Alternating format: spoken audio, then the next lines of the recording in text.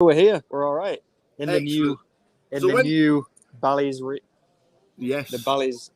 This isn't even the biggest room, believe it or not. Really? This is this isn't the biggest room. It's the second biggest room, I think. Yeah. So when did you get there? Crazy. Monday evening. So I've just got over the jet lag. This was the first proper night's sleep since we got here. Yeah. So hoping that it equates to a good tournament today. But you had jet lag and you still jumped into an event. Yeah, I played two. You only live once, Tower, right? Absolutely. What you played so far? I played the 2.5K freeze out yesterday, which is weird for me because I'm normally firing loads of bullets. So playing a freeze out was different.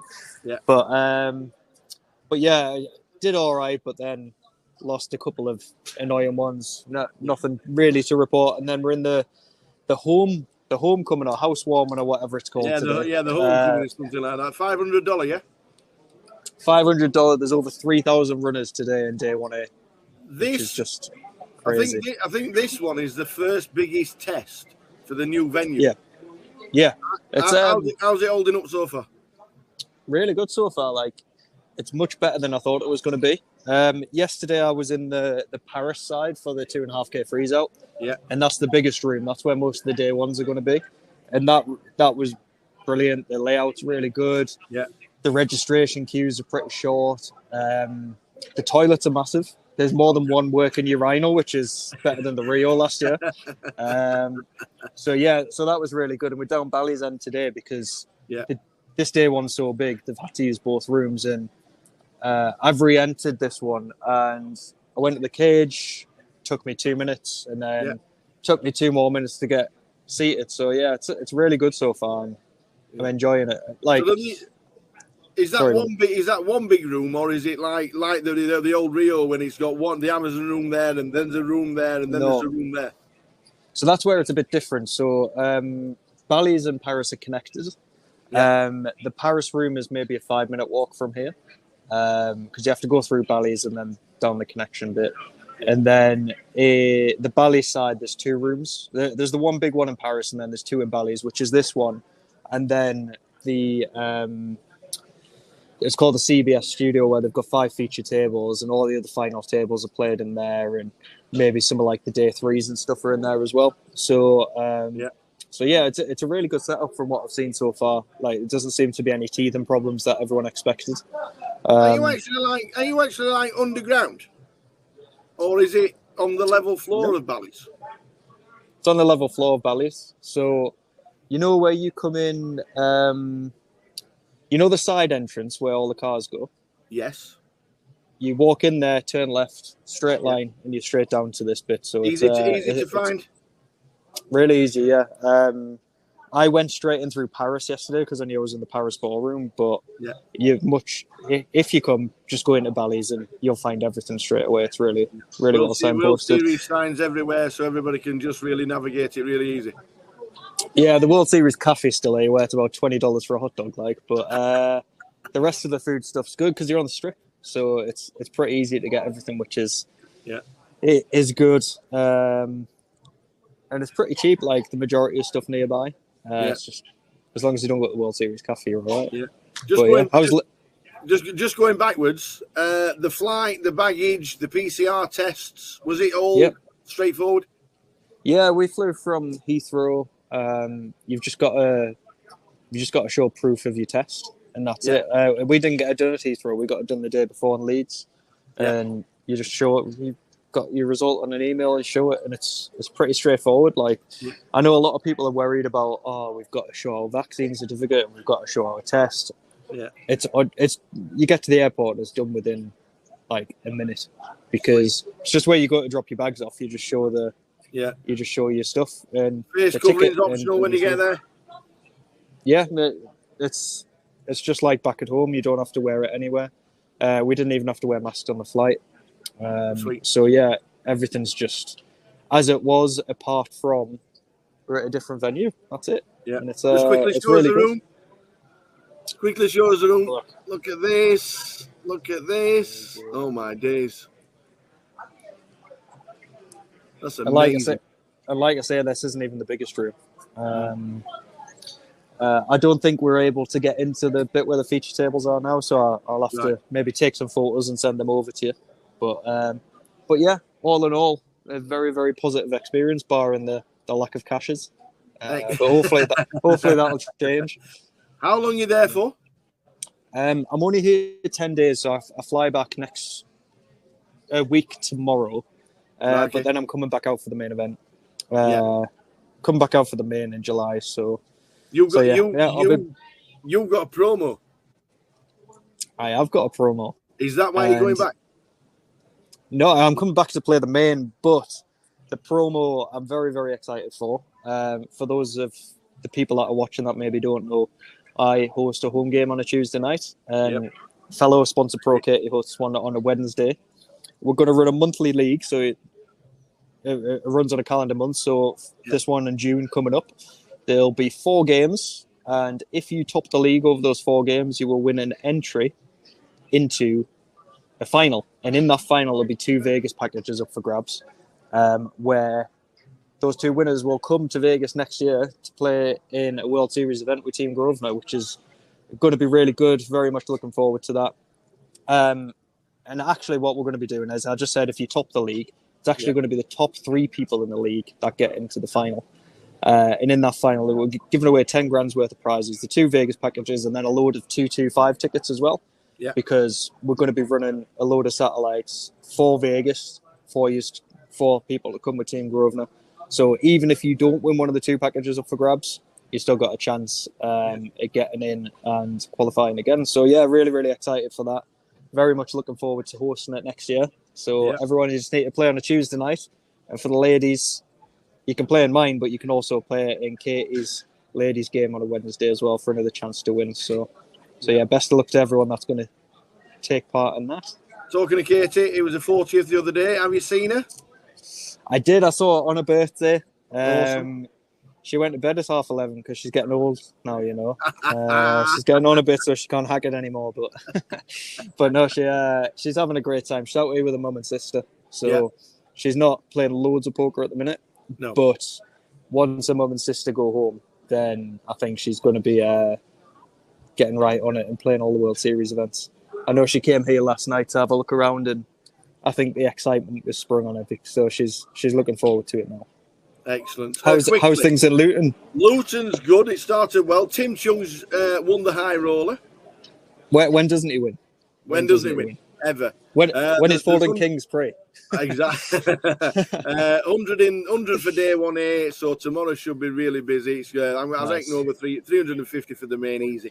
It should be cracking. Nice. And you'll be coming back. Really one last question before you have to go and bite. Are you biting in again, or are you just sitting down with loads of chips? No, I'm in again now. So we've just got a quick break now. So I'll be back in 5 minutes or so. So quickly, what's the best meal you've had so far? Best meal I've had so far. Who's had some Wagyu? Any Wagyu bolognese going around? I didn't have the Wagyu. Ellie had it, and I was very jealous. So we're at the Win, and she got a Wagyu beef fried rice, and honestly, it was amazing. And I'm just like staring at her food and drooling. I was like, "Oh, are you a bit full there?" But no, it was very good. So yeah, so I'll definitely be going there again at some point. Yeah, I mean the poker room's great there, but it's a good excuse to go as well. Yep. Are they pretty prompt with all the breaks? Will they have to shoot off in a minute? They have been. This one is. They're doing a colour up, so they said it'll be at least 20 minutes. Yeah. Are the announcements clear? Can you hear everything wherever you are? So far, yeah. Everything's been pretty good. Like I can't fault anything yet. The only thing that anybody's said that may be a little bit of a downer, and it's nothing really, is that in the old Rio, all the rooms were next to each other. So if you had a 10-minute break, you could run and rail your friend in the other room. Yeah. With this one, it's quite far away to get to the Paris room.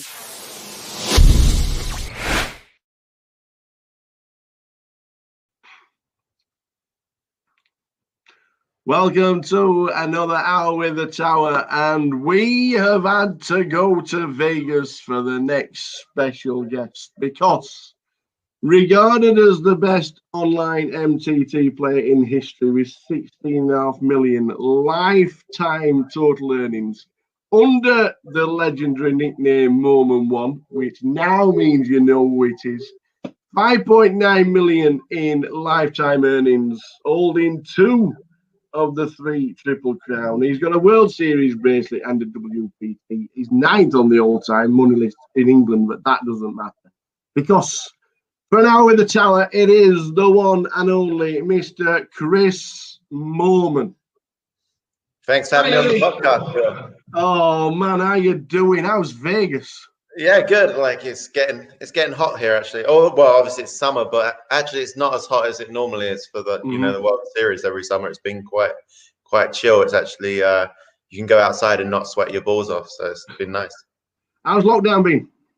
Yeah, not too bad actually. Like I was quite fortunate because just before it all went down, I was away. I was in England in the whole of January. I was playing a couple of live tournaments. I had an 8-at-8 tournament in Madrid, and I was playing a big tournament at Dusk Till Dawn as well. So I was away for the whole of January, and then just before it all kind of went down, I got back and I was in Vegas because obviously it would have sucked to being sort of away somewhere and not being able to get back home and being apart from my wife for like months. So yeah, I was kind of lucky that I was back home and at least I wasn't lonely. I had someone to hang out with, and yeah, no complaints really.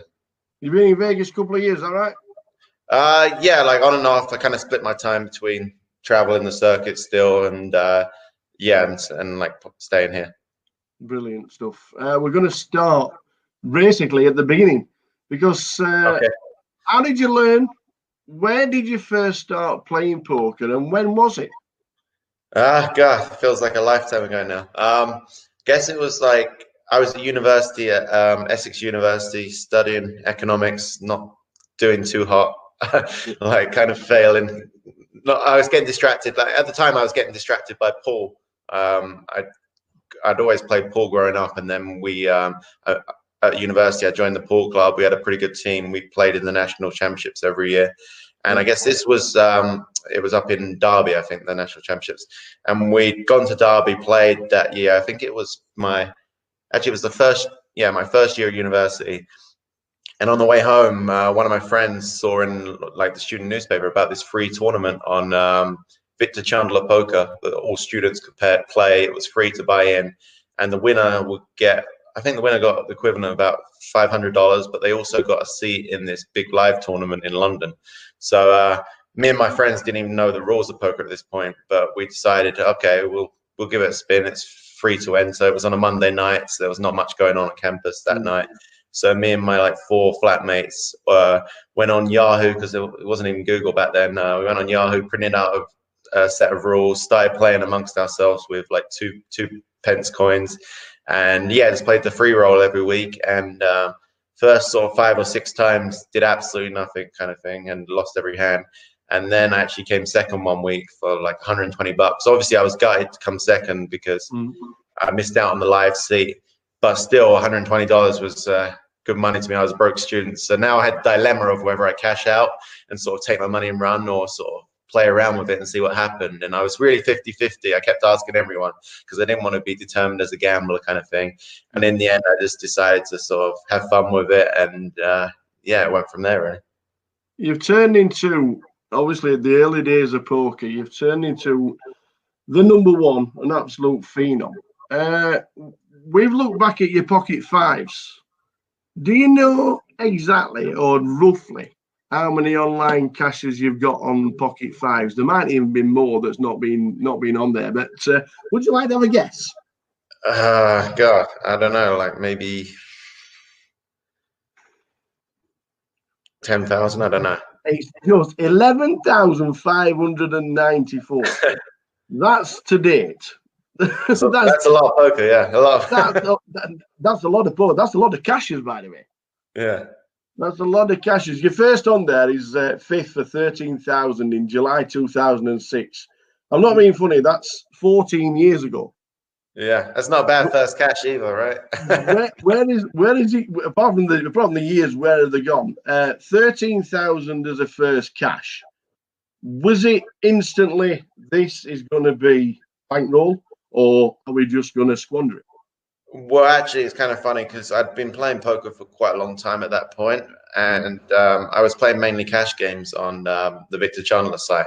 Yeah. And it was the first. The site got shut down. It was I can't remember what the exact act it was called under, but it got shut down. And I only really played on that site at the time. It's quite a small site, but I knew everyone. I had like my all stats on everyone. I was just a cash game player, played a few tournaments on the side. And I was like, okay, I'm going to have to move sites. But I was really reliant on my HUD back in the day, which is kind of funny because I don't really use it anymore. But yeah, so I was like, okay, I can't play on, you know, like the big sites at the time, Full Tilt and PokerStars on the cash games there without having all my database set up. And I didn't really know much how to, you know, do all that kind of stuff. So I had to wait for my friend at university to be free, and he had exams that week. So I was like, okay, what am I going to do? I haven't got, you know, can't take a week off poker. You know, I was addicted to it. So I was like, okay, I'll just dabble in a couple of these tournaments. I played like this Sunday online tournaments that I hadn't really played before on the sites because I was like, okay, well, I don't need my database for this.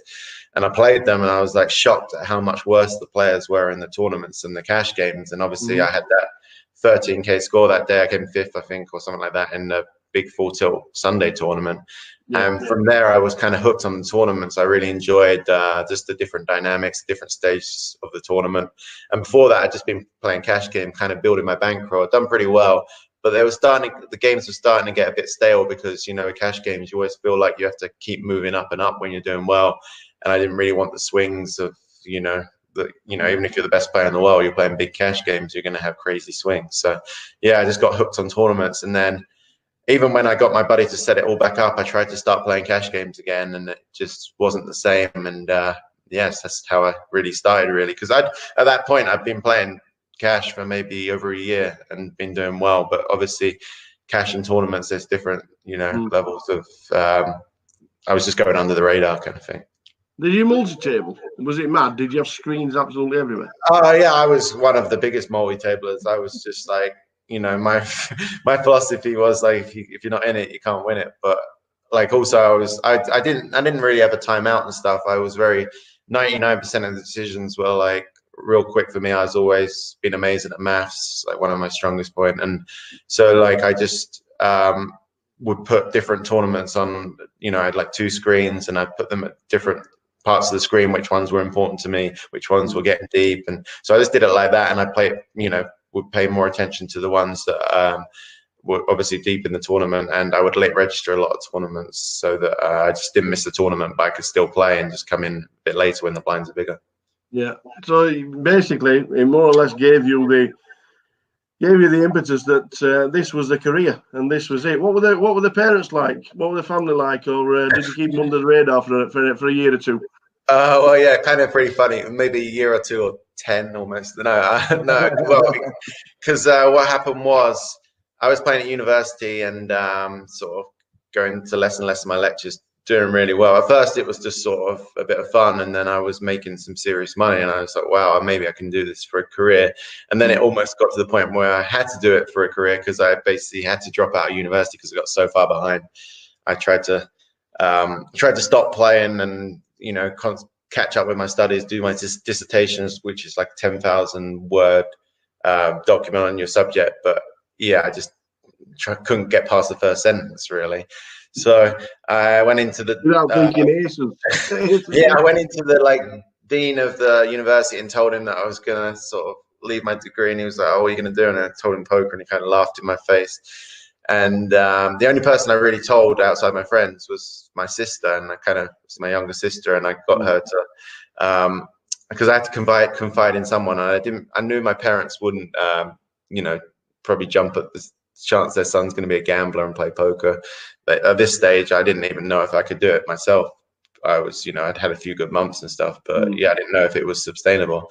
So yeah, I just grinded, stayed at university. A couple of my friends were in a lower year than me, so I just stayed on the campus and played a lot of poker. Just took up all the information I could and got better and better, and paid off all my student loans. And then in the end, when at the end of my university, I kind of I ended up making up that I passed my degree essentially, which, but I went for I basically said I got a third, which is the lowest pass possible. So they kind of believed me, my parents. But obviously I didn't have a degree to go and get a job. So I had to tell them, that I wanted to give poker a try, and they were very skeptical. But my dad gave me, he'd seen that I paid off all my student loans. So obviously they were happy about that I didn't have any debts and stuff, and I had some money in the bank. And he wrote down every sort of, all the money I had in every poker site, had all my bank account details, everything. And he gave me 6 months to see how much, essentially I'd increased my bankroll in that 6 months to see if it was sustainable to live on and stuff.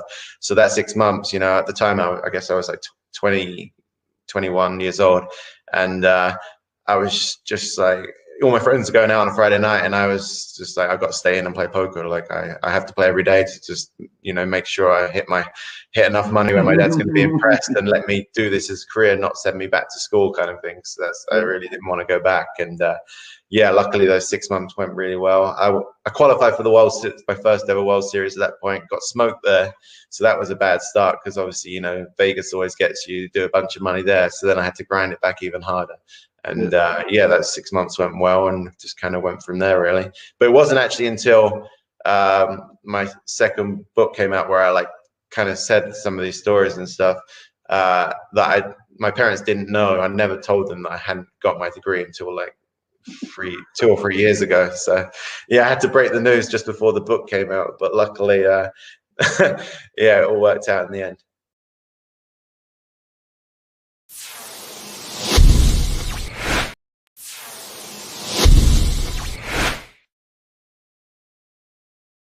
Your first few live tournaments, your first Ending Mob, 124th in the World Series 2K for 4,056. That was June 2008. Right. What was it like playing in Vegas for the first time? And how did you find it going to Vegas? Because obviously you played a lot online. So playing live to playing online, did you just have the complete contrast and thought this is just as easy as playing online? No, far from it. And to be fair, that that's my first tournament cash, but I played quite a few tournaments before that and not even cashed. As I said, I'd gone to I think it was it 2000, maybe the 2007 World Series, or maybe it was 2006, which was the one that Jamie Gold won. That was that one. It was 2000. That was 2006. Okay, so I played that one, and obviously you just said that my first cash was in 2008, so I'd obviously played a few tournaments in between as well. But I tried to, I was sticking, mainly I stuck to sort of what was my bread and butter, playing online. And if I satellite into a tournament online, I'd go and play the live tournament. But I didn't have much live experience, and it was quite a different game to me, just dealing, just so many differences. So it definitely took a lot of time for me to get used to it. Even the first sort of 3 years after I cashed, I never really cashed anything big, compared to what the buy-ins were. I was definitely a losing player at live poker to begin with. And just trial and error really, and just perseverance. And then, I think it was 2011, it all kind of clicked for me. And it wasn't even that I was doing anything that different compared to before in live poker, but I was just winning the key flips, winning the key hands, had a little bit of extra confidence to go with my read and stuff. And I think in 2011, I sort of had a breakout year in live poker and actually started showing that I could be a winning player live as well as online, rather than before, where I was just sort of winning online. And then every time I played a live tournament, never cash in or min cash in, never make the final table. So it was quite a transformation. Well, the first time we ever met, was a long time ago. It was the same year, 2008. It was Luton, the GUKPT. You finished 17th out of 376 entries. Can you remember who won it? Yeah, of course, cricket. Yeah, I gave him all the chips as well. With 17 left, I started his career for sure. No, it was funny because the night before we'd met with.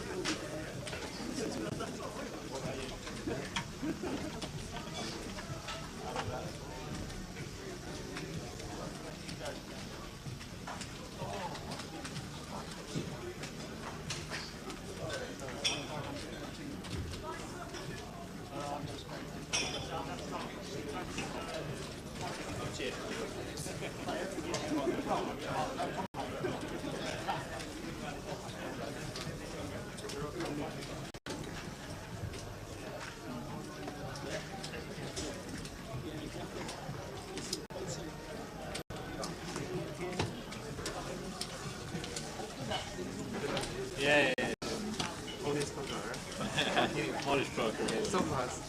Not bad. We've got to be honest now, right?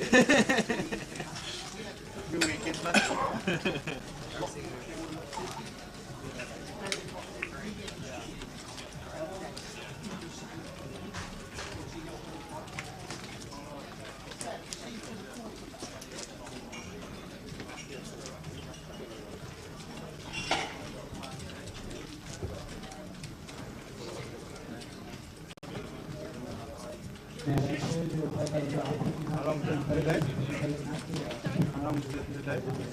Half an hour. Half an hour.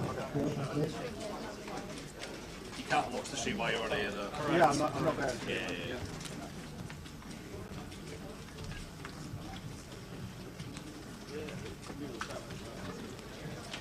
In China, if you on the feature table. How come everybody was late for the feature table? Everybody was sat down everywhere, and there was nobody on the feature. And then all of a sudden they all come running over. It's like, yeah, you've lost the first card. Yeah, well, it was amazing. Just like there was nobody sat down, and everybody else seemed to have been sat down for 2 or 3 minutes on the table. But there we go. Big TR's chip leader. Yeah. Go on, Trev. Go on, the tricky Trev. Mitch Hynam, Tamer Camel, who survived with the 6. Yep. Ooh, got a bit lucky. Matt Davenport, Alexandru. Who's going to stop that fella? He's the man to watch. If you don't know, Alexandru has got bracelets. His EPT's got all sorts going on. 2 bracelets, 1 EPT. Main event. Span 205. So I know it's a little bit small, but PK's got all the 52 players there in the mix. Rob Boone hanging on with 23,000. We're off for the next sesh. Yeah, going to let you know who we got, guys. In 1's Charles Akadiri, in 2 Lee Wang, 3 is Spand, Andy Back, 4 Jack O'Neill, 5 Tom Hall, 6 is Neo, 7 is Alex Sinsa, and in 9 is Bab Katri.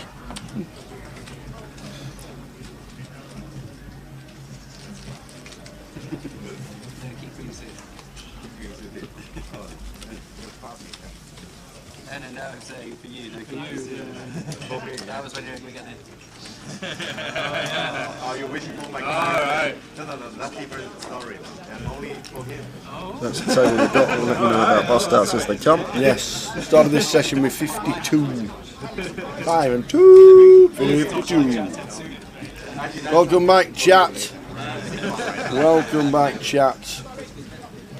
Great lineup, Sam. You're not wrong. Good to have Span back on the feature as well. Francis.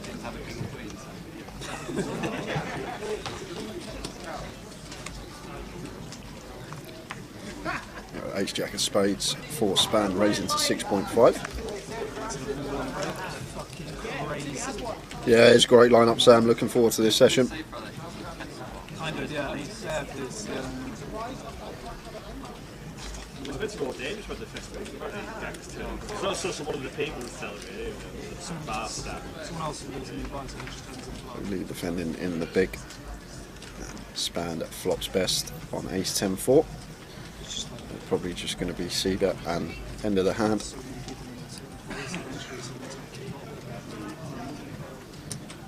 $6K, so goes with the third pot choice.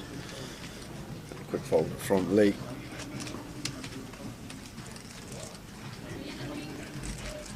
was alright though, there was a lot of like Jamaican also.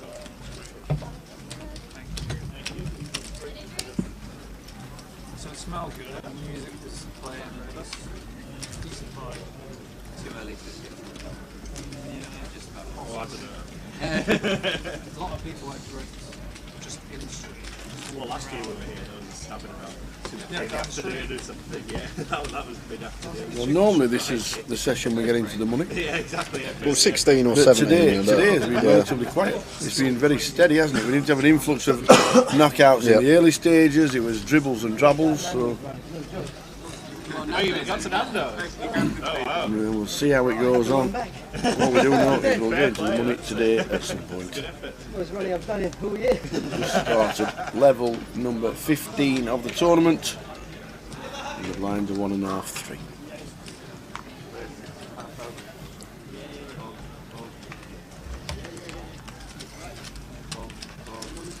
What do you got?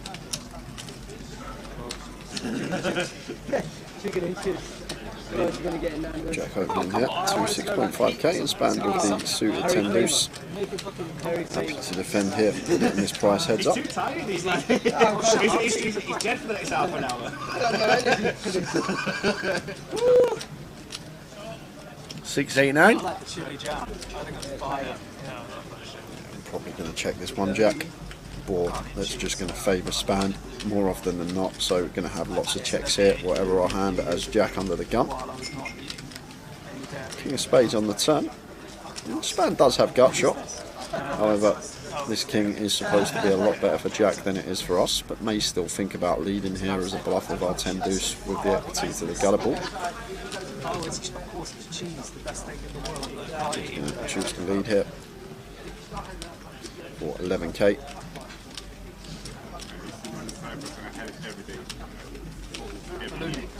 And Jack just always calling here. We have no other option, we're never raising. Span still has the 10-7, 7-5, all the 2 pair combinations.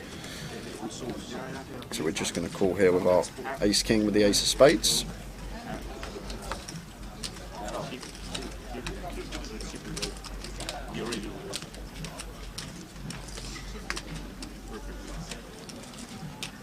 Six of diamonds on the river, great card for Jack here. It does span. Want to go for it, or are we going to see him shut down here with a 10 deuce? Like, we expect a lot of like the ace queen, the ace jack to fold this flop. Probably going to get a call from ace 10 on the turn, but he is going to go for the second barrel here, and on this run out Jack's just never going to fold. He will make the call.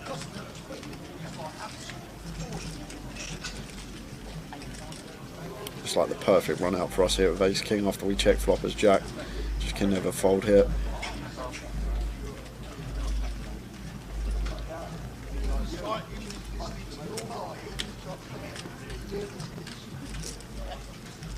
Slam dunks the Doyle into the muck.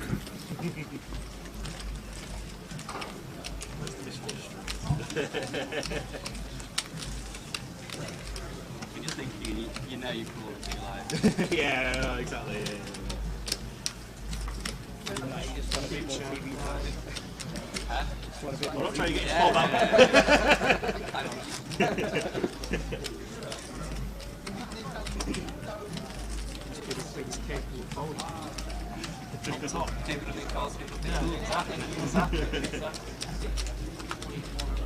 Yeah, I thought. I could, but I'm not. I didn't. Swap it. Normally have a 4 hours minimum threshold. I like to play sets. Nice. Thank you. Well, you feel safe.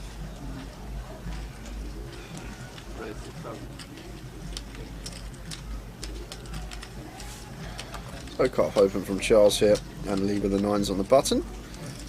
First is cut off open here. I think going to lean more towards 3-bet. We'll have some flats in there, but I think 3-bet and the 9s here is going to be the best approach.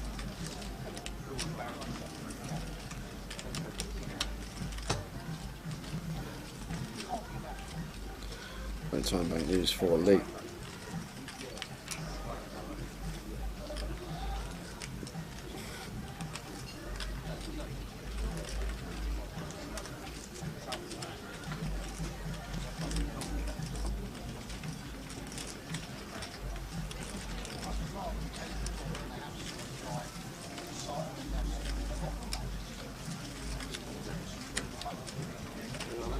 We'll just choose to shove here for 30 bigs, and that will be that. Charles never calling the ace 10 off. Absolutely not.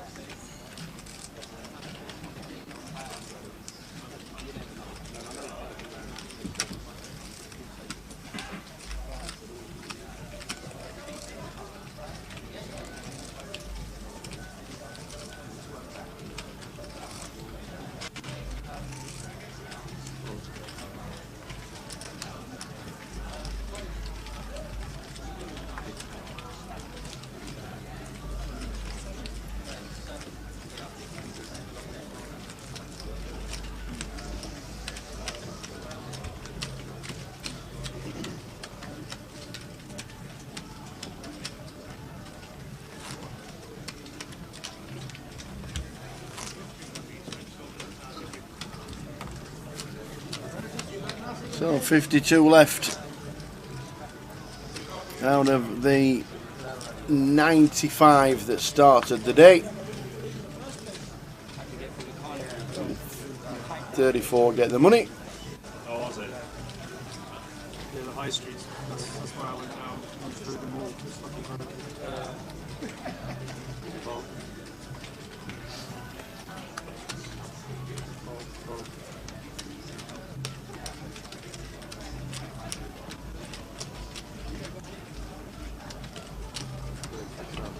Kevin Leeds says, how did the bet go?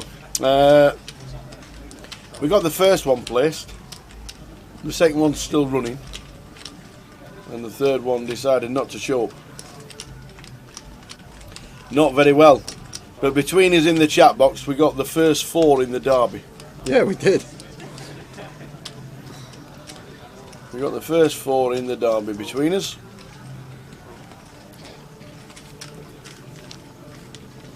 What a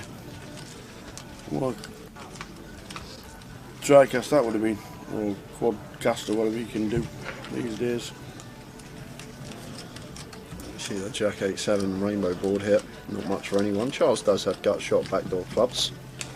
Needs the open up, so it looks like he's happy to continue here. We're going to get 2 better hands to fold because North Spand or Lee should be continuing in this spot.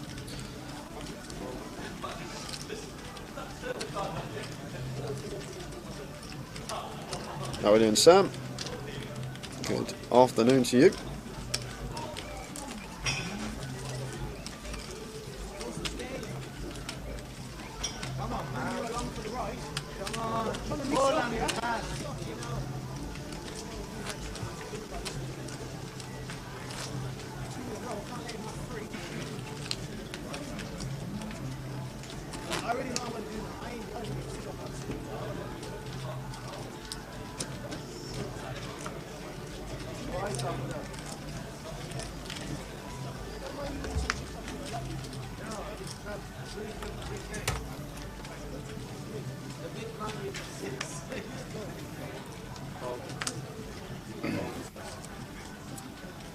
Hiya Sam, no, it's a no-show.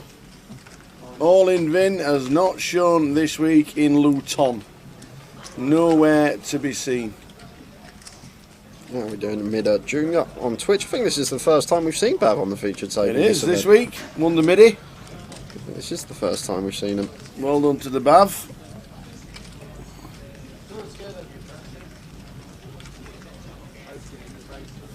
Won the first event we live streamed this year in London.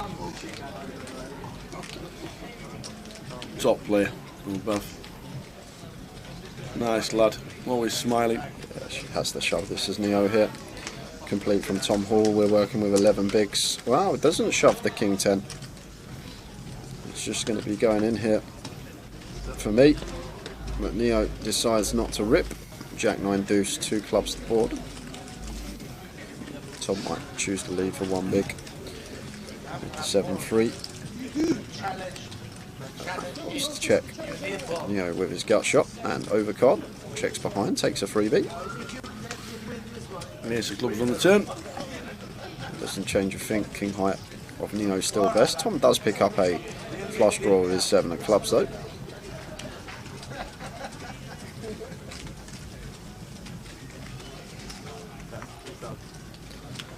So now Tom does decide to lead for 3k.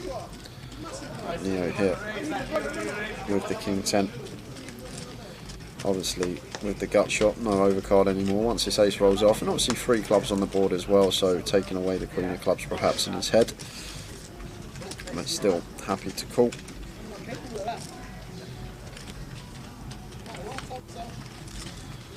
And it's the king of clubs on the river. So 5th nut flush for Tom here with the 7 of clubs. And might try and eke some value out here with his hand.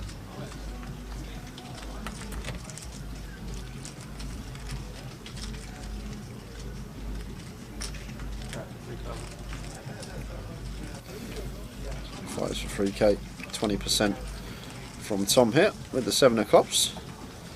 And this is probably another reason, going back to pre-flop, while we should shove the king 10 for 11 bigs. Like, then we're going to go post in a blind on blind pot against Tom, who's obviously going to be one of the best tournament post flop players out there, and shows the 7 of clubs, and end up losing a few more big blinds just from checking our option rather than shoving and just picking up the blind of Tom Hall there.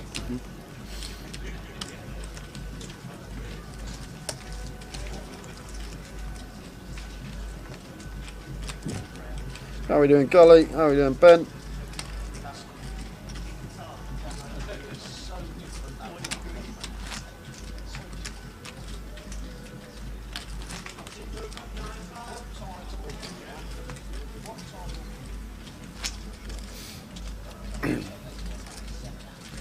Yeah, Bab's had a good year. Come to prominence this year. Plays well. See how he does in this event. Running unbelievably hot. Yeah, he is. Play with him day 2 of the midi, and definitely had a bit of run. Good. There was a 5-way all in. He had in the mini as well. Got 5-way all in. 5-way all in. Something like 10s, ace king, ace queen. He had 9s, and it comes ace ace on the flop, just a 9 on the river. Scoops a lot for Bav. Scoops the lots. Run good, play good. Yeah, it's a good combination. Scoop the 5-way all in with a 2-outer on the river. 5-way all in. I don't think I've ever seen that.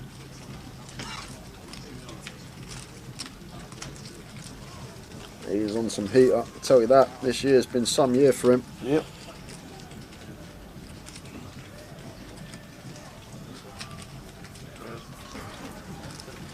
Wow. A 5-way all in, that takes some doing.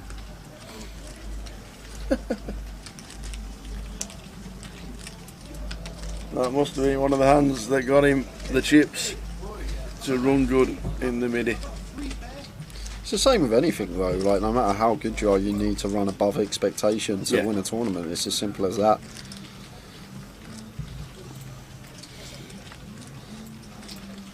Tom on the button here, deciding to 3-bet the Queen 10 of Hearts versus Lee's under the gun +2 open.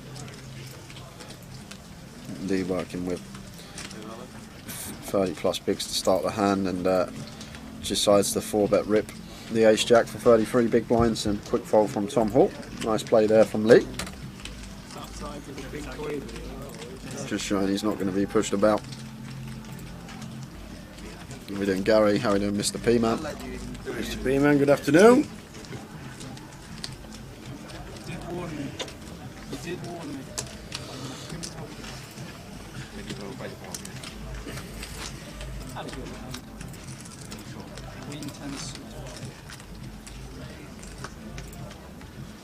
Decided to mix in through.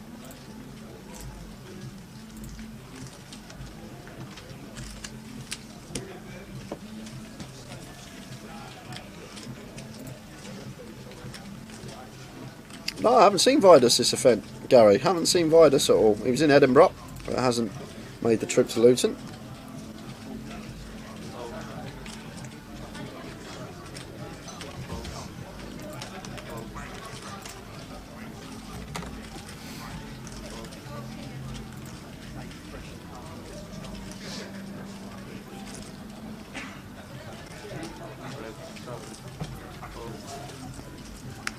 You might be in Vegas. Yeah, probably. That's where I think a lot of the regulars we haven't seen are at the moment. King 3 of Hearts with Tom in the cutoff. Going to raise it up, and Alex shoving, and Tom's going to have to call this off tower because of the price and how many big blinds it is. He makes a call with King 3. Alex, big chance for doubling up. I'm saying that 60-40. Tom King 3, Alex in 7. Like a flat 9, 7, 6. 3 in the window. So we're now need to hit an ace and a 5 to survive. Yeah, backdoor Broadway and backdoor Will, but that is no good. 10 now working though for us. So ace 5 or 10 needed, and it's the 9 of diamonds, so we do lose Alexandru Sinsa from the tournament. Slowly getting there. To be lucky, we win so 3-bet chips away. 51 players remain. I think I was saying on break, I feel better about my call earlier after seeing him play for 2 hours. He definitely knew what he was doing and had moves to learn it. He's not afraid to play, was he? No, exactly. That Fire's 3-barrel jam, that was fucking gangster. Yeah. And that was actually fucking gangster. 34 paid. Just so I'll put the prize ticker along the bottom for you, but there are 34 places paid, and we have 51 players remaining. Just losing Alexandru from the field. Where's the money? Behind the counter.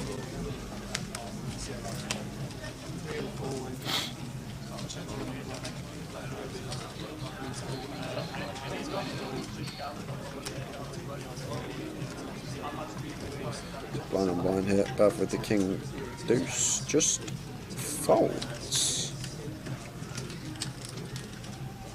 Wow. I'm shocked to see that.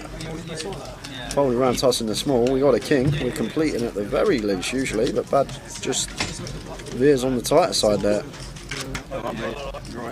Strange.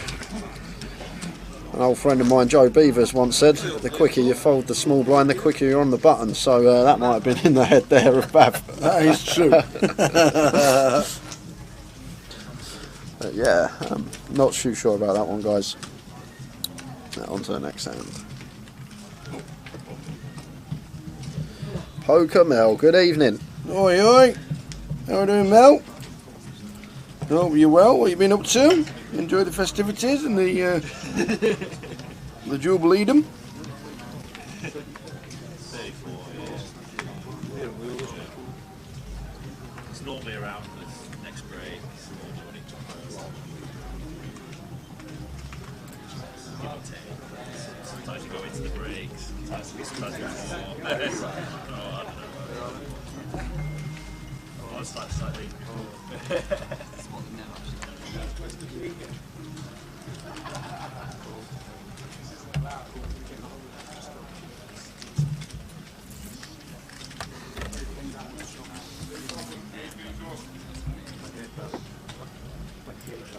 Neo, 86 of hearts, shoves in the calf and hijack, sorry, from 9 bigs. And Lee makes the call with a queen jack in the big blind and is in front, but Neo at risk. 2 live ones.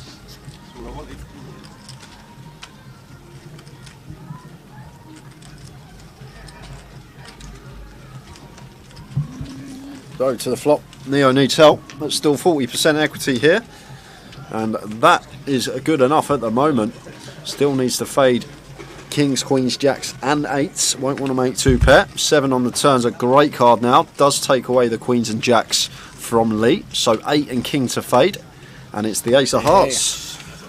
Neo does get the double. Double for Neo. And as Neo doubles, we're about to head on out, guys, because we got an all-in and a call on the outer table. What's Ben this? Windsor. The Windsor is the player at risk with the jack. So Ben in need of a double up.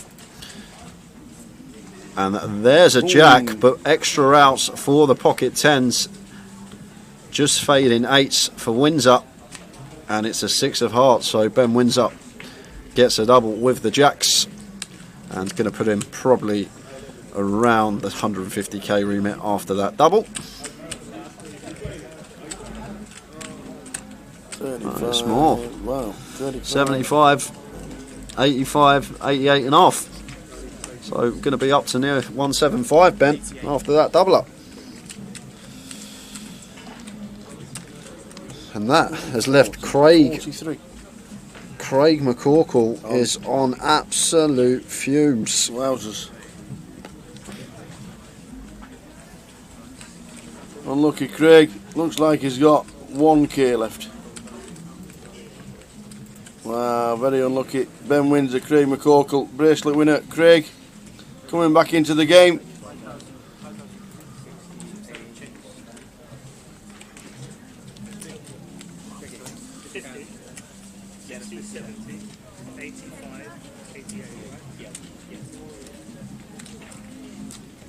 There's a stack of Craig McCorkle. Yeah, about 5k. And the GUKPT goat is in the mix. Now back to the action here.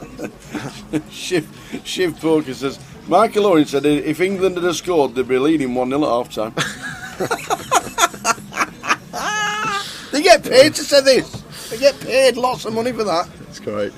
Oh, so Bav betting 9k into 17 here, opting for half pot on the ace 9 8 board. It's definitely one we can have some bigger bets on. That Span not going to be going anywhere here with his flush draw.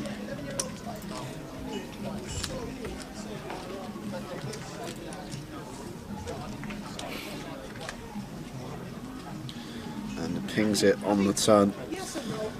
So check not going the way of Span.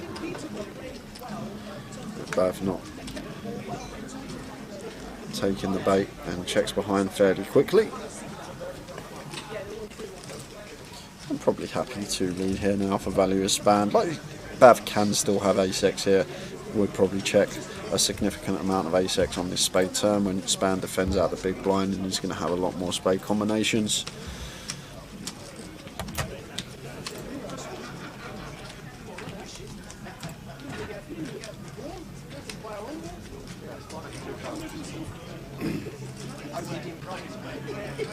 $22k is the bet, and it should just be a pretty easy fold for Bav here with the king 4 of hearts. Yep.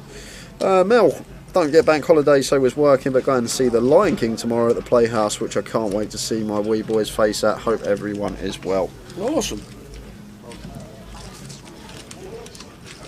It's good, really good musical, Lion King. Actually, I went and saw it at West End a long time ago, probably about 10 years ago now, at least. Nice one. Seen Back to the Future as well. You have. You have indeed. That was a good night out back at the grand final. No news of a few more bust outs, everyone.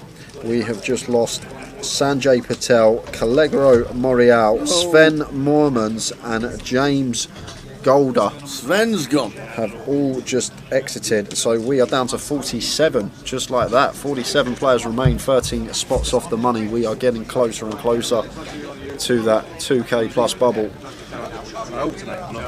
So if we're down to 47 tails, surely that means we're going to be going 8-handed now, right? We will be, yeah. We'll be 8-handed on 6 tables of 8.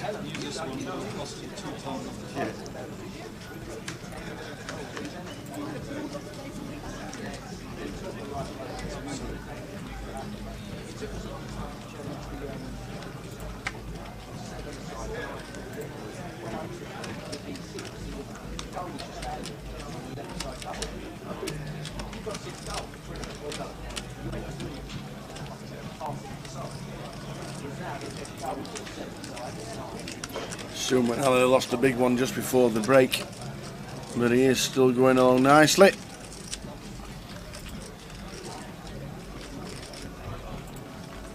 Tamer Camel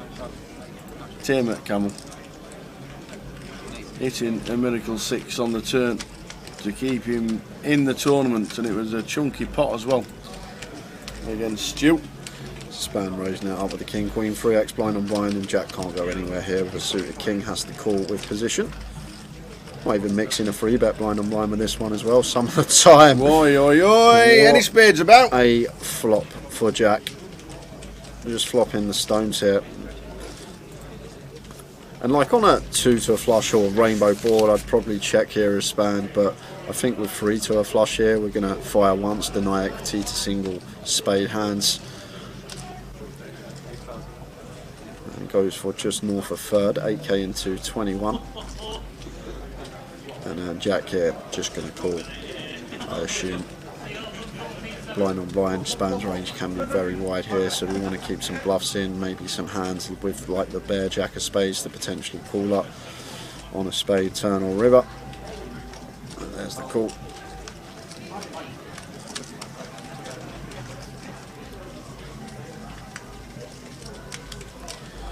An ace on the turn, that's not a good card for Span.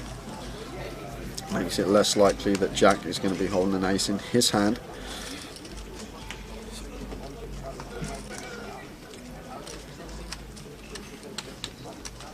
from our perspective, we like this turn as spanned. Checks it over to Jack, who will be betting. We're not going to check now on the turn. Just called on the flop, but now wants check to us here. We want to build a pot with such a monster hand, blind on blind here. Sitting with the nut flush. Spanned as the razor as well. Could plausibly have some ace x, queen x that we can get value from. Maybe some like bear, jack, or spade hands.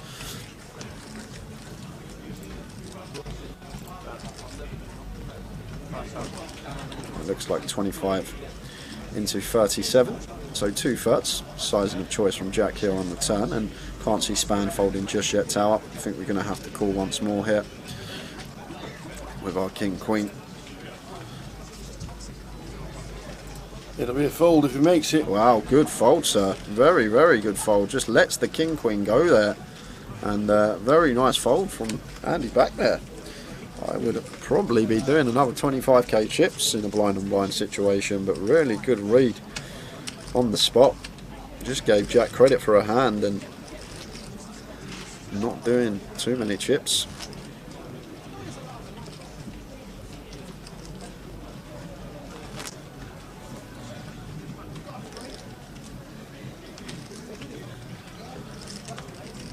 So 47 players remain, guys, and that has just got lower. 46 remain because we just lost Yanis Karklins. Oh, lucky Yanis. 46 is what we're down to. 46, 800 tables now all the way to the final.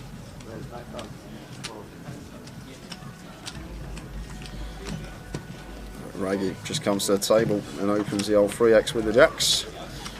Makes it 9k.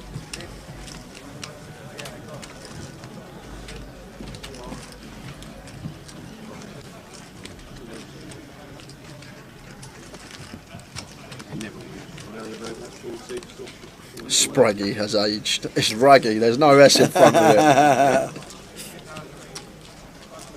It's criminal that Michael Owen is paid to be a commentator. I remember that time there was that meme, it must have been about 4 or 5 years ago, when it went round and he went, if City don't score, they won't win, or something like that, and it went round for ages. Michael Owen. If you've been there and you've done it though, I think that's it. If you were successful in the sport, I think you can just become a commentator. It doesn't really matter who you are, as long as you've had success in that field.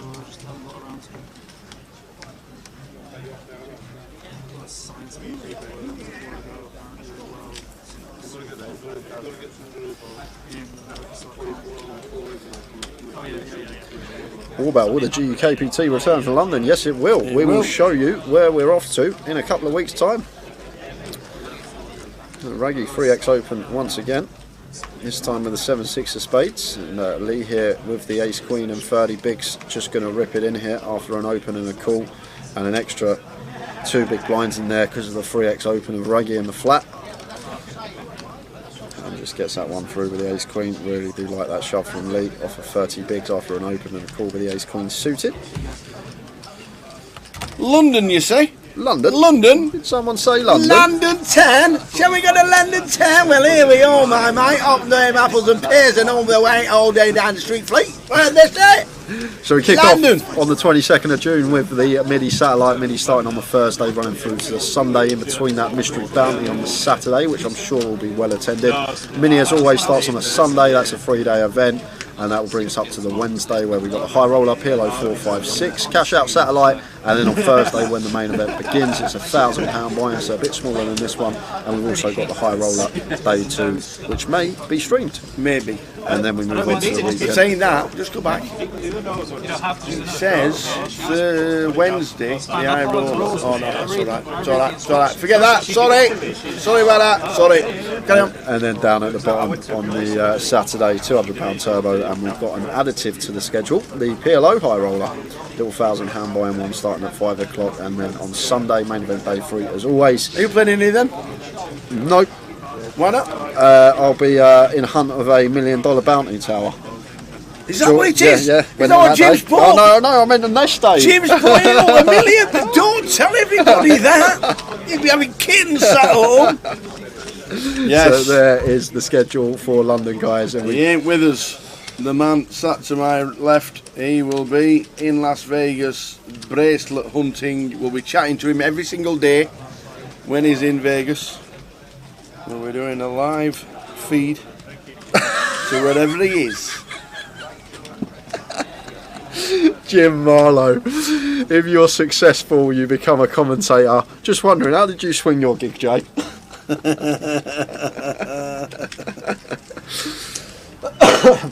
I don't know, Jim. I got lucky. They found me. They said, we need someone. Just drag me in, and here I am.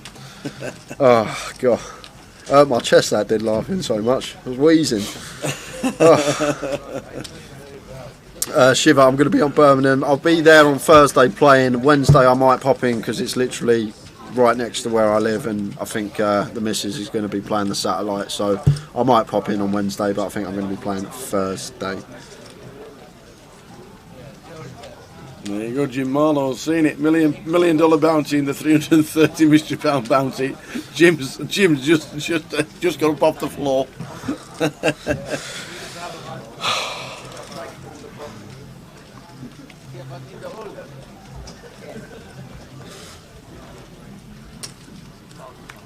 So A6 of clubs for Spand, makes it 6.5.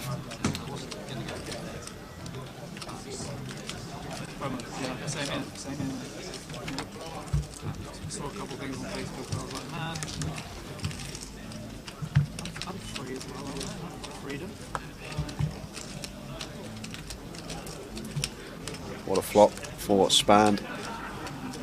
Flopping pair and nut flush draw here versus Bav. I'm going to get a street of action here because Bav's not the type of player to fold with a gut shot once defending out the big. So probably see continue from Spand, call from Bav here with a 7-8. 5 of clubs would be action.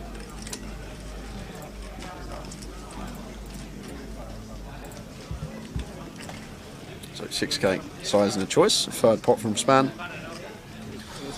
And Bav with his gutter ball, just expect him to call here. Well, I do know Bav, and on when he has defended out the big blind and sometimes gets a board that's good for him, can play it very aggressively, and here it is. Just chooses to check raise here with his gut shot with the 7-8. I've seen that before. Absolutely. Somebody pings a gut shot with it holding the 9, does he?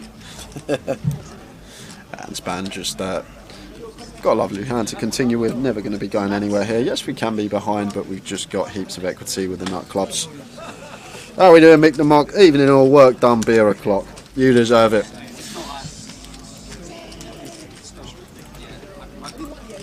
So to the turn, which is the 3 of hearts, so still the same gut shot for Bav. Let's see if he slows down or whether he's going to be going for it here. He's not the type to slow down. Someone has cut the brakes a lot of the time with Bav. Just full blown aggression, and here it comes, second barrel incoming. It looks like a small size here on this 3 of hearts turn. 18k, so 18 into 63 here from Bav. Between quarter and third choice on the turn.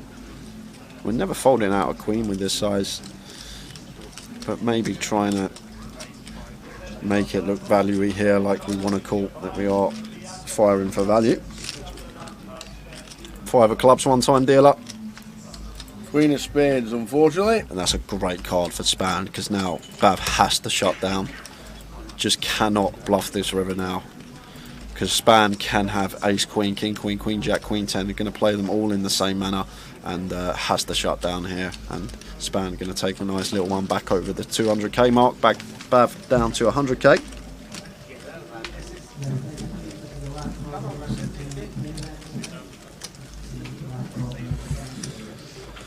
So nice pot for Span, and as he takes that one, we are going to head over to an outer table, because once again we have an all-in and a call. We've got Baresh and Trevor Reardon. Baresh, the player at risk with the 7s, and TR with the ace-9. So Baresh, the player at risk, going to need to find a 7! Oh, one of them.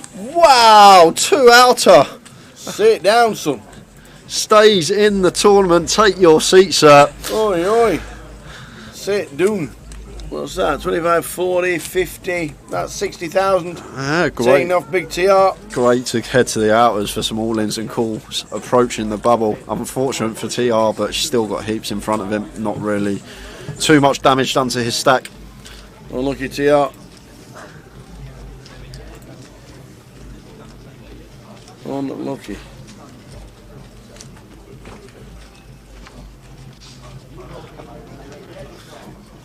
Tom opening the A7 of clubs, raises to 6k and just raise and take.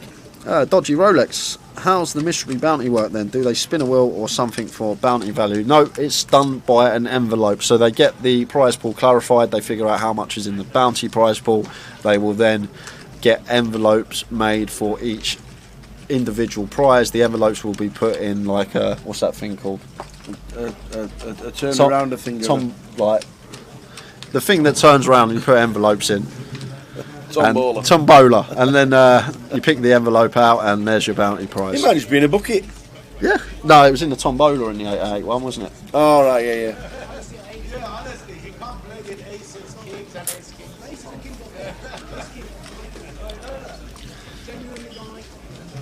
Jack with King Queen. You know what he likes? Like 5-7. That's his favorite. 6-8. Oh, yeah.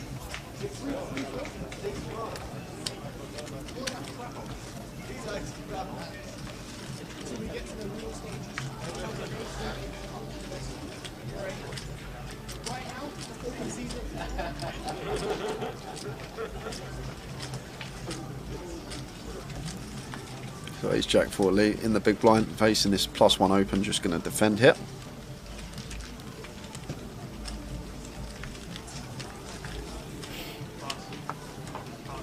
Eight, 2, 4, 2 diamonds. Not much for either player here. Still might be a board that Jack wants to continue on here.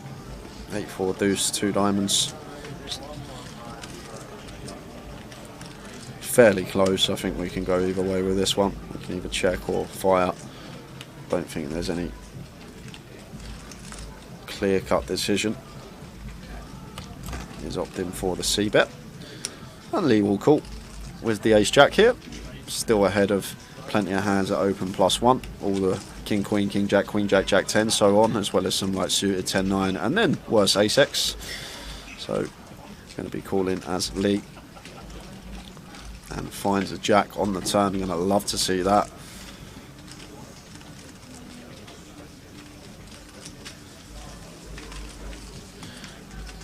I wouldn't hate a double barrel here, Tower. I actually think I'd quite like it with Jack's particular hand here.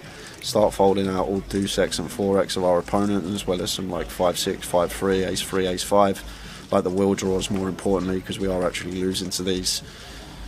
Yeah, I like this a lot from Jack. I think this is good. Especially with just king high in this spot. Really start attacking those one pair holdings of the big blind range of Lee. 8x probably going to call once more, but might be thinking about lining up the 3 barrel here as Jack with the king queen.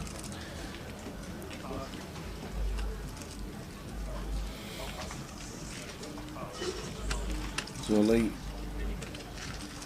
does call the 23. Pot swells to 76k. And pairs on the river. Yeah, now this is a card where we're probably not going to see the 3 barrel here, Tower.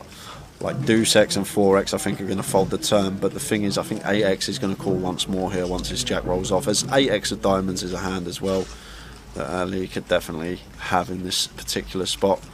But I'd be surprised if Jack went for it. There are some good rivers like an ace or even a deuce or a 4 for potential 3 barrels on. But I just think this 8 of spades is one that we're not going to unload the clip on. He may not have to anyway, because it looks like Lead is contemplating leading here with his ace-jack. A new Bungoose. Tell Frankie I miss him. Bless. We will.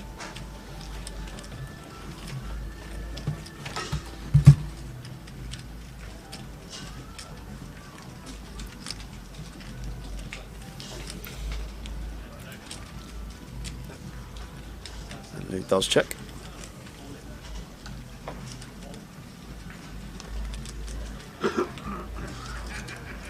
Now, Craig, what Craig might be thinking here, okay, like, I like the check. I said before how I think we should check this river, but when Lee throws that time bank chip in and then checks it over to us, it kind of looks weak. Like, I would have read that as pretty weak, and maybe thought he was trying to stop us from firing river and maybe looking like a hand that he just wants to show down.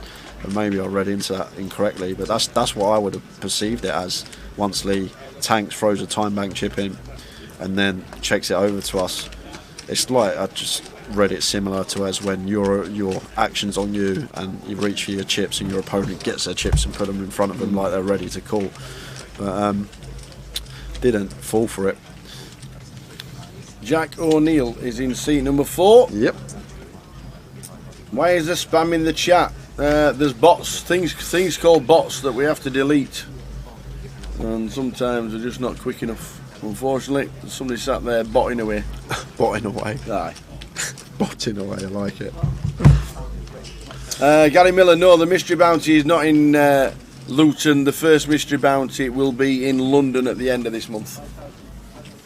They wanted to do it in Luton, but something came up, and I don't know what it was, but we just couldn't get it done in time. So the mystery bounty will be in London, not in Luton. Normal bounty tomorrow. The Grosvenor online poker tourneys have crushed me. Never been so cold decked in my life, says a dodgy Rolex.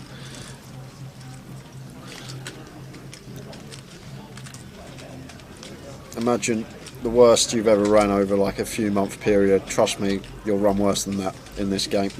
You'll always run worse than you think your worst run. Been there many a time. I think I'm never going to have a patch like that again, and then you have a worse one, and you're like, all right, that's that done. But then you have a worse one. It's just poker. It happens. It's variant. Sometimes you're on that bottom end of expectation. Sometimes you're on that top end, and when you're on the bottom end, it's just all about keeping your head, keeping control, keep doing the right things. That's going to make us some money. When you're on the top end, just enjoy it, because it doesn't last forever.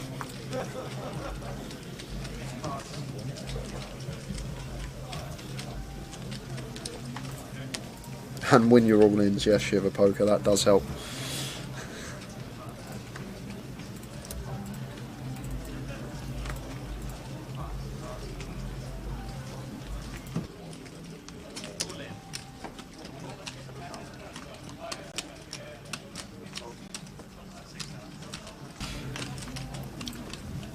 Four o'clock game that started. The Turbo has got 81 runners. That's good. 81. Fabulous turnout yet again. Nearly 15,000 in the prize pool. 81 runners.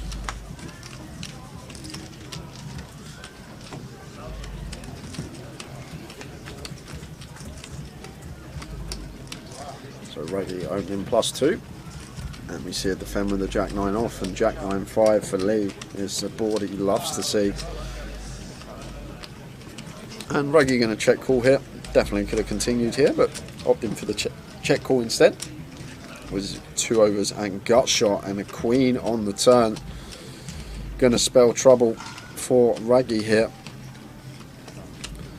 As Lee fires for 10k.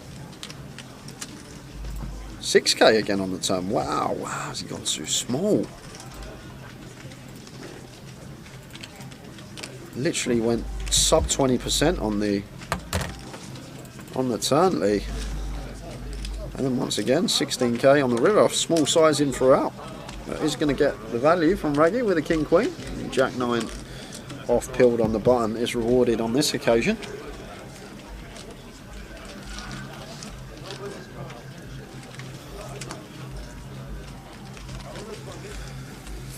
And you see in the chat, if you are watching on Twitch, we have got a promotion going on. You can play Jamie Nixon's or Katie Swift's Vegas Experience Tournament each Tuesday for Jamie and Wednesday for Katie to score leaderboard points. And wherever you finish in your position, you will win a prize if you're near the top. And the top prize you can qualify to play in Vegas, £10,000 experience. And the final for that is on the 8th of January 2023. Nice. I have no idea, Gully, why Lee's gone that size on the turn. I'm probably going to go 2/3, 3/4 on that Queen of Hearts turn, but Lee went for such a small sizing, sub 20% on the turn on the board, which was getting fairly wet. Obviously, we can see that Raggy would have called whatever size he opted for, but it's I'm just not a fan. Lee will have his reasons, as I always say. We never know what's going on in the players' heads, but definitely want to be sizing up on that turn card.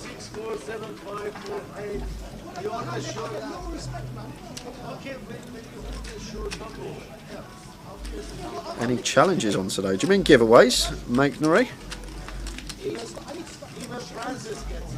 We could always do a J thinks or a Tower thinks. We'll do one. We'll do one next session. First level of next session. Yeah, first level of next session. We're going to give away £110 closer seat. Don't make it a fiver, will you? Huh? Straight in. £110 closer seat. We'll give one away next session.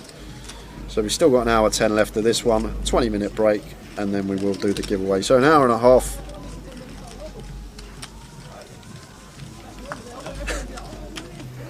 It's going to be interesting when it goes span for span. Very good. Yeah, Tower thinks not very often. I don't think we're going to get hand for hand this session. I'd be surprised if we did. I will be very surprised. Very surprised if we do. Yeah, because we are on 45, because I've got one through here. Alexandru Gomez de Souza Luiz is out. Alexandru Gomez de Souza Luiz. Okay. So 45 remain in the tournament. Scrolling across the bottom is the payout structure, and 34 get the money. So it just started so slow this morning, didn't it? Yeah. You just knew that it was going to be one of those days for getting into the money. It is what it is. Great field, battling it out. Average stack's about 50 bigs, and 34 get the money.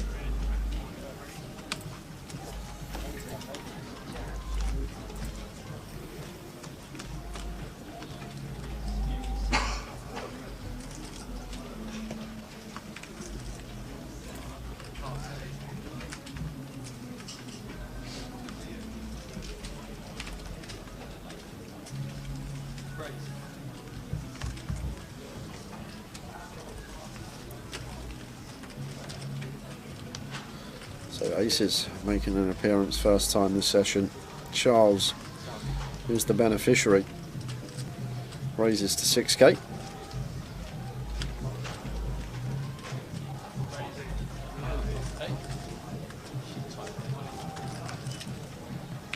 All the span puns are coming out now. If he wins, there will be spandemonium in the chat. Brilliant. Love it. 8, 4, Queen, 2 diamonds.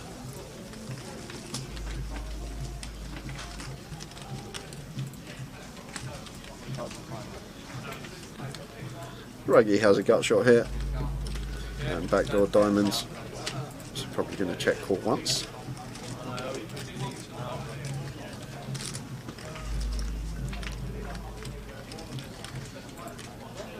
Seven of spades on the turn. Yes, doesn't change a thing here. Aces of Charles still way out in front here. And with Reggie stack size here, I'm just going to fire here and shove most rivers. Probably something like half pot here. 17k-ish. Putting 67 in the middle and leaving 36 in Raggy stack. Nice 60% river jam. It does go for a larger size in Charles. Either way, whatever size he opted for would have worked with Raggy's holding. Evening, Tara and Jay. Hope both well. You got any favourites or dark horses for taking this down apart from Spand, of course? Yes. The Tara has. Yes. Dark horse. Who's the dark horse?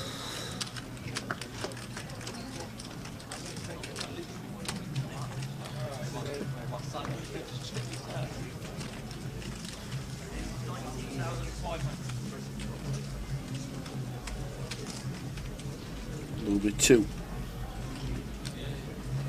Go on in, Tower. Who's your 2? Chris Johnson and Alex Papazian. They're your dark horses? Yes. Do you know what that means? They're my dark horses. Oh, okay. Ask anybody in the chat who Alex Papazian is. Go on. Okay. Ask him. Ask away. Okay. How many times has Alex cashed in a GUKPT? Never. There you go. This is a dark horse, isn't it? Okay. We'll go with He's that. a dark horse. Even though he's got 17 million in cash, he's got a bracelets, EPTs, and God knows what else. Okay. For my dark horse, then, if you're going with that, I'm going to go for Tim Chung. Tim Chung. Yeah. If we're playing that game. that would be the first ever eye roll and main event double. Okay. Ever. Mitch Hynem's not a bad shot. Yeah. Actually has a dark horse. Yes. Obviously plays well. He does not his actual profession poker, but plays a very good game. Very similar to Spand, actually. Plays a very good game. Doesn't do it full time, but plays plenty.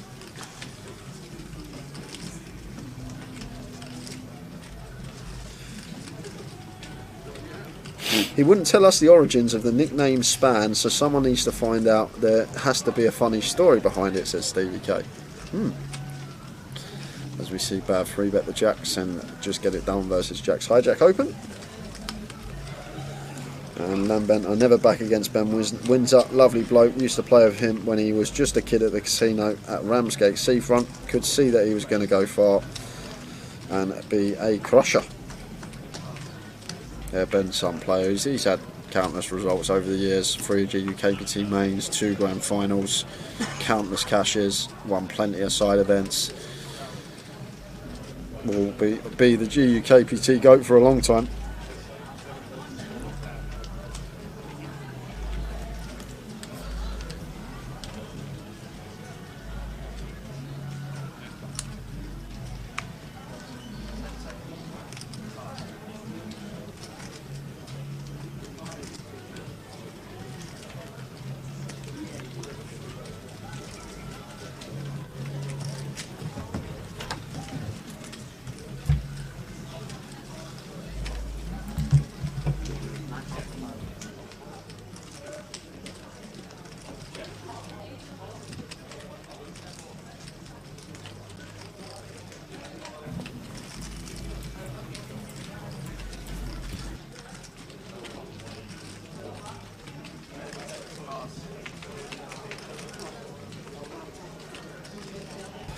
Tom Hall with the ladies makes it 9.5k. Blinds are now up, I believe. No, they're not up. Why has Tom made it 9. Okay, Lee's limped. I didn't even realise that. Lee's limped under the gun. Tom's made it 9.5. That makes more sense. And Bav here with the ace jack in the small blind. 3-betting to 28k here. They're going to get the bad news when Tom Hall sets him all limp. And Bav will be getting out of the way here. Not going to call this off with the ace jack. Yes, we've invested 25% of our stack, but still approaching the money bubble. Going to need to let this one go. 3-bet sizing is fairly small anyway from Bav after a limp and an open. Not really a legitimate size here out the blinds after Tom does raise it up. And there's a shove from Tom Hall. It should be a pretty quick fold from Bav with the ace jack. Oh, I can feel a cup of tea coming on.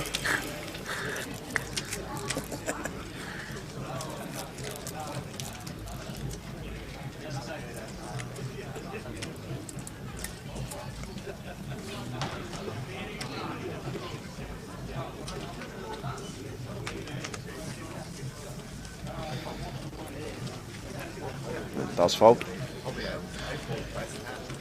You want a cuppa? Yeah. That size cup's amazing. It's like a bucket.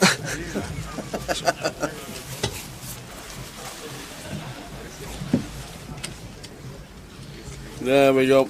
So 45 players left. 4 and 5, 45, 34 get the money. Had a good hand, you'll see.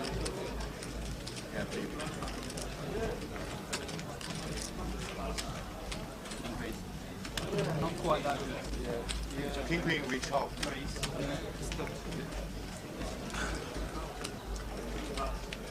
I had 2 queens. Yeah. Plus you got outs, you're never dead, are you?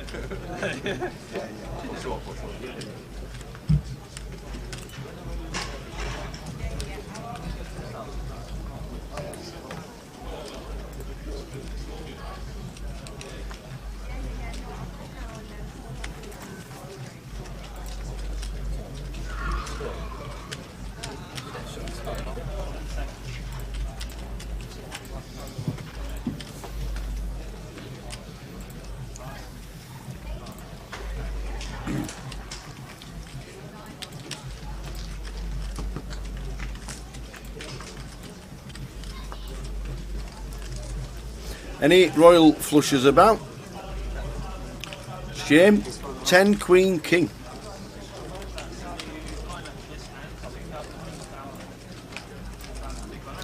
All hearts. Top and bottom for Jack. But how does he get paid?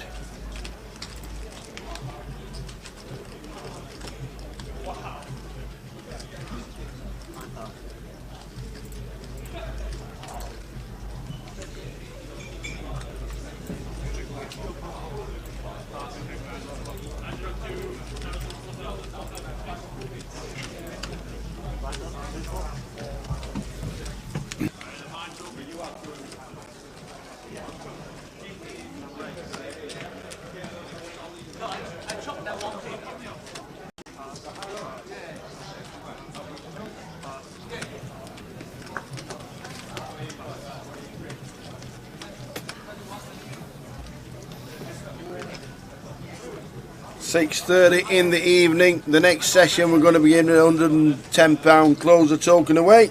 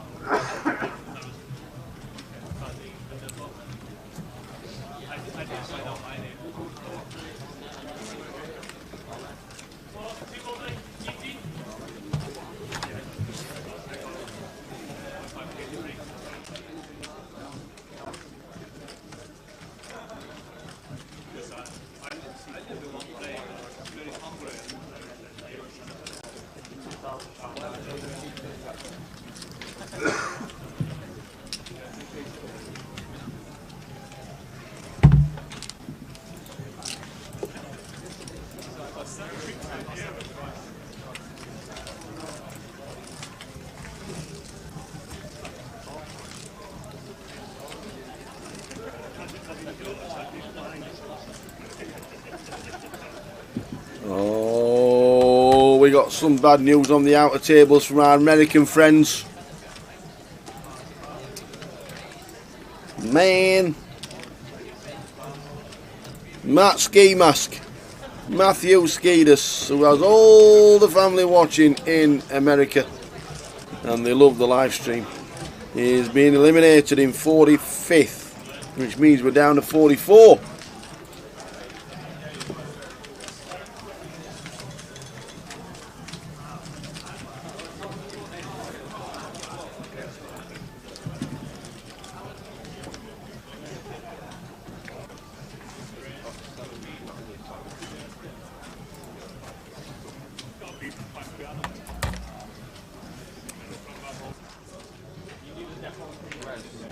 So we're on 44. 4 and 4, 44.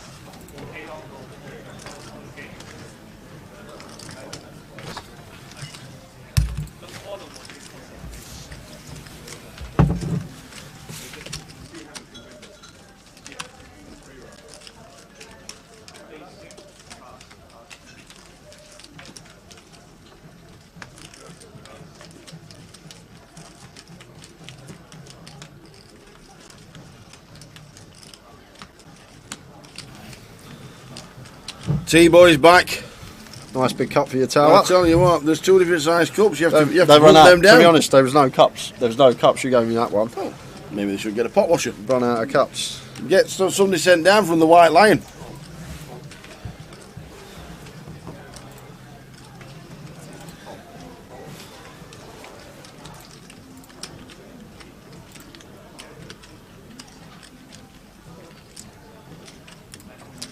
So ace 8 for Lee. Raises in the cut-off, makes it 9k.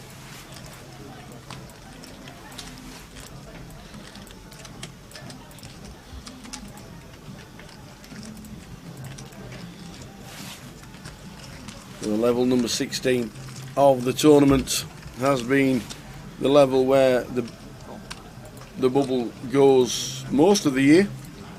We have been into level 17 once. I think it'll be level 17 this time. Where the game's played. Still 50 bigs deep. Just save the last one for me. Mine's a 2-4.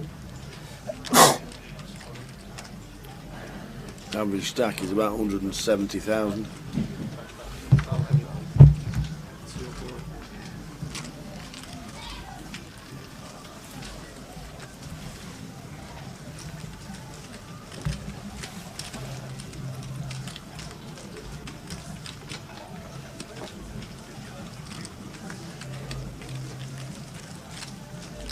Oh, Matthew Ski Mask is gone.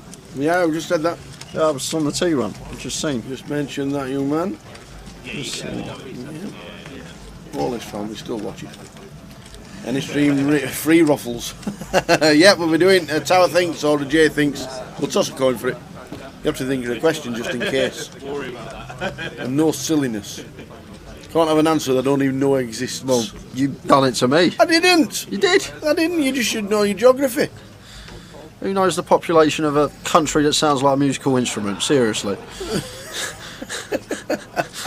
That's hosting the World Cup. I just thought it'd be. I thought it was just a mirror of Saudi Arabia, so I went for that.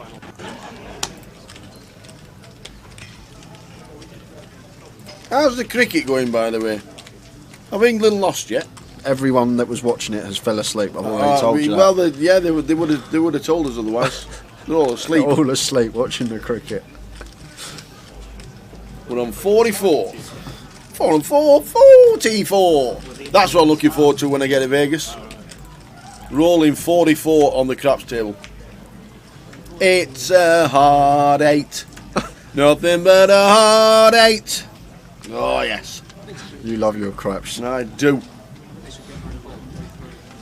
Oh, James has just woke up. 196 for 5. 196 for 5. They need 277 to win. Oh, it'll be even money, both of them. Root. Is he the captain still? He used to play for Yorkshire. 63. So Lee with the ace jack raising to 9k. We got Brady in the big line here, going to defend with the suited ace. You just want to stop the unnecessary tanking, don't you? 8-3-4, rainbow. 2 overs here for Lee. Fairly dry ball texture, but doesn't choose to continue here. 9 of diamonds on the turn. Nothing changing. Raggy checks once more. Delayed c-bet incoming from Lee now. May feel like the ace jack high is the best hand, and he's correct. Just a quick fold from Raggy with the a6. Well, yeah, fair question. Yeah. That's the thing. It's the decision that they've never expected in their life. When they put in 12 into pound. That was what they've already used to at the time. Two people go all in, you've got queens and you've got tea. Yeah. They just like, oh my fucking God. I've only got 2 minutes to make the big decision. I don't want to answer that question. Jim says, where's your favourite place to play craps in Vegas Tower, and why is it the Plaza? Because it's probably a $3 table or a $5 table. I think there's only 3 $5 tables now left in Las Vegas.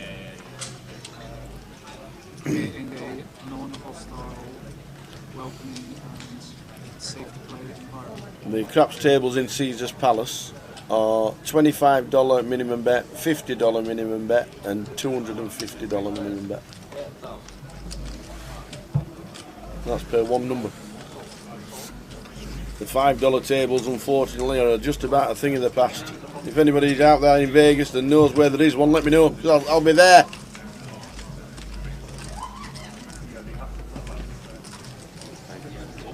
Yeah, it's not a cheap place anymore. There used to be a $1 table in Harrods, or at the side of it, that Casino Royale place. And they used to have a $1 Mickey Lob bar. You could go and get a bottle of Mickey Lob for $1, and then tip the guy $1. He used to make $200 an hour. Yeah, the guy behind the bar. Yeah, it's all right wage. That's what he used to make. What, just keep it all for himself, yeah? Tip for the. I don't know how the tips worked, but it was $1 for a Mickey Lob and $1 for the staff. That's how it works. Obviously, you tip everybody in America. Yeah, yeah. So it was $1 and $1, so $2. You serve 200 bottles every hour. Tip. There you go. $200 an hour is all. Hungary 1-0 up. Right. We've got. Do you know what? I was dealer here, Christian. He's Hungarian. Yeah. He showed me an accumulator yesterday. He's got Hungary to beat England running on this accumulator, and a couple of other teams for quite a bit of money. To be honest with you, might not see Christian back. Jim knows, you see. Ellis Island, the Golden Gate, and the Plaza are $5 midweek. And the Cal, what's the Cal? I don't know what that is. Ellis Island is awesome. And no, Andy Booth, Eddie Cardroom Direct. He says to me one night, last time we were there, he says to me, do you fancy going to a karaoke tower? And I'm like, wait, it's 1 o'clock in the morning. I said, it's 1 o'clock in the morning. He says, Tower, there's a karaoke, do you fancy going? I'm like, yeah, get us in. We goes to Ellis Island on a Friday night. And we gets in there at 1 AM and the place is rammed full of people singing karaoke in there. And we absolutely couldn't believe it. I had no idea that it was on at that time in the morning. Ellis Island, what a fantastic place. Absolutely brilliant. Used to have its own pizza company in there. Used to brew their own beer. And Andy just said, do you fancy going to a karaoke? I'm like, well, this time? He went, yeah, follow me. So he goes to Ellis Island. And honestly, it was amazing.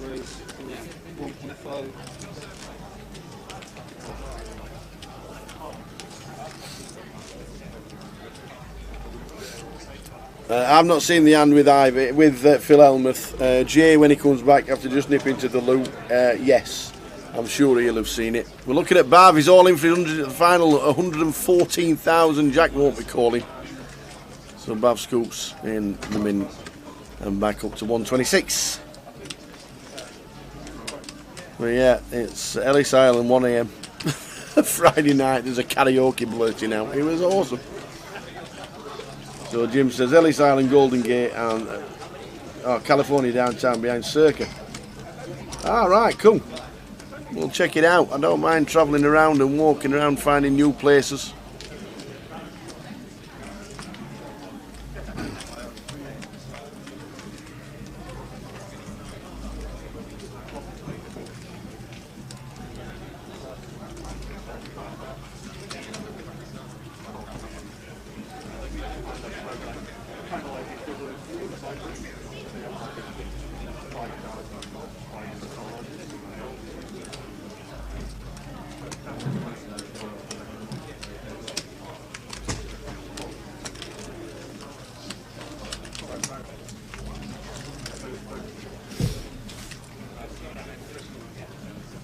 We'll check out downtown. Love going downtown. I think it's awesome.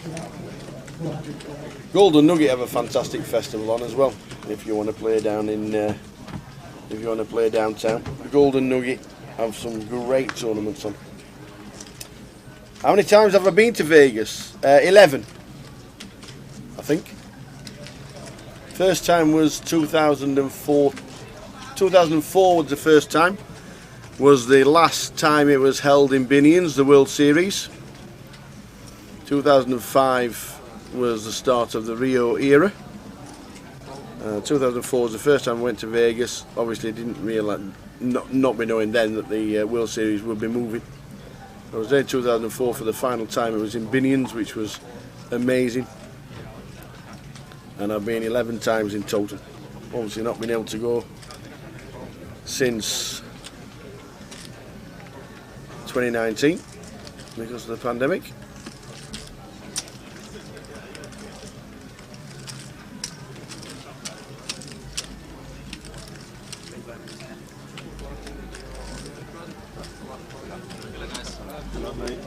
I was actually there when Conor McGregor fought Aldo for the 11 seconds that it was on. I was actually in the MGM watching it. That was different.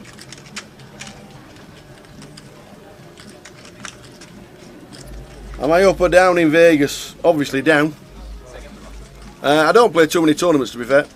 I know that a lot of people go for the World Series, but I'm a small punter. I'll play an $100 comp, a $200 comp. Obviously things have increased nowadays. There's not many $100 comps anymore. Used to have a fantastic $100 comp in the Mirage on a Saturday. And I remember going with 2 lads from Preston. There were about 8 lads went from Blackpool, and 3 of us chopped it with another guy. Because this other guy says, "You 3 have all come on the same bus, haven't you?" And we said, "Yeah." He says, "Well, shall we chop it?" And we said, "Yeah, why not?" Because we weren't playing a hand against each other.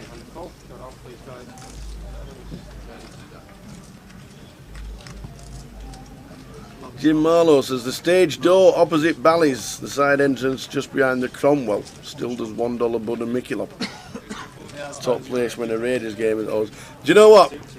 Weirdly, we're just back to the table because Tom's got 7s against the 10 jack that is all in, and we need to. A 9 would be ill, but would save for 7. That'll do it. That will do it. The 7 on the turn means we lose Raggy. James Clark eliminated. 120k pot. Raggy has just been eliminated, and just before him, Yawa Sultan eliminated on the outer table, which means we're down to 41. 41 players left. Raggy 10 jack against Tom Hall 7s, and he didn't survive, unfortunately.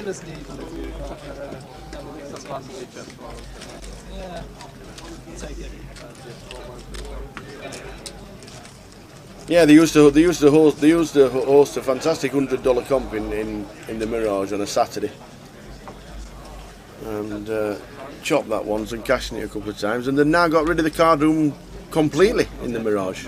They don't even have cards in the Mirage, which is a bit of a shame because it was a lovely place.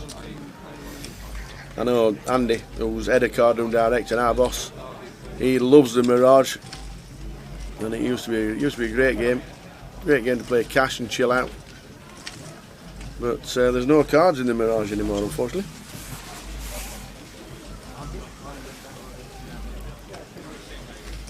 The money scrolling across the bottom. 34 players will get the money, so 35 will be the bubble, and we're on 41.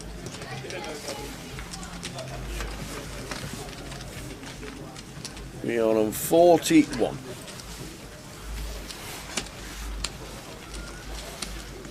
No, we lost Leon Campbell, I think, last session. I remember reading his name out. Yeah. Somewhere.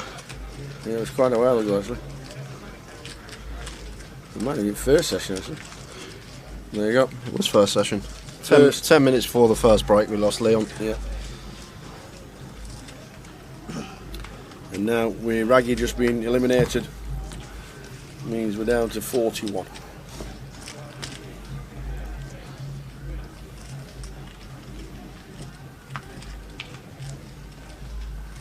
The Mirage is getting knocked down, is it really? Says Matty Wallace on Twitch. Is it real? I didn't know that. Wow. The Mirage, that's a massive building in the centre of the strip to get knocked down. Oh heck. Are they building straight on top of it? They have to be. There'll be a gaping hole in the middle of the strip.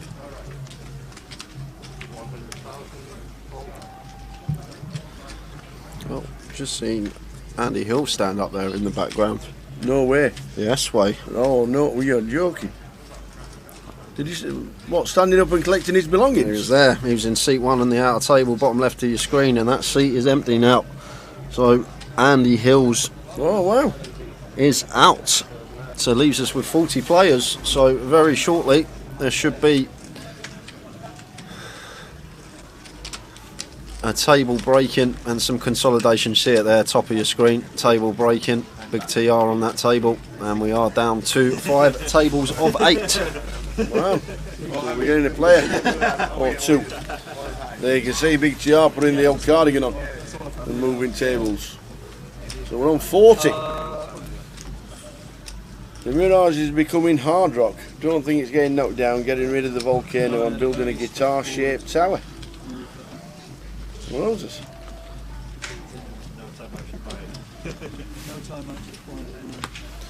So Lee, King, Queen of Diamonds. Oh, this table's just got a bit tougher. Mitch Hynam.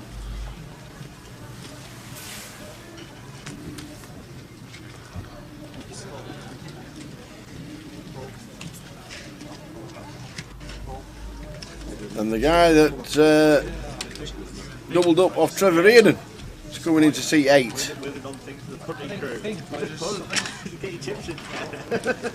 Hiya Neil, you knocked Willie out of a $100 comp at the Mirage in 2019 and Catherine went on to chop it. Very nice. They were a great place, the Mirage, I must admit. They'd say the $100 comps, they were great in the Mirage. You used to get some decent runners.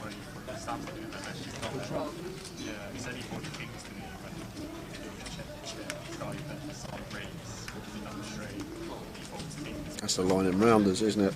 When he goes, all I could think about was Vegas and Mirage in Rounders. He's playing here, KGB. Oh, Matt Damon. How old is that film now? God, it must be. I've only actually probably seen it 2 or 3 times. 20 years old, do you reckon? Probably is. They might have to do a revamp. Do a new one. We're missing like a good poker series. Or I'm very film. surprised that they've not tried to do a Stu Unger story, because he had a life. He had some life. This Stu Unger. We need something like the Queen's Gambit on Netflix, but for poker. Yeah, something like that. That was good. That was good. Yeah. I enjoyed that. Molly's Game was actually a good film. I enjoyed that because, obviously, over playing a lot of private games in my life, it was actually quite good to watch. I thoroughly enjoyed Molly's Game. And Dark says they did do a Stu Unger film. Did they? All right, I've not seen it. I must dig it out. I must dig that one out, Dark. JF. Bit of ace-5 of clubs here on the button, facing this under the gun open from Spand. Bav working with just sub 30 bigs, 29 to be precise, and just lets the ace-5 of clubs go there. We are approaching the money, but could still definitely pill this one on the button.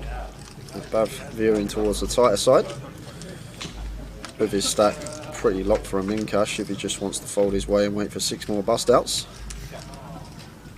It's called the High Roll Up, the Stu Unger story. Oh, right, okay. What platform's that on, Dark? I might give it a watch. Absolutely, I think I will as well. I'll download it for the plane. I hope it's on Netflix or Prime. I can download those onto my iPad. It's a no. Yeah. Good read.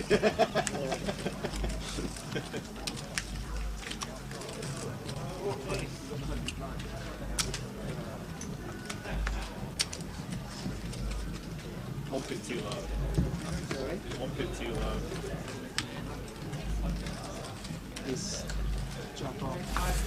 England have lost to Hungary for the first time since 1962. That's not like it. Wow. Is that the Pushkas days? I said they were terrible friendlies, these. Pointless.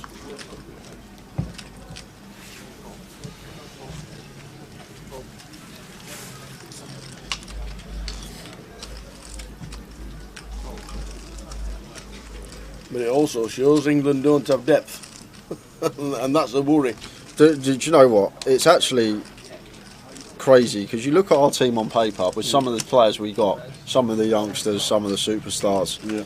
We should not be a team that's losing to Hungary, and I personally think if we actually got a decent manager in now to manage the national team, we'd actually be all right. I think Southgate's just there to be there. It's I think if we actually got a decent manager, we'd be good. Because like you say, yeah, Southgate's achieved. He made the Euros final, he made the World Cup semi-finals, but there weren't really no outstanding performances in the run-up to that. Like we were quite lucky in a few spots to get there, and even against Denmark in the semi-final of the Euros, a game that should have been a bank up, gave it a really hard time. It's not coming home.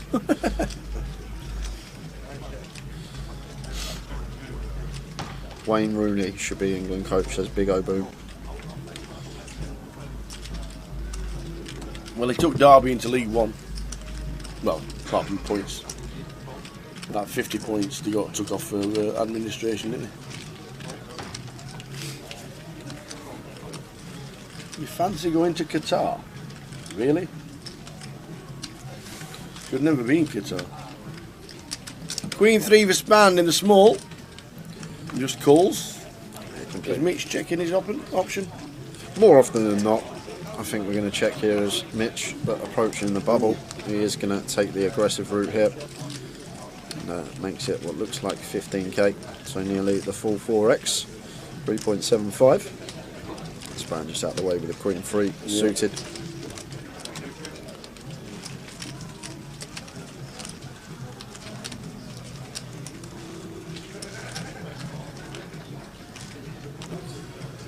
Graham Rock, someone in the Twitch chat said it's called High Roller, the Stu Unger story. Didn't let us know what platform it's on though. Wouldn't mind giving it a watch.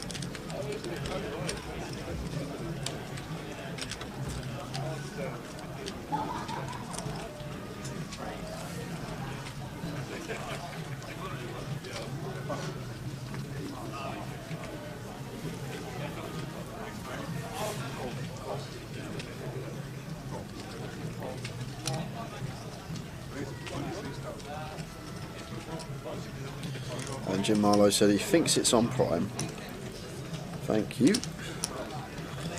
We see Lee Wang in the cut-off with the ladies, raises to 9k. And Mitch here in the small line with pocket sevens, not going to be going anywhere. Could even free bet this one. We're just going to call on this occasion. It's a well-timed call. And Tom got a nice one to defend in the big blind. As we lose another one from the outer tables, Tai Huang. No way!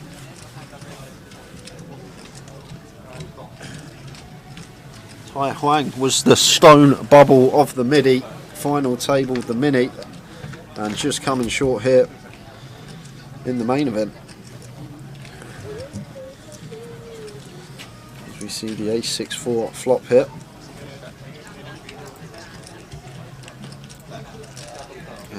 Continuing for 7,000, 7 into 31, so very small continue size here from Lee, just over 20% pop.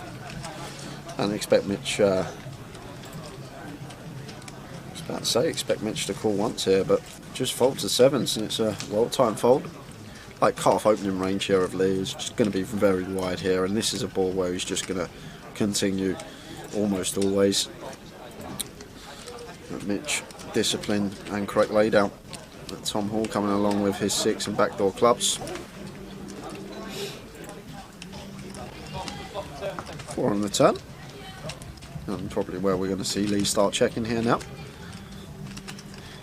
Like if we fire here, we're probably going to fold out the 6x. We're never folding out ace-x or 4x with the second barrel. And then the hands like the 7-5, 5-3, 7-8 that Tom can still have. The draws, we're ahead of those anyway. Just checking behind turn and jack of spades on the river, and probably once more going to go check.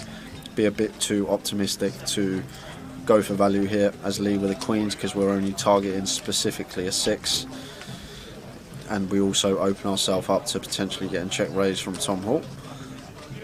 It looks like Tom's going to block for one big blind, and Lee will make the call with the ladies, and Tom shows, didn't even show that the ladies are good for Lee.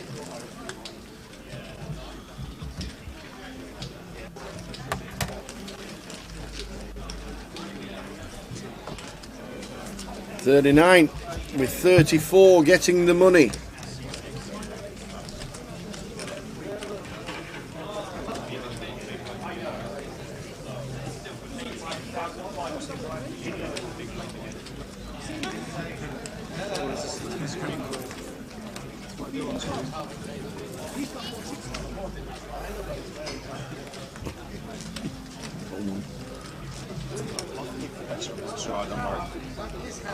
Maybe if I move to that box, the cars might end up being different from me. Just what I think I might have to do. Get 2 goes at it. Yeah. Hit the bit.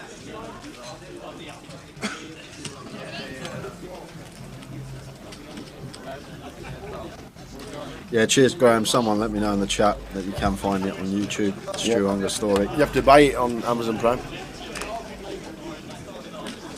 So about raising to 8k under the gun +1. And Lee, 7s here, not going to be folding.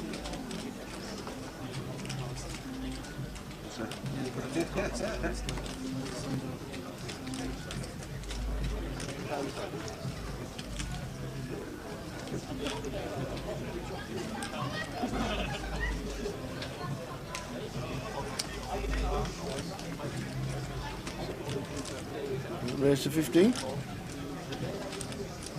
It is.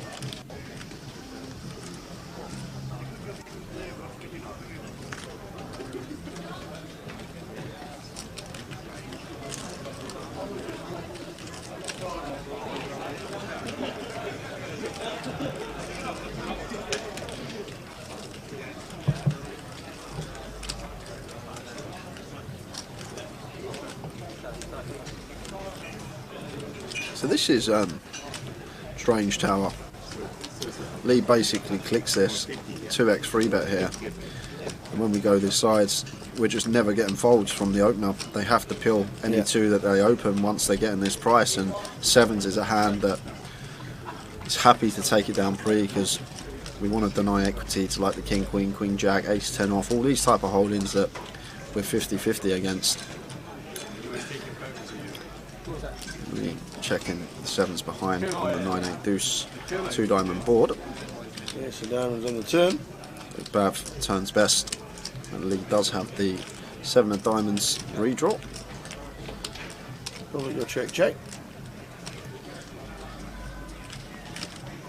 No? Yeah, it's a range bet here from Lee. This ace, once we check back flop, we can credibly represent. We can have hands like Ace Jack, Ace Queen, Ace King. But Bav checking to call. That's the reason Bav checks as well, not Lee's tower. He's checking because he wants to check to the aggressor, knowing that he's going to represent this card whether he has it or not, and we can just comfortably check call in this spot.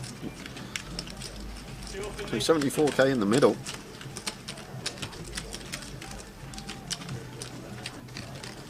And 3 clubs on the river. So Bav's got a clear check here.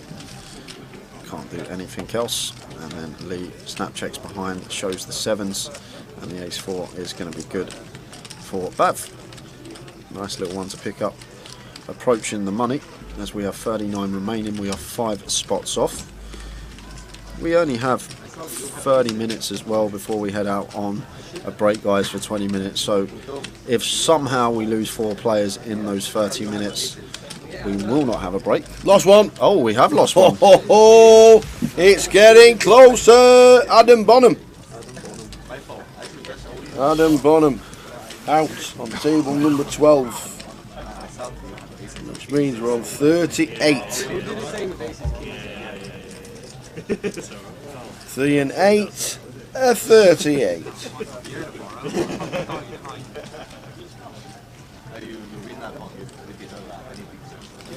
So Charles with the Ace Jack under the gun +1.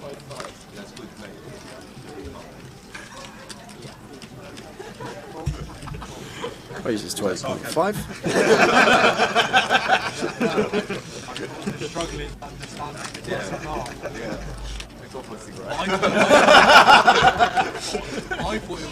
Yeah, he does, Jim. Does take some very unorthodox lines, Lee. His sizings as well aren't always standard, let's say. I'm sure he has his reasons for it. Very nice bloke off the table as well. If any of you have ever spoke to Lee Wang off the table, he's really, really lovely guy. Always smiling, always says hello. Always nice, and one of the good guys is having a deep run.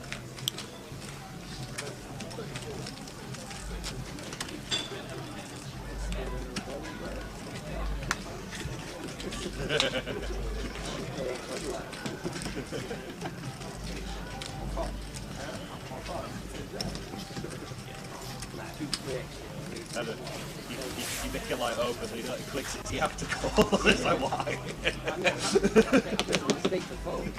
I know. No, Sven was on one of the outer tables when he got eliminated, so we didn't actually catch the hand. Yeah, I couldn't agree more, Gypsy King. Really, really nice guy. Ace 4 of diamonds for Spand. Makes it 8k. And Mitch with the 10s here. Does have Span covered. Here's a +2 open. And Span going to 3-bet here. Mitch going to 3-bet here versus Span to 24k.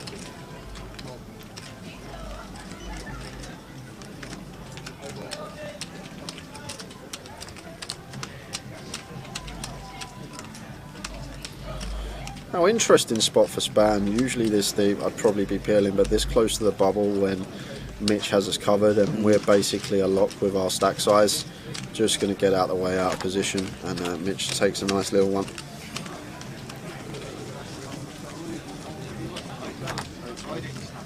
This man's going to stand you up, alright? Tom's got no time bonuses, everyone else has got at least 2. You need to tighten up.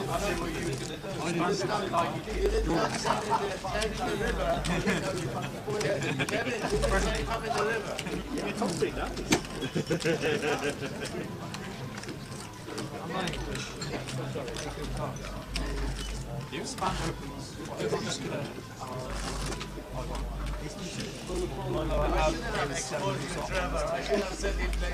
Alright, I think I'll do it. See if it can work out. I didn't stop.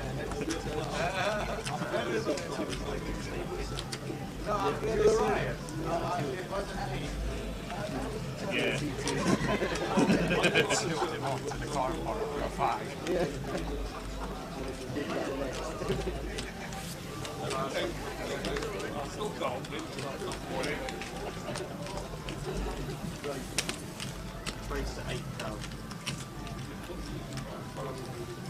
Mitch makes it 8k with the ace queen.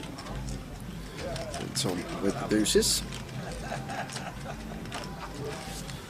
I could 7-fold here, potentially with Mitch having him covered.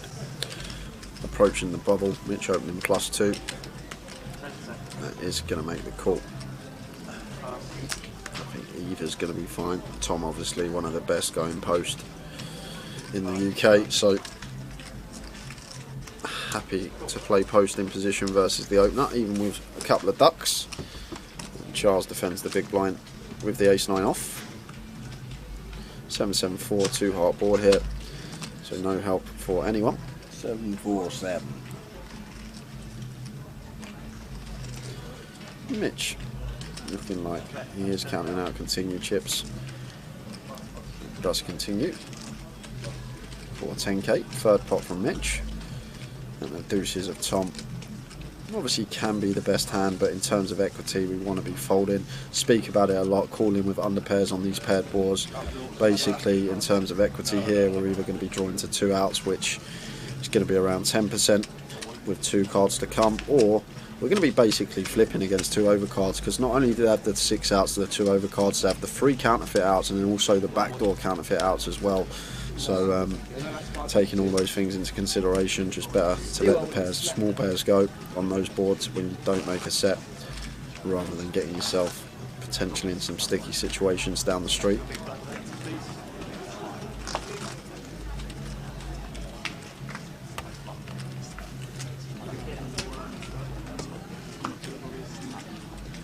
Is there a live act on tonight for Jubilee weekend in the club? Do we know? There will be live music. It says advertised live music and the DJ. Probably from about 9. We're going to have a look on the last break. At the end of level 18.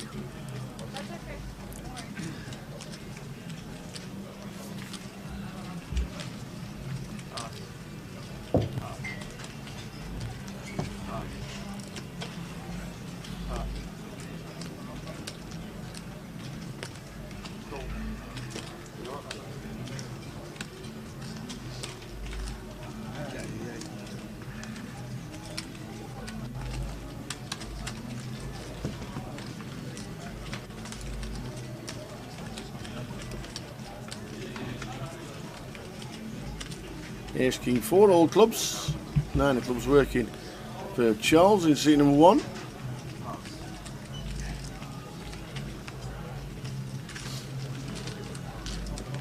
And a bet.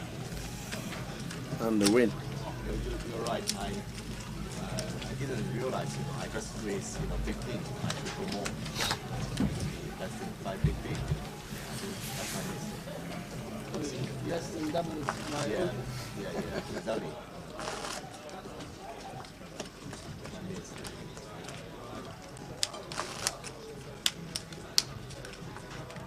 Didn't realize I haven't calculated right. You didn't have the cigarette yet. That's it. Now you're relaxed. Now you're charged. See the light now you're focused. Yes. But I appreciate it. Thank you. He's lulling you into a false sense of security. You know He thought he had aces. You thought you were 3-betting it properly. Yeah, it's just these things happen, don't they? That's all. I put 3-bet a lot. I realized.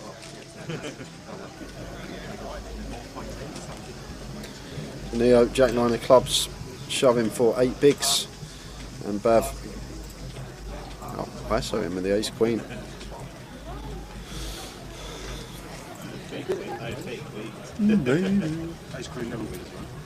So Ace Queen for Bav. Neo is at risk again.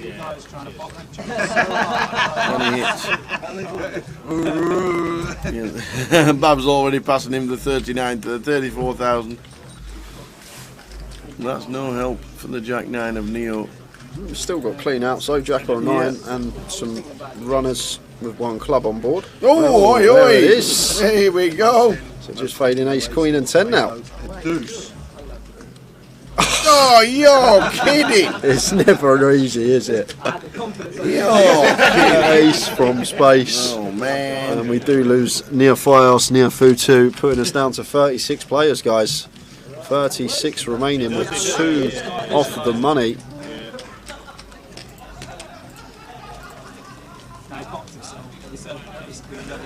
That was the actual part that he was screwed.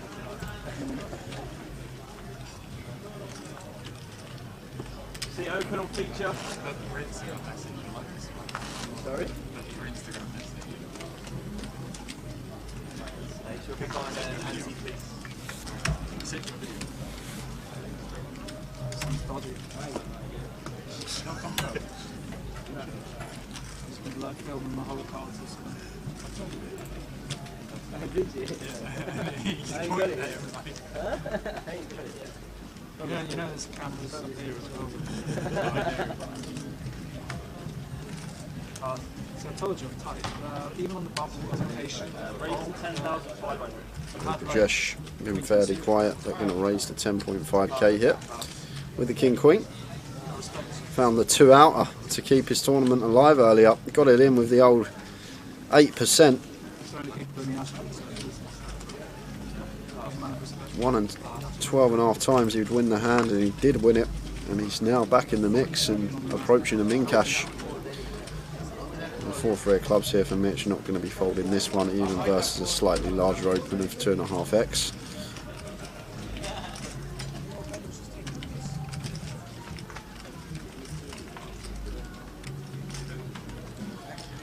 King 8, 10, 2 diamonds, top pair, British.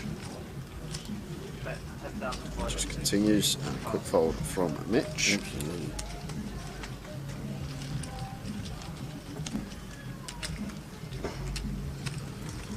So heading towards the break, we're not in the money yet. And make sure you return when we come back, guys, because Wow, not only have we got a giveaway, we got another nice little featured table. Matt Davenport, National League leader, is going to be joining us. And can I? Sorry, no, you go for it, you can I just say something? If we go back to results at the start of the break, who's at the bottom of the pile there?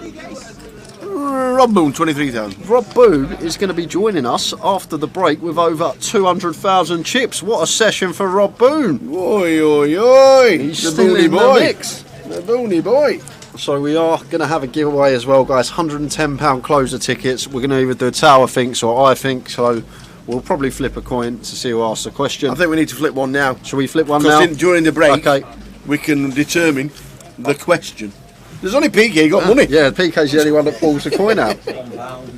Well, it's halved. I can flip this. We've halved it now. It was a £2 coin last night. It's now £1. Right, straight after this hand, we're going to flick it. Determine who's doing thinks. Right, fold it. Right, stick it on. Right, if you call correctly Tower, then it's Tower thinks. If you don't, it's I think. Okay. Oh, let's flip that again. What was that? It hit the mic. Tails never fails. We are heads. Right. So it's Tails me. never fails apart from today. So I better get thinking. No stupid questions. No silly questions about. It'll be relevant to things. It'll be relevant to things. I just feel like you're going to get your own back on me. No, there won't be no gazillion, trillion, the bazillions. Rubik's Cube permutations. There'll be none of that malarkey. 47 quintillion or whatever it was. There won't be any of that. So join us after the break, guys. £110 giveaway, new featured table. Jay thinks. And more importantly, the bubble. Yes, at the moment we're not on it. 35 will be bubble. 34 get the cash.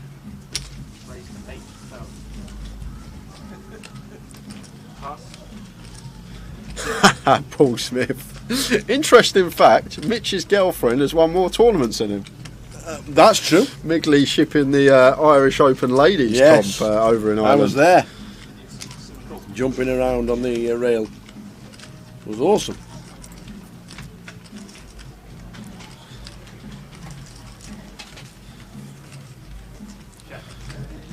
So 4, 6, 7 rainbow is the flop.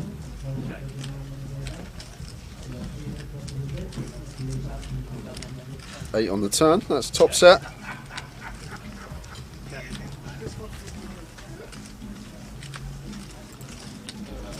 And a 7 on the river. What a run out for Brajesh. 5s for 11k, and Mitch just out of there. Another pot going the way of Brajesh. How do we enter the giveaway?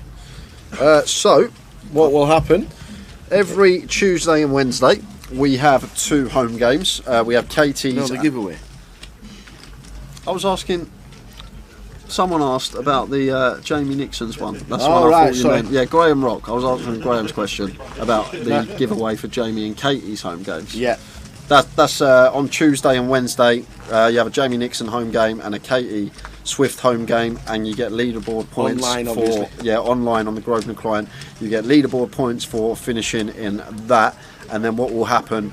Start of next year in January, everyone who's near the top of the leaderboard or X amount of players will come and play a playoff. That will be online as well, and then there's a 10,000 Vegas experience package for the winners of that. So every Tuesday and Wednesday night on Grosvenor Poker, get yourself in Jamie Nixon and Katie Swift's home games, and then collect your leaderboard points and could potentially win a 10k Vegas package. Yeah, and the giveaway after the break is it'll be Jay thinks. So I'm going to ask Jay a question. The correct answer is not needed. It will be what Jay actually thinks. You'll have about 10 minutes to put your answer into the chat box when the question has been asked, and then we'll find the closest to what Jay actually thinks, and then we'll get the closest and they will win a £110 token. Easy as that. And yes, sorry, I should mention for Katie's home game, it is ladies only. Katie's home game is a ladies only home game. Jamie Nixon's is open to all. So Span peeling the ace jack of diamonds here, facing this gun open from Charles. Love this from Charles, checking this board here with the kings.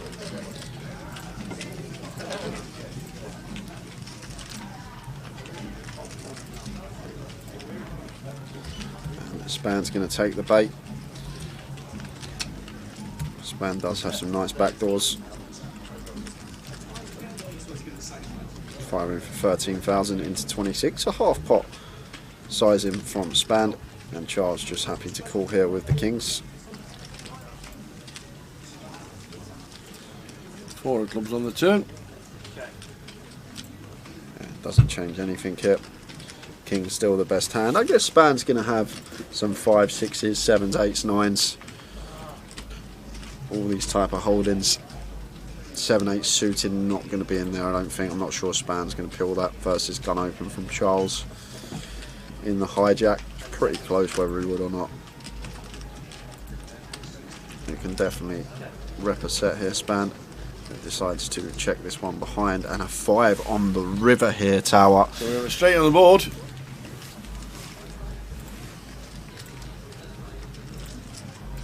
And if Charles checks here, which I expect him to do, Span's got to fire here, Tower. Try and get our opponent off a chop under the gun. Not going to have as many 9x as we do in this spot. Pocket 9s as well for Charles are probably likely to continue this board. So only really hands like ace 9 suited that we're worried about as Span. Got an ace in our hand, so blocking that as well. So if Charles checks here, if I'm Span, we've got to put the hammer down. Charles just so difficult for him to ever have a 9 in this spot. Even ace 9 suited might choose to like bet flop here in this scenario.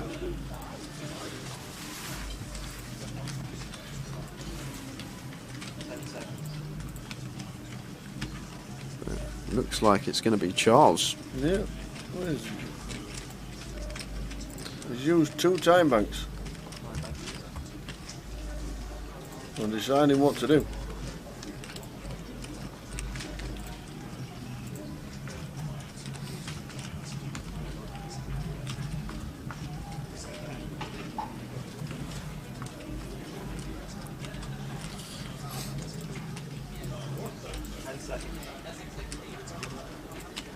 Coming up to his 3rd time bank to check.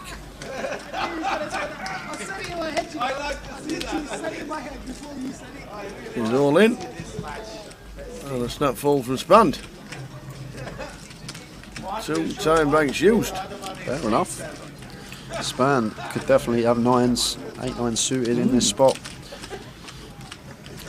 I guess so could Charles, although I do expect those to fire on that flop. In terms of range, yes, we're going to check that flop fairly often, but in terms of hand, I think if we had 9s there or even ace 9 suited, we might be continuing.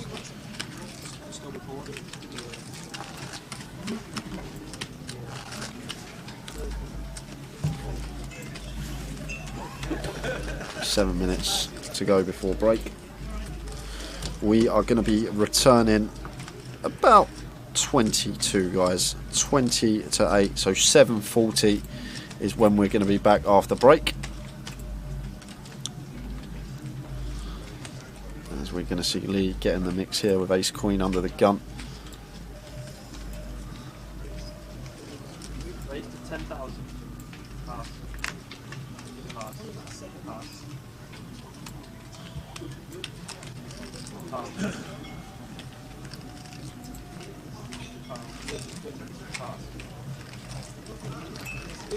Just raising take for Lee. Charles not defending the 10 deuce offsuit.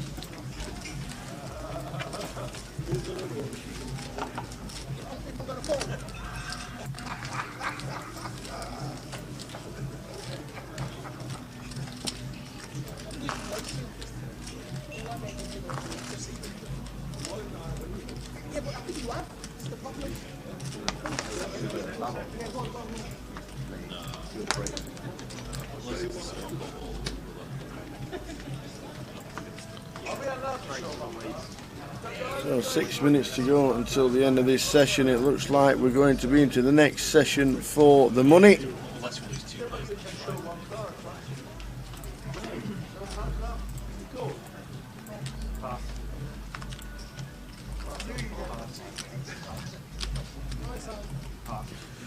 Lamberbath, how hard is it to become a dealer on this tour? Anyone know what the time commitment and training requirements are? They obviously work very hard, but seems like a decent gig also. I think best way, if you've got the I think you already have to have the credentials. I think most of the freelance dealers are already dealers before, and then yes.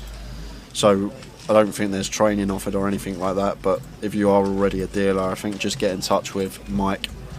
Main Event Dealers, I think, is the company that Mike is in charge of, so get in touch with him and just say you're looking to deal the tour, and he'll sort you out some different locations. If you're never dealt before and you do want to deal, I guess you can apply for house staff at the casino, maybe get a couple of months, 3 months under your belt, and then when you're used to it more, a little bit more experience, used to the gig, then maybe apply and start freelancing. But open button here with a Queen 9 of spades, and with 1 spade on board here and it being ace high, this is just going to be high frequency c-bet. Fires for 7k into 22, so just south of third, and lead with his flush draw here, not going to be going anywhere. And looks like he's going to take the aggressive approach here. That should just be a quick fold from Bav.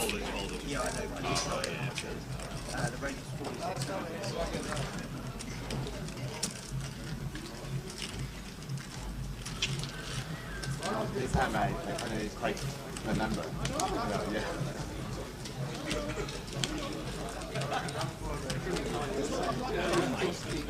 No, that's a Trevor.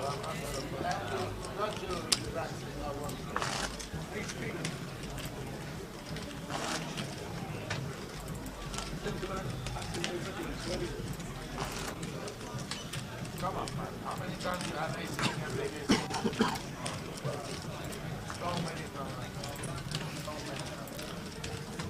Heading towards the break. Neil says, how long does Jay think it would take Tower to solve the Rubik's Cube? Infinite.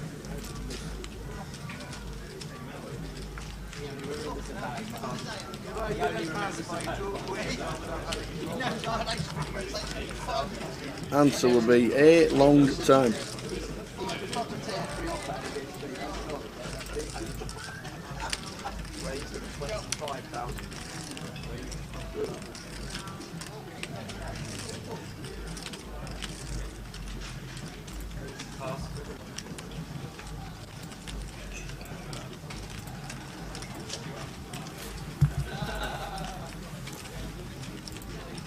So Bav opening cut off here, and Span with 10s in the big blind. Great fold, sir. Really, really top-notch fold. Cut off versus button, and we find the fold with 10s from Span. And Charles had the goods. That is a top-notch lay down there, Tower. That's impressive. And this man's meant to be a recreational that just plays poker and supports the tour. Yeah. He gets to work on a Monday morning and plays poker when he finishes work on a Friday. Does not put a foot wrong, it seems, Span. Plays some very nice poker.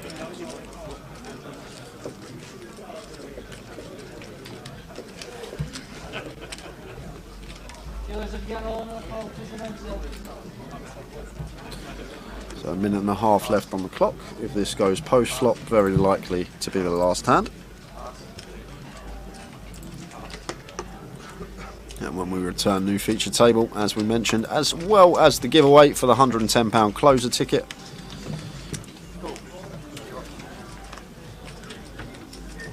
So blind on blind. Span completing in the small. And Mitch checks his option with the 9 deuce. 10-6-4 2 club board. And might fire once here as Mitch with this particular candidate. Small, backdoor 7-8, backdoor 5-3, and backdoor clubs in there as well with a deuce of clubs working. That chooses to check behind, and Span now picking up and down on the turn, and Mitch picking up gut shot. River, the king of diamonds. So the jack high of Span is going to be best hit.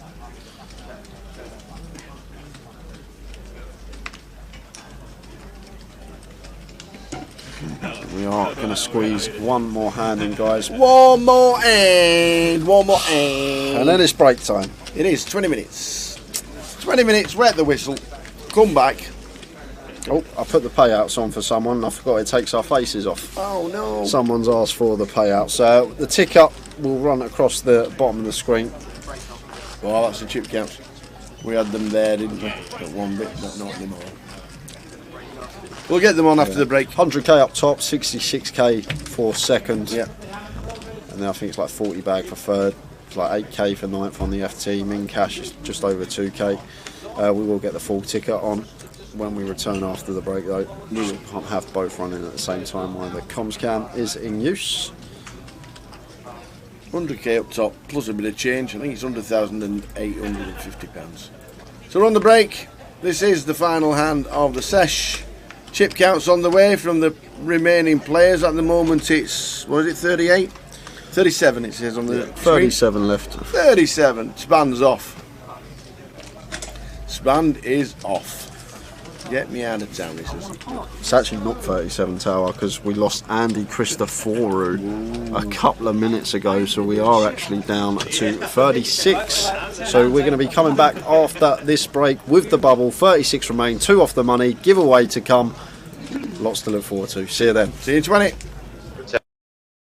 And they had a pool table, and he's really good at pool. And I play a lot of pool, as I already said.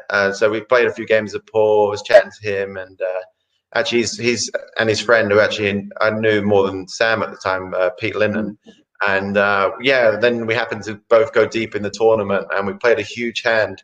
And my friends still make fun of me for this hand to this day. And you're actually in the background. I could hear you in the middle of the hand with your loud booming voice. And it was like, I think it was a 3-bet pot, and I had a pair of queens, and it came, I think it came like 2, 3, 4. So like pretty safe flop. And Sam check called, and then turn was a 5, so pretty bad card for me. Obviously, any ace makes a straight now. But then the river was a queen, and so I now made top set. And Sam shoved all into me, and in my head, I was like, you know, like in this spot, he never really, he either has an ace or he's turning like pair of 9s or pair of 8s into a bluff. And I thought he was capable enough to do it, so I ended up calling. I didn't, like, it was back in the day when people didn't really call 3-bets out of position very much. I was, especially when online, like I was used to people just folding or 4-betting. Maybe live poker, you know, was quite different. But I basically thought if he had ace king, he would have been all in before the flop, so I didn't put him on an ace king. And if he had ace queen, I blocked, and you know there wasn't many combinations left of that because I had 2 queens. And so ace jack offsuit, I thought he would fold before flop. And so yeah, I ended up calling him because I thought he's turning like a 6s, not 6, 7s, 8s, 9s, 10s all into a bluff. And yeah, he just had ace jack. And I looked very silly, and it was a huge pot. And I just remember behind me, you were saying something about, oh, Chris Moore has called and he can't even beat an ace. Oh wow, Nido as well. As I'm walking up. But yeah, that was my first big sort of deep run in a good tournament. So it was exciting for sure. But yeah, it was definitely very memorable as well. Sam got the trophy. You did indeed. Yeah, I used to use my chips wisely. But in 2008, he wasn't all bad because he became the world's #1 for the very first time. Had you been chasing it? Was this something that you obviously you're keeping control of what you were doing online? You were knowing you were there. You were top 10, top 5, #1. What did it mean? At the time, oh, it meant everything to me. It's like what I'd sort of devoted the last sort of few years of my life to. I was playing poker at that stage way more than even now. Like I was playing 6, 7, sometimes 7 days a week, every week, all day, long days. But like to me, it didn't feel long, you know, like the hours went so fast. I was really enjoying it. I loved the game. I was just learning all the time, getting better. And so it wasn't like, to me, it wasn't the job. I was just doing what I loved doing. So, but yeah, once I discovered pocket fives and saw the rankings, obviously you start at the bottom in the thousands, and I was like always wanted to get into the top 100 so I could start talking. Like my thing was like I wanted to talk strategy with the other sort of top players, but I didn't want to message them before they were while they were ranked higher than me, because I thought they wouldn't accept talking to me, kind of thing. So I was like, okay, once I'm in the top 100, I can chat to this guy and message him. And so I kept like moving up, and it gave me incentives to keep moving up. And then obviously, you know, like making #1, we always thought, oh, wow, maybe, you know, you dreamed of it, but you didn't think it was possible. But then, you know, suddenly you start making top 20, you think, wow, I could maybe do this if I run good for a couple of months, win a big one. And yeah, so to finally get there was an amazing feeling. It felt like a real accomplishment, you know. And like at the end of the day, like the rankings, a lot of it was playing. You had to play a lot to get up there because of the volume thing. But normally, if you were, you know, it was like to get number one, you had to be doing well as well. So it was definitely a sign that I sort of was being successful as well. Yeah, I think one of the first videos we'd done, and we've obviously because we've been in lockdown, we've been rerunning some of the videos on Grosvenor and the GUKPT. You were sat talking with Adam Clark from Blackpool, Clarkatroid. Yeah, I remember him. Yeah, good guy. Yeah, I think you said in the interview you just dropped away from number one, but you were going to get it back. So it was a fantastic interview. There were no chin hair. Yeah, no.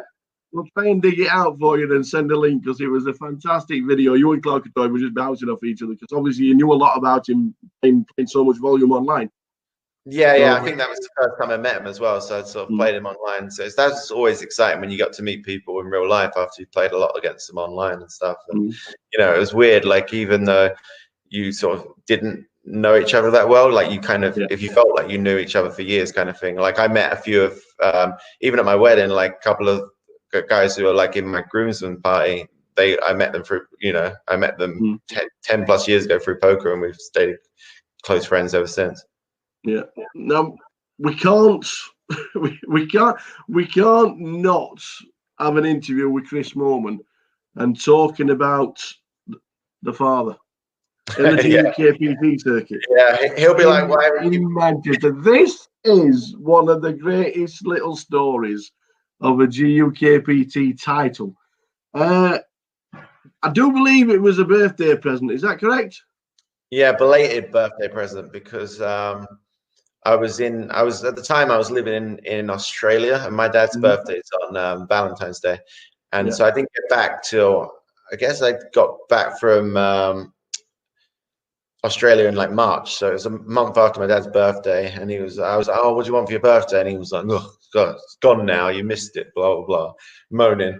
So I was like, come on, give me an idea. And then I actually came up with an idea. I was like, how about this? I'm gonna he was playing a bit of poker just on online, but low stakes. He'd only really ever played one live tournament before, and that was a £10 rebuy at Southend Casino, so a little bit different.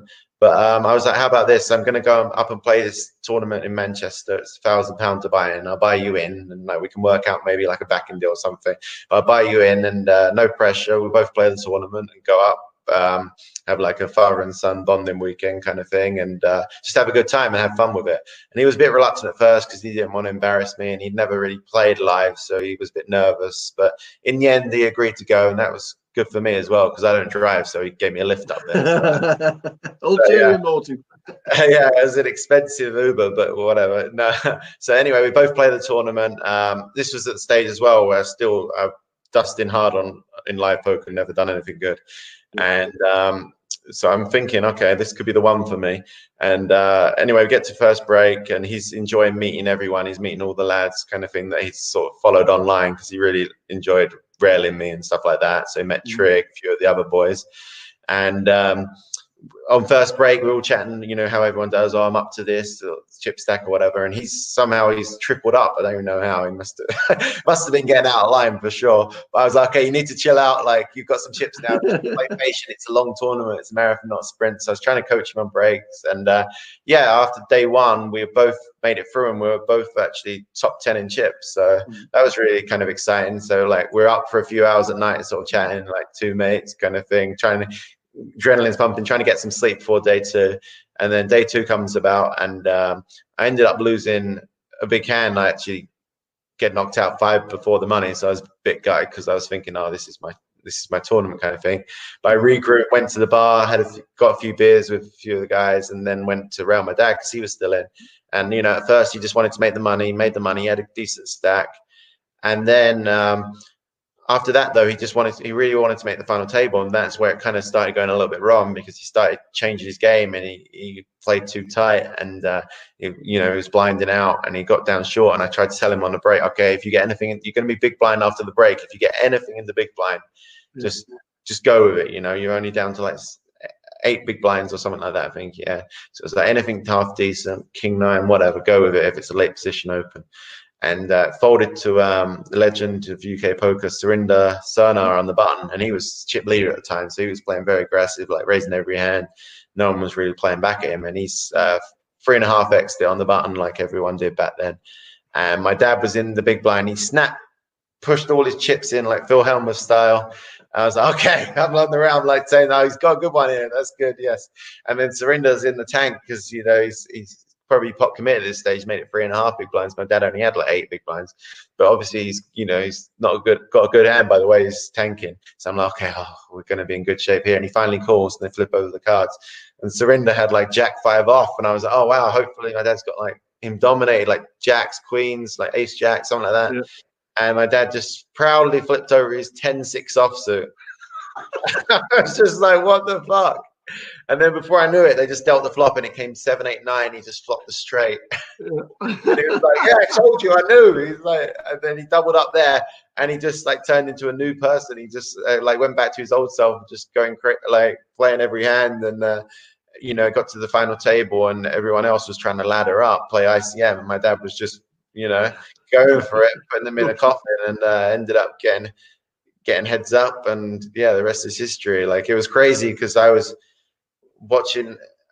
It was so weird watching on the rail because it was out of my control. I couldn't, it was down to him, and I was so nervous for him. But yeah, for him to get the win was just really a fairy tale. And then it kind of like the reality sunk in, because then he started giving me shit for having a bigger cash for the next year of my life.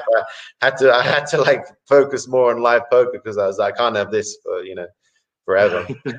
Everyone who me is to tell them that I was a professional poker player, but he had a bigger cash than me. So yeah. Well, he finished 13th in the Champion of Champions as well, and that's his only 2 Ender mob. Like, that's the only 2 cashes he's got on the Ender mob. The Champion of Champions are winning the GUKPT. No, he always says, I've probably got one of the highest ROIs in live poker, like, because he didn't really start playing much. He played like one World Series poker event, like a 1500. He got some of the boys to buy a piece of him when he came over to see me in Vegas one year. And I think that's about it, really. So he's played like 3 or 4 live tournaments ever, cashed 2 of them and won 1. I was like, must be nice. And then he always tells me, whenever I go and see him, I go to his house to play online or whatever, and he's playing online as well. And he'll be moaning about all these bad beats he's getting. He's saying, I'm the unluckiest poker player ever. And I'm just like, you do realize how good you ran to win that tournament? Like the tournament was like 100 times trying to buy him, but yeah.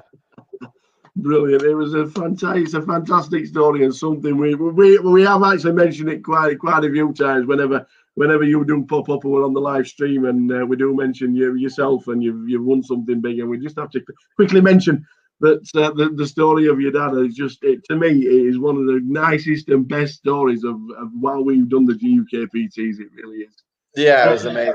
Like, even all the highs and lows that I've had in poker, like, it's still like my most memorable moment. It wasn't even involving me directly. Like, it was just surreal. It was such a great day.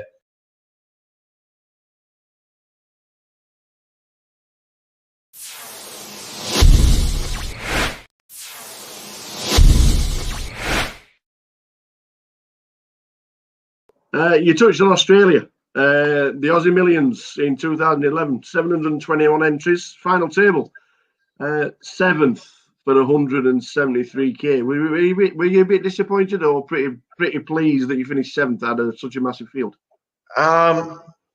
Mainly happy, because like that was the first time I've ever at that point made a big live final table, so it's such a buzz.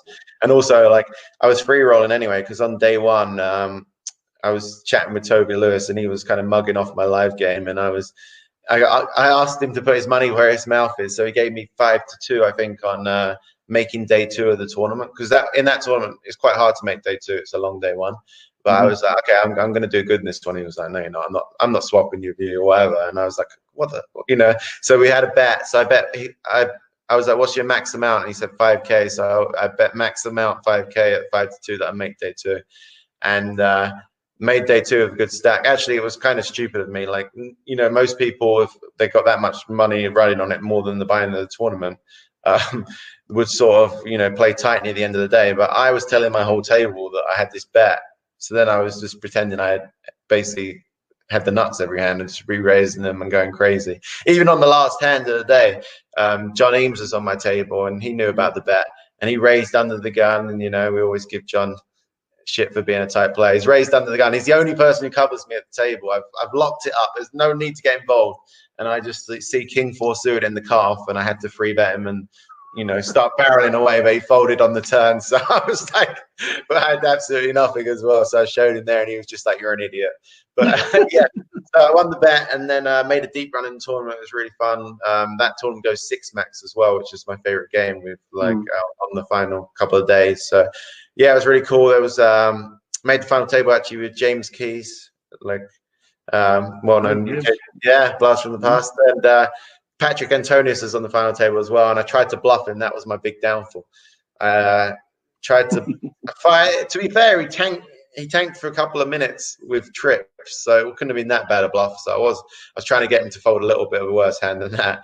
But yeah, so it was believable. But yeah, that was where it all started going wrong for me. And like, but you know, like still, it was a great score and an amazing experience. And you know, my friends were there watching and stuff. So it gave me the live poker bug and made me want to play more. You said 2011 was probably the breakout year for yourselves. When you go to the World Series, you've just said that 6 max is probably your best game. Third out of 1,378 for 271, and also cashed in the 5K 6 max, finishing 11th. Incredible scores, and then 12 days later, so these 3 events are just going on and on and on. You just missed out on a bracelet, second out of 474 in the 6 max 10K. 3 massive scores, but obviously the bracelet and the runner-up. Was that a highlight low at the time? No, definitely a highlight. Like the bracelet didn't, like, obviously it would have been nice, but it didn't mean as much to me then as it would a couple of years later, kind of thing. Like I was just happy to finally, you know, I've been going every year and sort of losing money and then having to get it back online afterwards. And now like have, you know, like the buzz of the final table, all your friends watching, all the British Rail chanting. It was just, I just wanted to do well and not go out, you know, first on the final table, make it deep. And the first one, you know, the 2.5K 6 max came third, was just that was, I think, like one of the first rails where everyone was doing shoe bombs and just drinking, which, like, to anyone who doesn't know, is drinking beer. There. Yeah, drinking beer out their shoe and going crazy. And I remember actually I had like kind of fucked me over on one hand because we were 3 left, and I played this hand where I was in the 9 seed.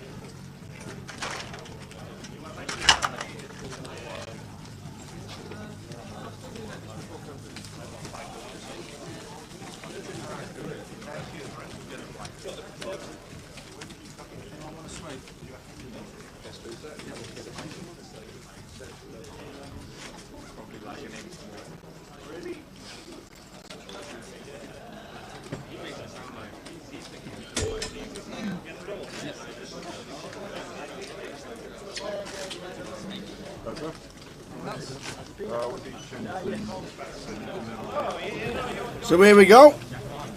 More action. Any chip counts? Nope.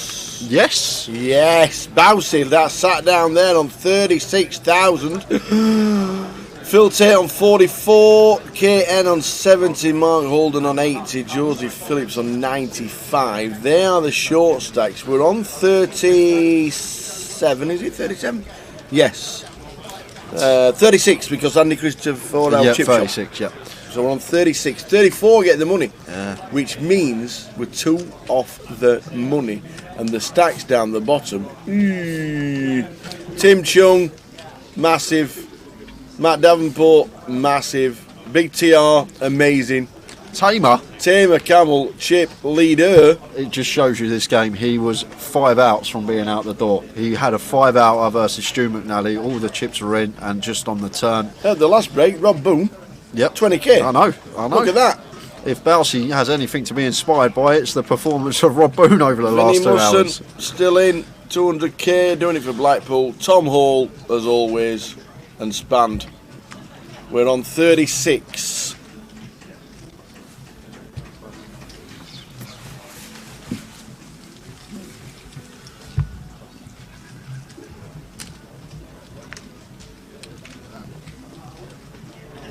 Rob Boone indeed. He started the day on something less. He was amazing. And what we're going to do, guys, we're going to start the giveaway when we reach hand for hand, because then that gives us time in between hands while we wait for all hands to finish. So that is the plan. Giveaway will start when we go hand for hand. Any women left, Tower? There is one lady left in the field. That's Hong Ti Pham, and I believe she is on the table just to the bottom right of your screen now. I think she's in trap 3. Can't see her in shot, but one lady remaining in the field.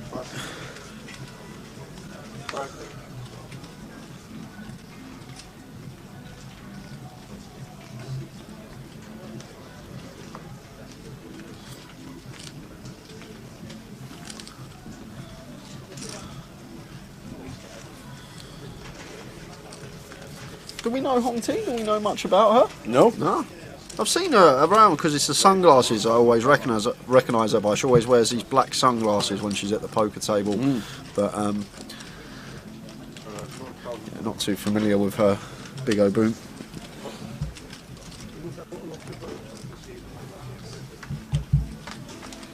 Oh, the elderly maniac. Just playing a satellite on Grosvenor for a £250 ticket, won 13 consecutive hands. It must be a record. Gus Hansen. Years and years ago, when he moved all it, won every single hand. Really? Yeah, because it was like a Premier League or poker format or something like that, and Gus needed to win it or something like that, and he just moved all in every single hand. What? And it sent Helmuth spinny because Helmuth called in one hand with Ace Jack, and I can't even remember the hands, but Gus got there or I think he had deuces actually and flopped the set, but I can't remember. But he was just moving all in blind every hand and won every single pot. Must have been about 15 years ago when that happened, if any of you can recall that. How are we doing? Magico Braga, hello, good afternoon. When's going to be the next streams? Well, we are streaming tomorrow for the final day, so we'll be back from 12:30 tomorrow for a full day of coverage until we crown a champion. But then in 3 weeks' time we are off to London to the Vic. Well, I'm going to be in Vegas, but Towel will be there, and I'm sure we'll get a decent replacement in.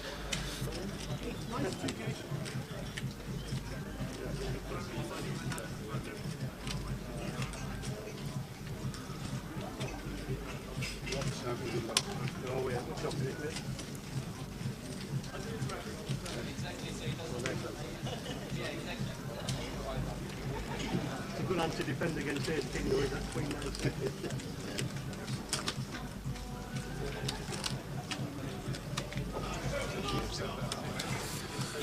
So Rob does make the call, calls for a chop, and it's correct.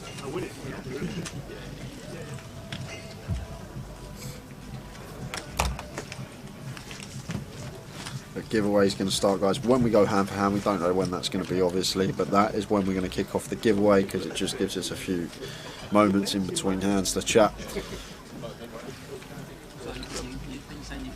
Did you spend your 20 minutes wisely thinking of a question? Absolutely. Am I going to get put under it again and made to look silly?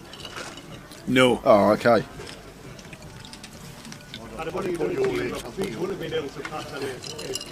No, you know. I thought about it. But you know what? I'm that kind of guy. I'm a nice kind of guy.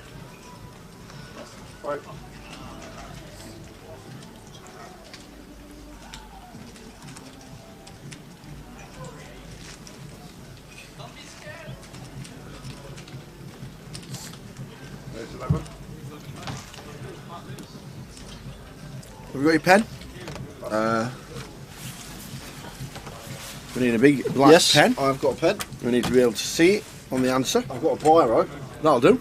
Just got a bit of paper. You'll just have to colour it in twice. Got a pen. So I've got it all ready for when we lose one.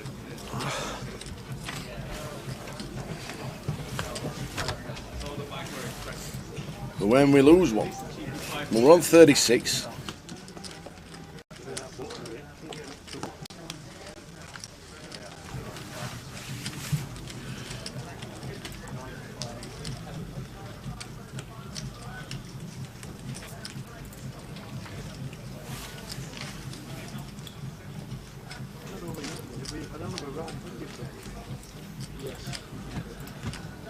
$36 out of 341. Victory Lukin jumped into the side event.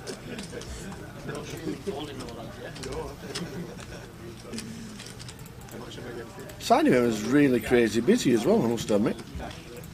It was excellent. There's only 2 cash tables running tonight though. Only 2, but there was 81 in the side, which was excellent.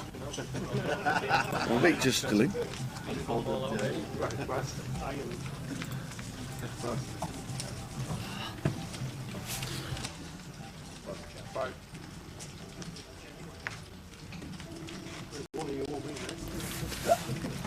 So 36, level 17 should be the money level. The dealer looks like Andre the Giant. Old Sylvia. Nah. Really nice guy off the table. Oh, Andre the Giant. Passed away now, Andre the Giant. And when he died, his body was still growing. True fact. Really? Yeah. He had a disorder, and his body was still growing the day he died. Wow.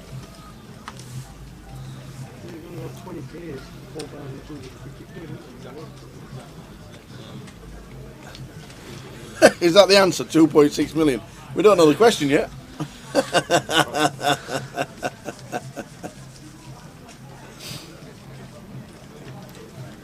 Yeah, I got a message.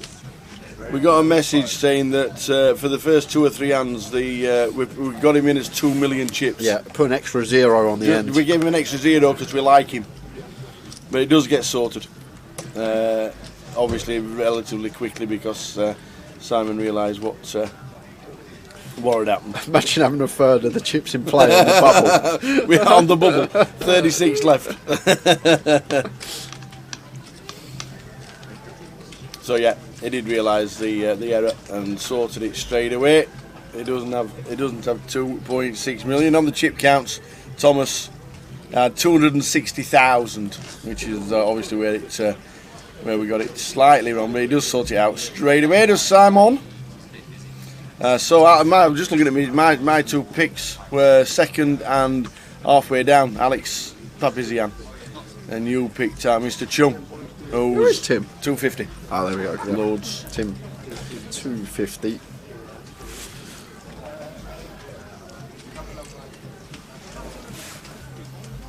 Pocket 7s for Rob Boone under the gun. Going to be opening this one. Ready for level 5? So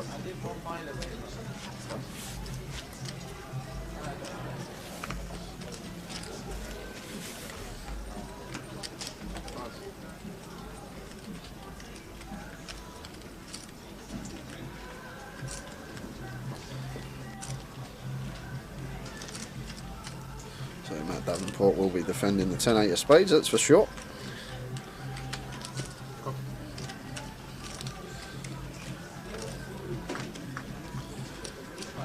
Heads up to the flop between these two. And Matt flops best on the Queen-Queen-8 board. Flopping 2 pair here. Checks it over to Rob Boone, who is going to continue. Fairly small as well, 6.5k, so around 20% pot here from Rob Boone. Assuming that's a yellow, white and green. Just waiting for clarification of the size.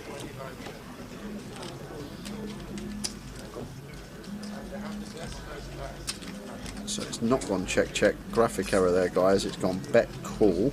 So stack's going to be 13k out for both Rob and Matt. Whatever happens. Check check, 7 of diamonds on the river.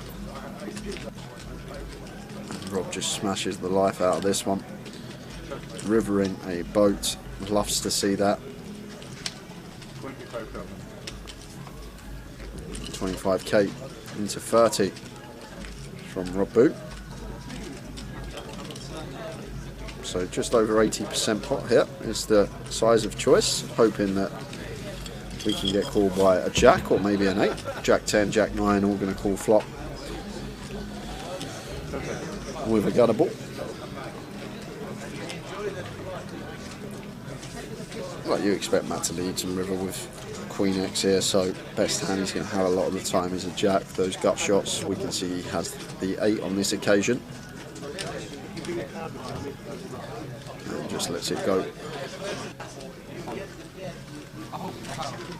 He's increased his stack even more. Start of the day on next to nothing. Expecting to be out within the first hour. And Rob is now on 230,000 chips.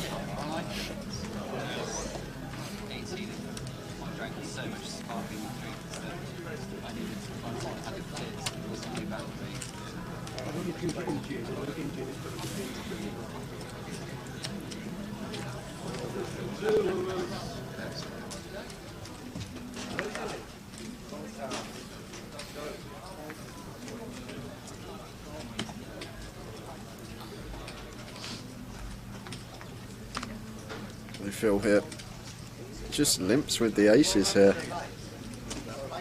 off of 6 big blinds.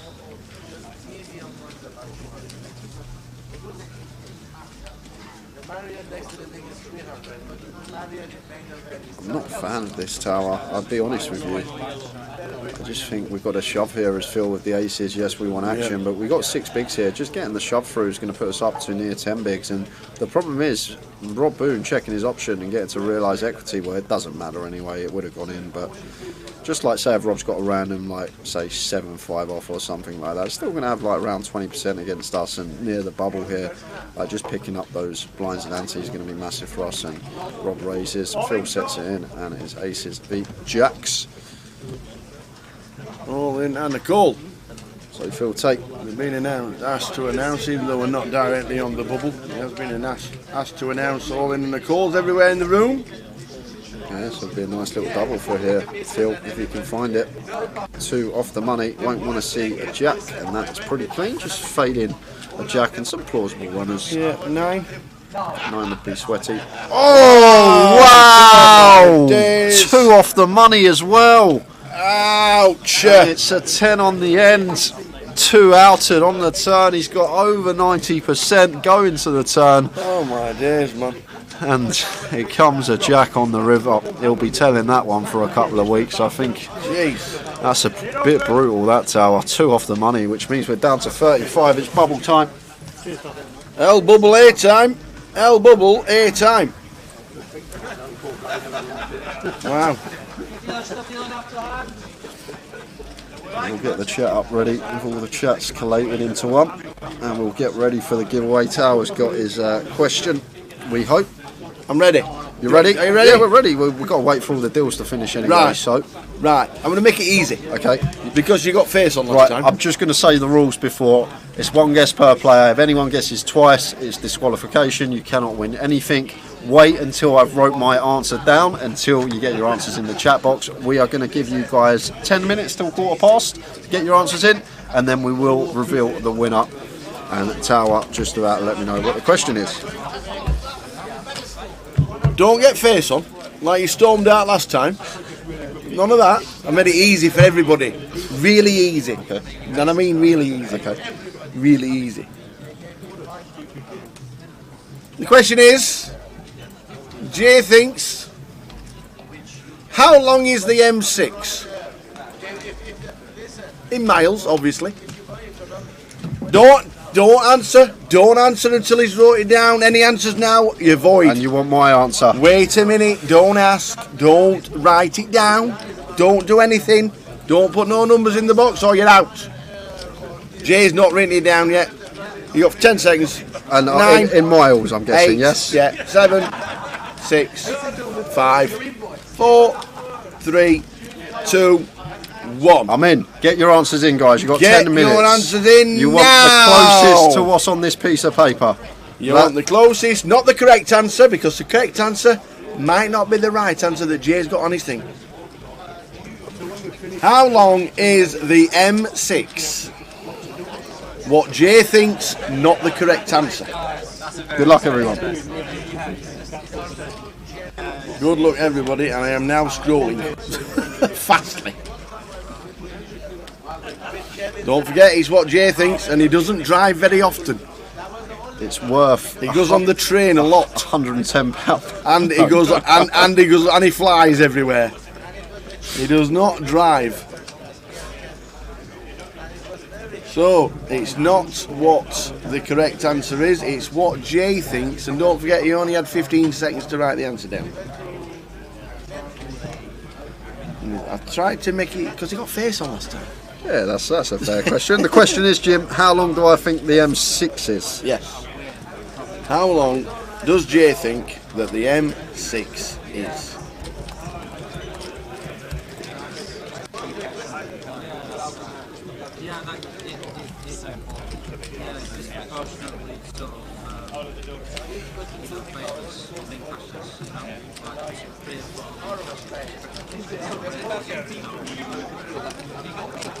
How long is the M6? 1 guess per person. We're scrolling to make sure somebody doesn't put 2 guesses in. And a chance to win yourself £110 closer ticket.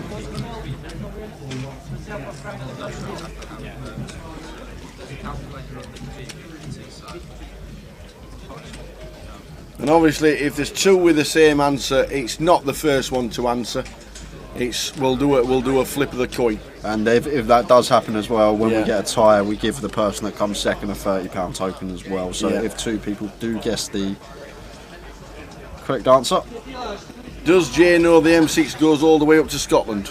Yeah, I've noticed the longest motorway in the UK. Well then that might have a bearing on the answer that Jay thinks. We're on the bubble, ladies and gentlemen, for the money. Any action around the room, we will let you know.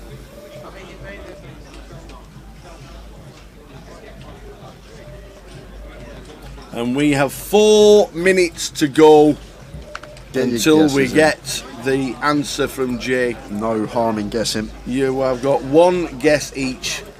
It's worth £110. You might as well. Do you know how long it actually is, Tower?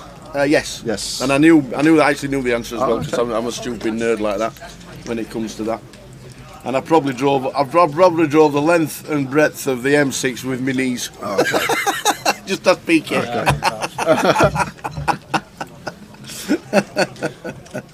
What's the question? Apocalypse. Jay thinks. How long does Jay think that the M6 is in miles? How long does Jay think the M6 is? We have got 3 minutes. Good luck, everyone. Just going to jump back into the action for this hand because Thomas opening the ace-10 and Rob just choosing to flat the ace-queen in the small blind. Both players flop Broadway draws, but ace-queen of Rob still the best hand here. 3 of hearts on the turn. 7 on the river, so this is probably just going to go check now. Both players happy to show down with their ace highs, and Rob going to take that one with the ace queen. 2 minutes on my laptop till it's 8:15, and then the answers will be revealed.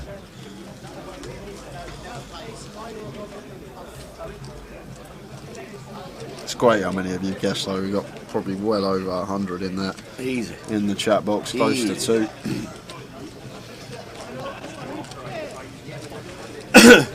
How long does Jay think that the M6 is? It's not the correct answer that you need, it's what you think Jay's going to say.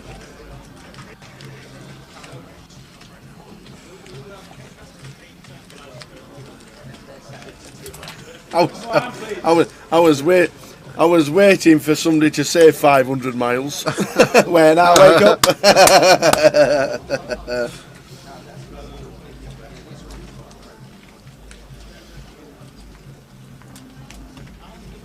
So we're in miles.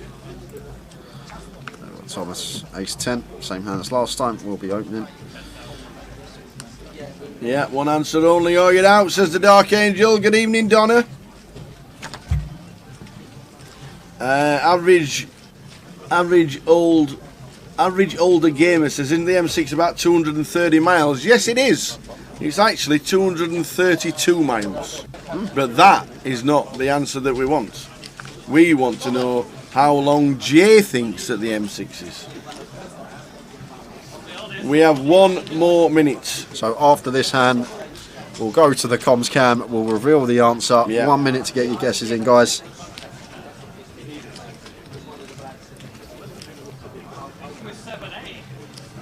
Jim Marlowe had a completely random guess. Turns out he was 2 off the actual answer. It does feel a lot longer. How long does Jay think that the M6 is? Right. And I think we can count down to 10. Night Owls has just put their answer in, and Jonathan Legg will give you 10 seconds, and then we'll have to cut off. Chef Brad plus 184, and I think that is the end of it. Mal Gadsby. Mal's got in the last answer. Mal Gadsby, the answer and the question is now closed. Closed. So Mal was the last guess. Mal was the last guess. Nobody else after Mal. We gave you 10 minutes to put that in, and we had some unbelievable guesses. We had some, and yes, we narrowed it down. He got face on us. We narrowed it down. He got face on us. Anyway, we narrowed it down, and we asked the question: how long does Jay think that the M6 motorway is? The actual answer.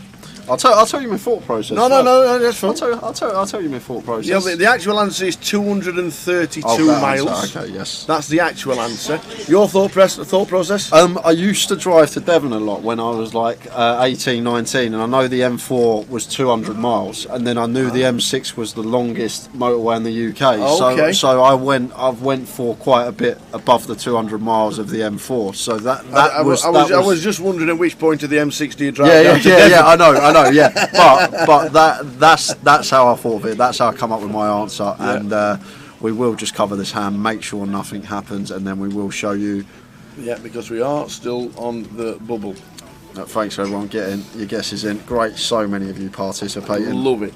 Love it, love it, love it. We might even do another one tomorrow before we finish the final. I think we will. Yeah, we'll try and get a giveaway in tomorrow, as well as the live stream free roll. We got Rob opening here in the cut-off with a 6-4 off. He does have a stack, so maybe just trying to apply some pressure on the bubble. But Aaron is one of the few players at the table that hasn't covered, defending the Queen 9 off. And 9-5-5 rainbow board here. So Rob probably just going to c-bet this one once, then give up. We are going to get this c-bet through a fair amount of the time on this particular board texture, but Aaron does have one of these hands that are going to be continuing, and quick call with a Queen 9. To the turn. Jack of clubs, not changing anything. Check, check. So Rob has just given up now. However, this may be a turn, a river card where we change our mind and we do try and represent. And if I'm Rob here sitting with 6 high, knowing that we're never even going to show down in this spot, probably going to fire here, and he does fire for 20k. And now Aaron in a tough spot. It's actually Rob that's fired here, guys. I know it says Aaron's bet 20k, but Rob is the player that's fired on this river. So just a little incorrect graphic there. Rob is the better and Aaron is on the tank. In the tank, and Aaron does fold, so it's answer time. Are you ready?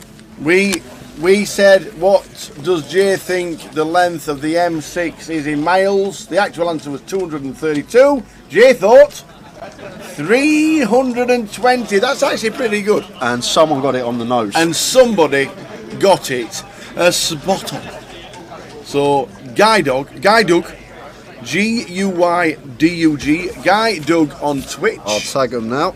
Well done, Mr. Guy Doug. We can't give any more tokens away because 320 was spot on. Well done, Mr. Guy Doug. We need a Grosvenor username for giving you the closer ticket. Well done. 320. You said how you worked it out. Pretty impressive, to be fair. I didn't realise you knew how long the M4 was. Yeah, I mean, if you said the M4, I would have been like, it's just under 200 miles, I think, the M4. But I would have been like quickly writing that down, like, oh, I know this one. Absolutely. The first guess, believe it or not, was 310, and that was Neil Wolfrey. Neil nearly got it bang on the first guess. We had a 322, we had a 310, we had 320 on the dot. We had some really good guesses. Obviously, the correct answer was 232, which we didn't need. It was what this lad guessed. But yeah, there's some cracking guesses. And I know obviously the motorway can't be any more than 500 miles because that's the length of the country. So we had plenty there. So well done everybody for joining in the fun. We were there with the answers, and 320 was. Enjoy that game. It is a fun game. And Guy Doug, there we go. Thanks, lads. You're going to send your details. You can either PM J on Twitch or on Facebook or on Twitter. Oh, you're not on Facebook, but Twitter or Twitch. You'll probably Twitch. Twitch would be good. But yeah, well done, Guy. Guy Doug, absolutely fantastic. Well done. 320. Bob on the nose. And we'll do it all again tomorrow. Yep, and now just concentrating on hand for hand. Bousey is over there with a bowl, I can tell you that. I think he's got around starting stack in front of him. So going to need to get them in very sharpish. Ah, Dark Angel, stay safe, lads. Yeah, storm? When the storm comes your way, supposed to hit up here tomorrow. What storm? And I think Donna lives in... Is Donna Sheffieldish? I think she is. I think Donna's Sheffield. Tell us more. Tell us more about this storm we don't want to go out in. Yeah, she is Sheffield.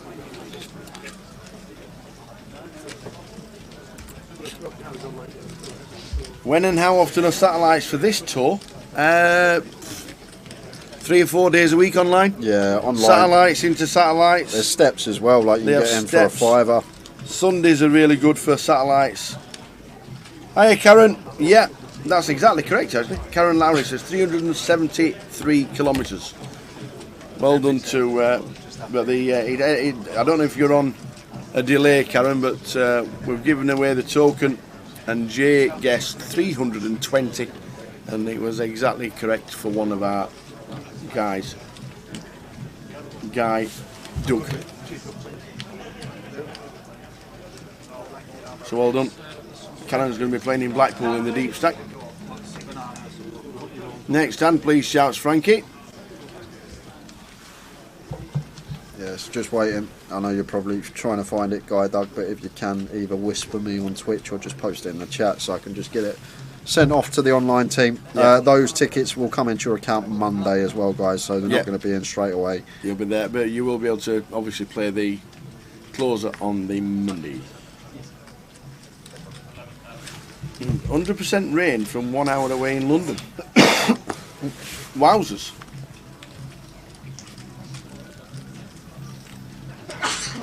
So Ron makes it 11k. And Jack here with a 7-5 off in the big blind. Happy to defend.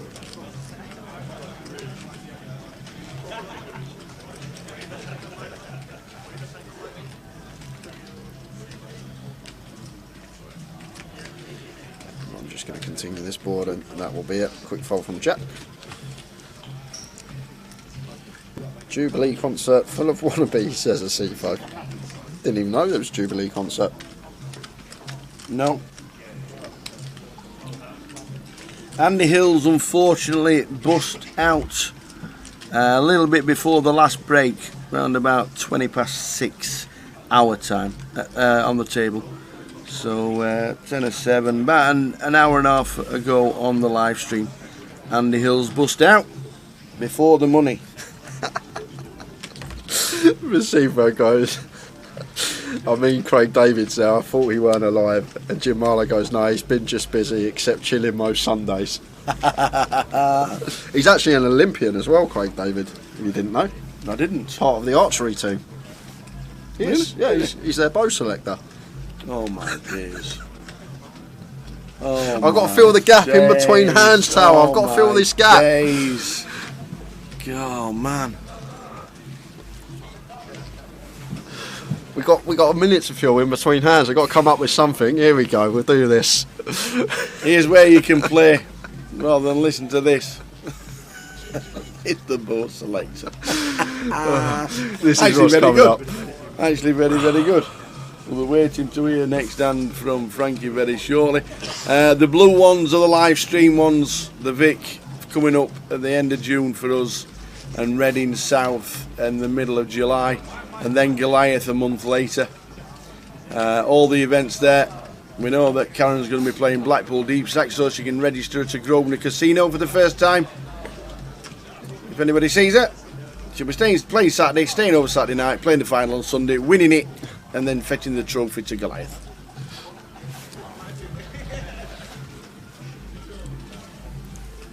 Evening, boys. Don't give up your day job, Jay, says Blue. One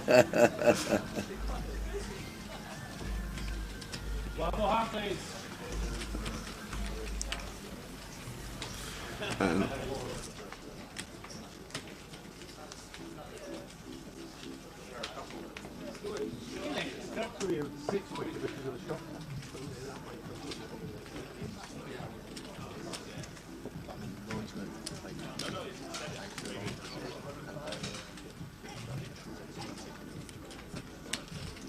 So the next hand, Kieran. The Ace King, Rob Boone raises to 11.5. Kieran with Ace King. Might just, does he want to jam with Ace King on the bubble? Do we want to play the hand as softly as we can? Yeah, he does elect to call. Vinnie Musson gets out of the way. Probably won't play too many hands on the bubble.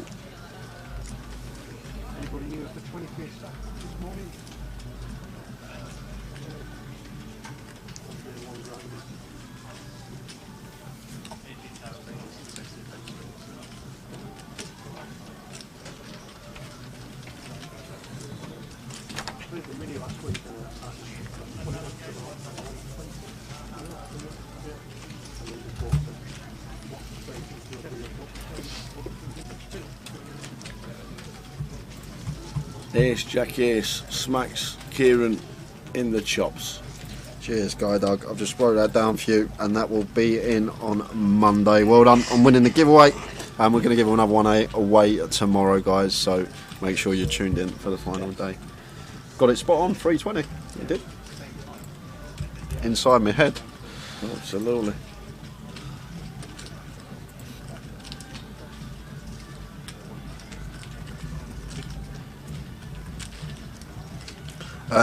No guarantees, just estimated prize pools, Big O Boom Baby on Twitch.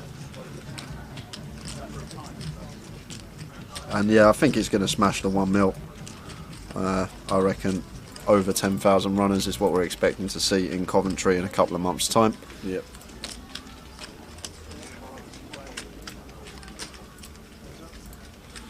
So Kieran decided to check the trip aces behind and turn in quads. Queen on the river, so not the best run out here for Rob with the pocket fives, but looks like Rob's going to lead here with the fives. This is an unorthodox lead, this. Trying to get Rob off of a jack, perhaps, trying to fold out some jack X of Rob after opening under the gun. Sorry, of Kieran. Is that Kieran or Kyron Tower? I'm not too sure. If I would say Kieran. Okay, we'll go with Kieran. It could be a pronounced IA, so it could be Kieran. Someone else corrects us. So hopefully it's Kieran. Yeah, so Rob Boone about to get the bad news here from Kieran. Raises to 60k, and should just be folding the pocket fives now.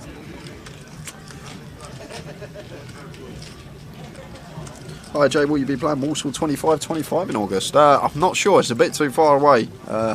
Not one for planning ahead with tournaments. I just usually rock up a couple of days before or decide a week before if I'm going to play something. But I may do. It's quite local to me now, so maybe that. I can't see how Rob Boone is thinking about this one, simply because we can have the ace ourselves under the gun. So, wow, he's paid it off with fives. He's a non-believer. Rob Boone bet calling the pocket fives on the river there. A little bit of a gift from Kieran. Kieran gets an absolute gift and gets up to 240k. Rob Boone down to 195. Still on the bubble. Kit helps us out. It's Kieran, pronounces Kieran. Lovely, thank you.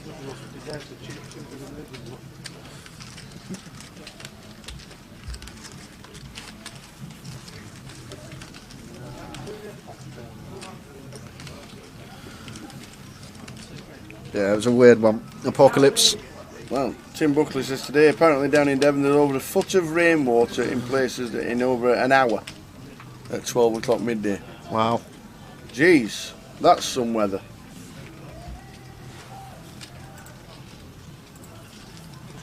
No comeback after the break with 36. Nearly 40 minutes into the session. We have lost one player. We're on the stone bubble.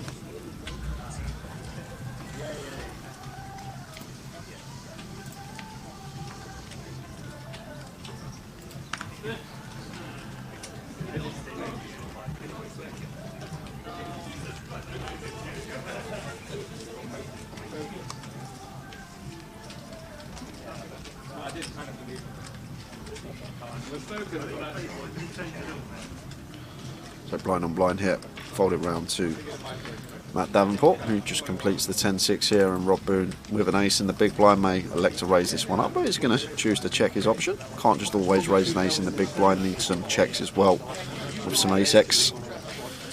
9-9-4, rainbow board. And Matt may choose to lead this one for one big blind with the 10-6 off here. And a quick fold from Rob Boone. Surprised he didn't call once with ace high, but just chooses to get out of the way.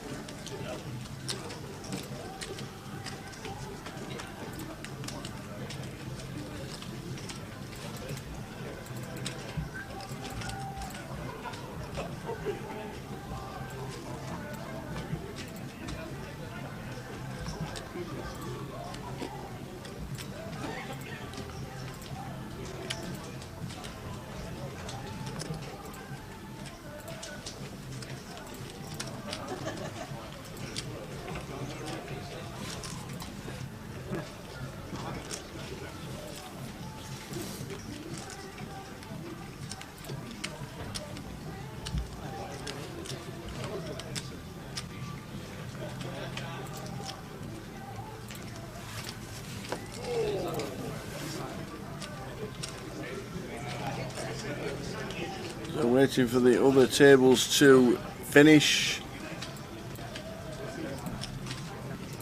We've finished on every table I can see. All finished. So one of the bottom tables. Yeah, I think it's the one with Bousey on back end over there. I think there's a hand going on.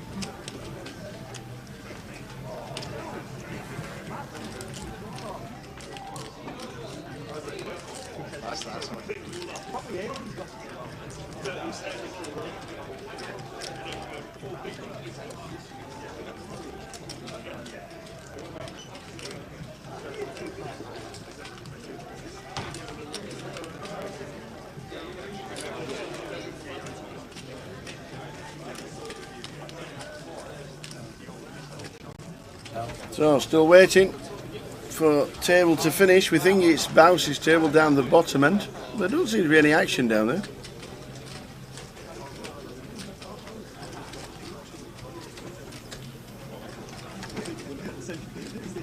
Even the action trackers come out to stand out, see what's happening. Oh, be careful, he's going to hit his head. No. Watch that frame, you. Good old Simon. Absolutely. Sits in the back. Inputs all the action. Only ever gets moaned at. We praise him to bits. Tough job. Yeah, very tough job. Sitting there, inputting all the action, and we love him to bits. Have you played much, Rob? Cash or anything? Have you played much? Cash. Yeah, very good. Good game, I mean.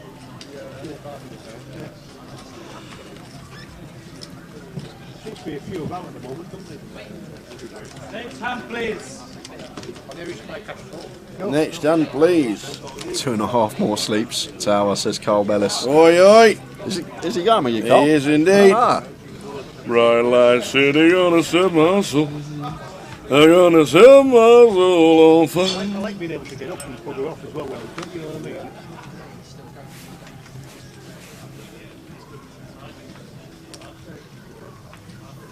So Tom opening to 10k.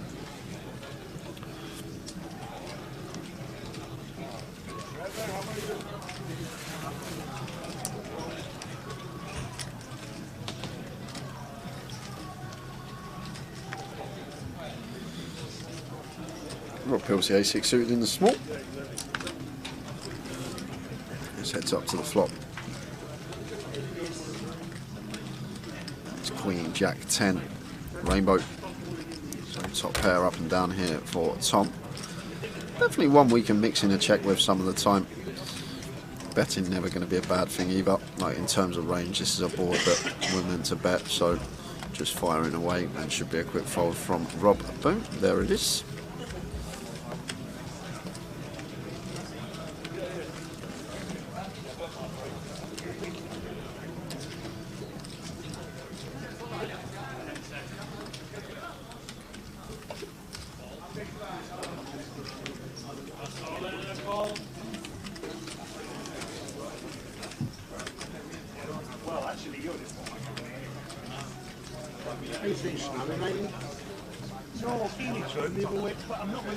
Well, there's a crowd gathering around table 13, Tower. I'm not sure why, but seems like. I think I've just heard all in and a call, and PK is there as well. So obviously, if it is on an outer table, we'll be grabbing the footage. Well, Ben Windsor's got the red triangle in front of him. I saw that. Yeah, right, so okay. Ben, I think, is one of the players all in. I'm not sure who it's against, but hopefully when the cards are told to go on their back, we'll go over to PK and over to the outer table. Yeah.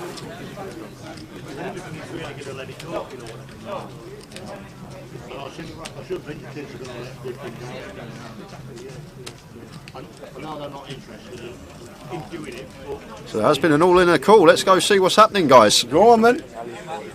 And it's Ali Sarkashik that has called Ben Windsor. No. Let's see the hands. Can't get them just yet. So it's Ace King for Ben and Jacks for Ali. Ben Windsor is the player at risk. So gonna need to hit to stay alive on the bubble hit. Ace King against Jacks. Proper race. We're just waiting for all the guys around the table just to give them a bit of space. 5-9-7 is no good for Ben. We need an ace or a king, or we're in the money, and it's a 10. Ben Windsor. Bubbles. Ah. Ah. And Ali wins a nice one. Chips going his way. Back to the table. Yeah, Ben Windsor actually bubbles, and out he goes. Very unlucky, Ben. He's just stood there with his cup of tea. Devoed. So we've got 34 remaining. We're in the money.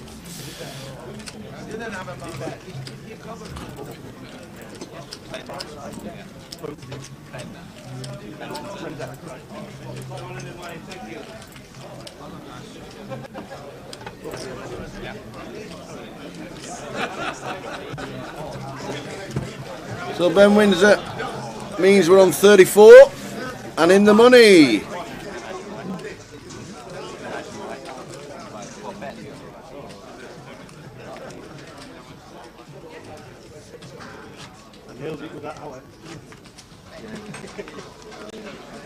We're in the money, ladies and gentlemen. We are in the money. Is Ryan Mandara still in?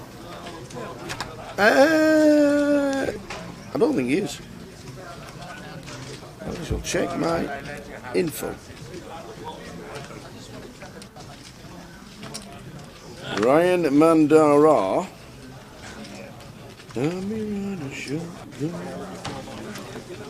Ryan Mandara went out in the first level today, Mr. Pete Whitehouse. And Ben Windsor has just gone out on the bubble. Very, very unlucky.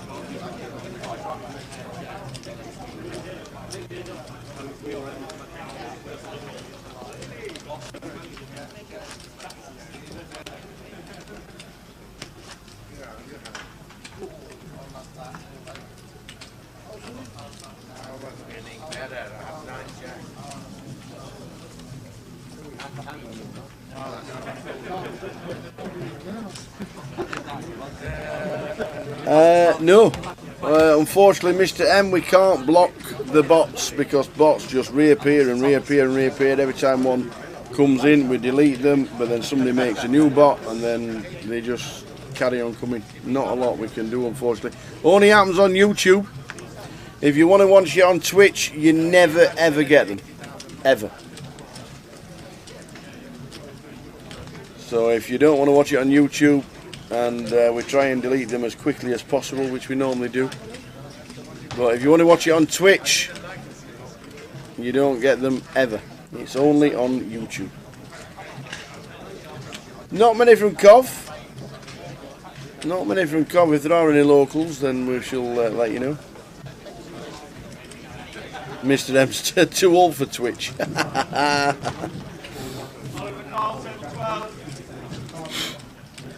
Not seen any of the Jubilee concert. I don't know what it is or who's even on it. I have no idea. Yeah, Matt Bousey and Spandall collecting points yet again.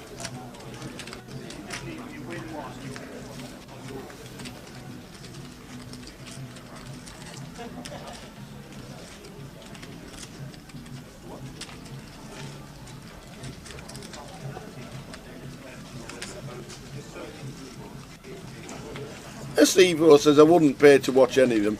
You wouldn't pay for anything.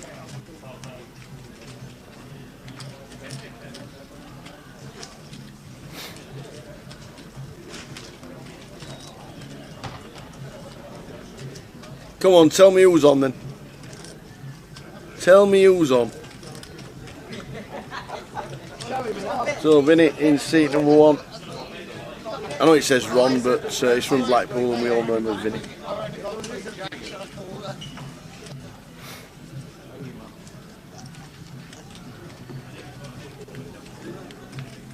Yes, Ashley, we do block them, but as it being a bot, they just make new accounts and carry on.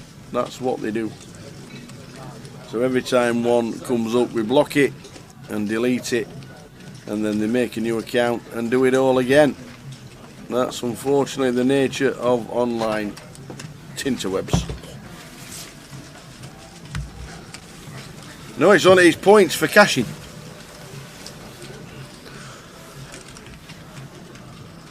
In the MPL you get points for cashing, not just the final table.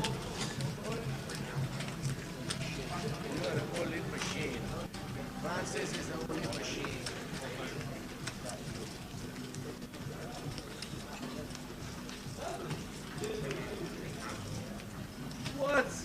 I can't believe it. Francis can get this. Yeah, he does like his musicals over the C4. So we're in the money. We're on 34. We'll give you eliminations around the room when they happen.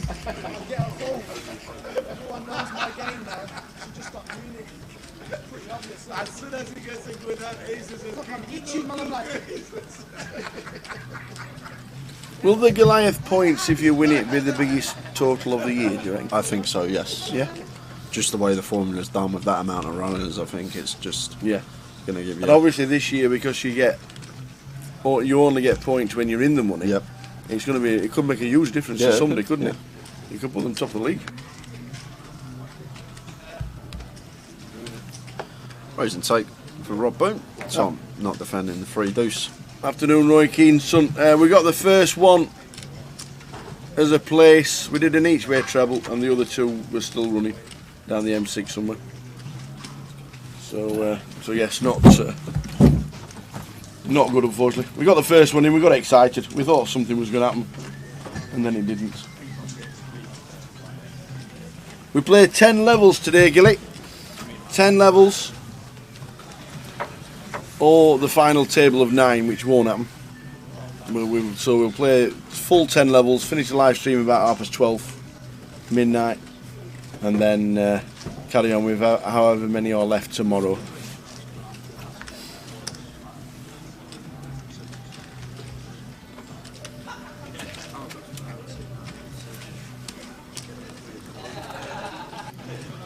Turn on a space for Kieran, raises to 11.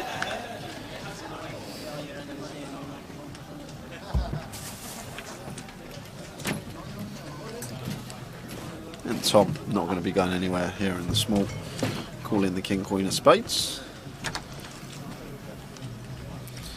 And Jack with the Ace Deuce with the Ace of Spades.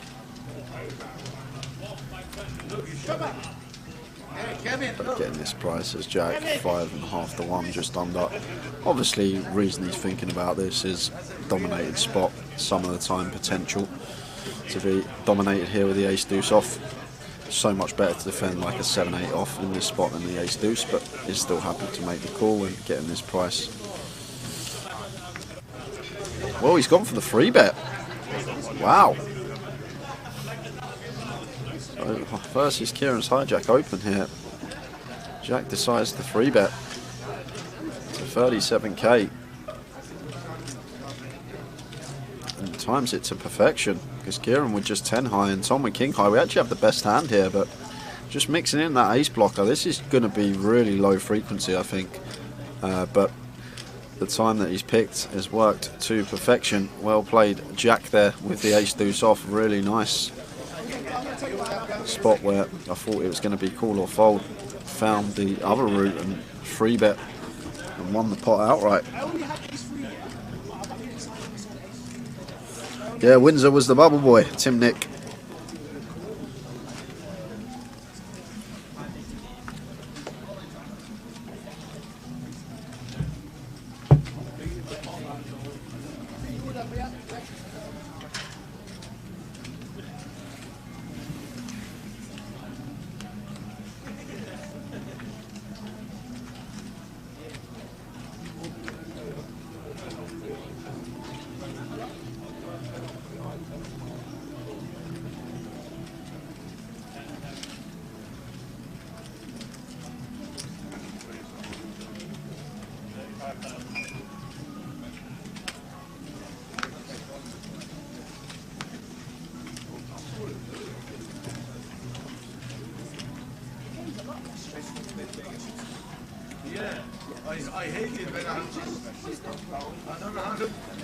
+1 open here from Kieran. King 6 suited, wants to get in the mix. And Jack and the small blind here with the 8-9 of diamonds, not going to be folded.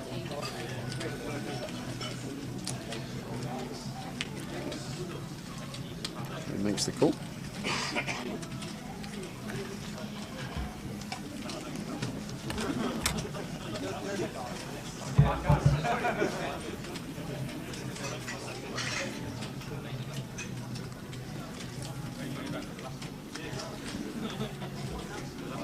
Two of spades on the turn.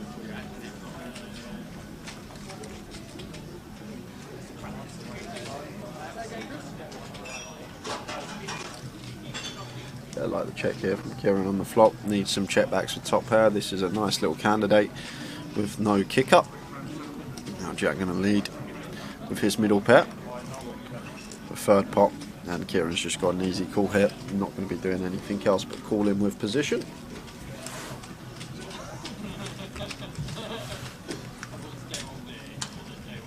Queen of clubs on the river.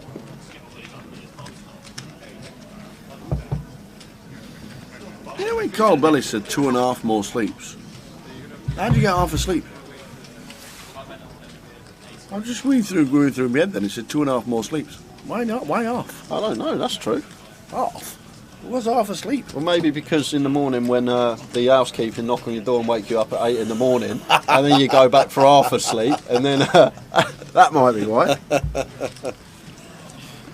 Queen of clubs on the river, and Jack now checking over to Kieran. Thinking about thin value bet here with the King 6, obviously kick up. Would actually play, maybe King 5, King 4, but yeah, check. Does check, thinking it's very difficult to get called by worse. Or maybe it's because we're leaving at 7 in the morning. God. Get yourself in the Goliath this year, says David Clark. Hey dear. Will we play? So, will we get chance on one of the side events? I'm playing the staff event. Who says? Jim said. Hang on a minute. Jim said to me you can play the staff event. Might need a bit of help at Goliath, ladies and gentlemen. I've just found out that Jay's playing. When's that? I don't even know, to be fair. It'll be on Tuesday before. When there's no there. Yeah, probably.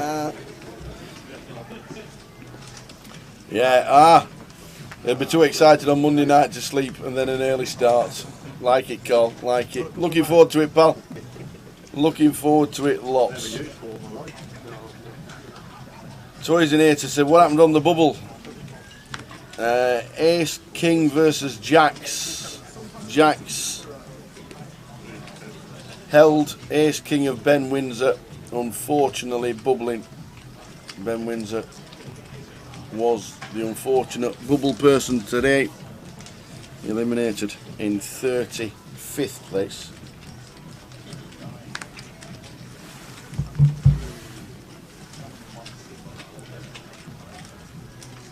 Nine, 3 deuce rainbow. So we'll draw backdoor spades for Rob. One that I'd like to see Tom continue on here with the overcard, backdoor wheel and backdoor heart draw. Fairly dry texture as well. But Rob shouldn't be going anywhere here with the ace 5.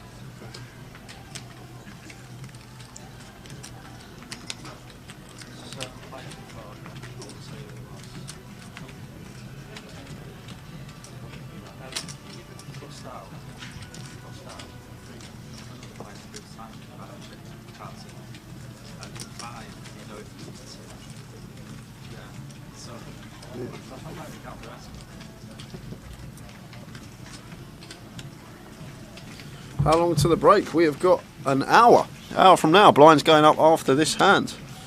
Taking us into the 3K, 6K level. Level 18 of the tournament.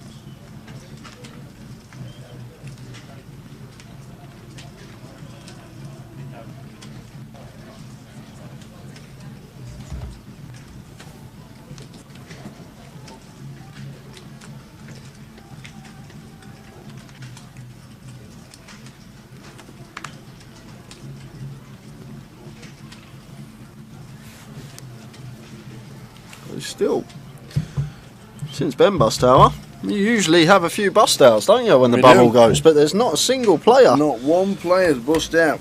Not one. Everybody's grinding.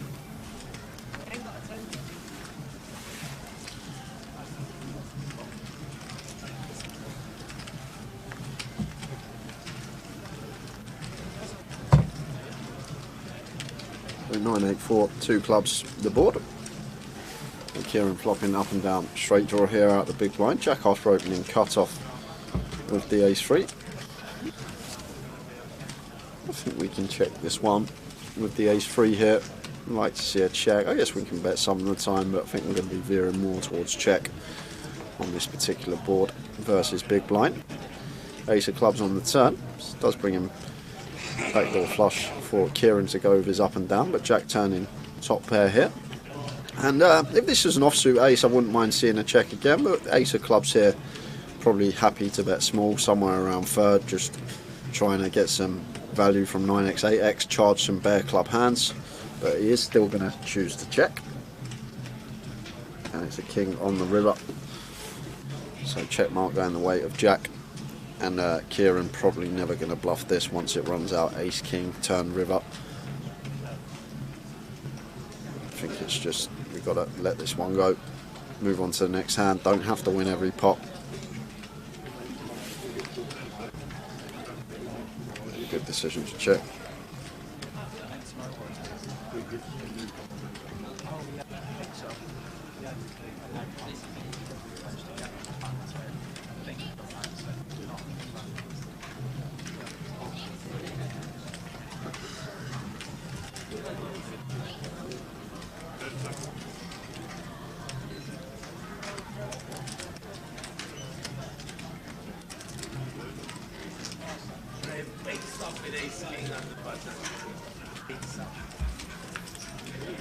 So moving to the next level. We move into the next level. So an hour to go until the break.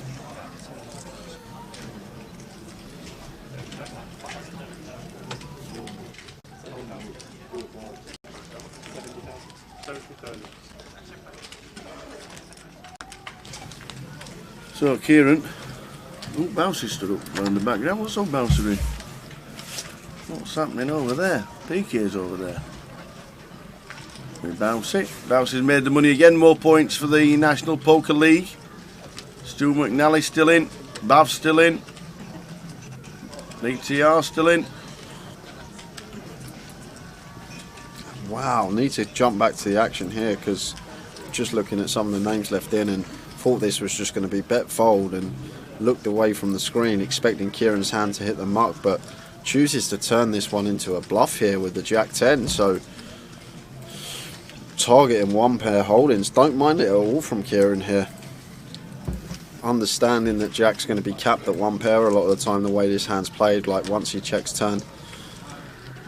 It's just always going to be a one pair hand and targeting those holdings, and what a play from Kieran. That boy has got moves, just check raises with the club blocker in there and some removal to some strong ace X, ace Jack and ace 10 removal to that as well. So really nice play there from Kieran, just understanding the situation and actually going for it. It's one thing understanding that our opponent's probably only got one pair in this spot at best, but then to actually check raise and pull the trigger is something else. And just as I say that, guys, we are going to head on to an outer table because speaking of Stu McNally, oh, there he is. He is all in and he's been called. Stuart's all in for around 100k, that looks like.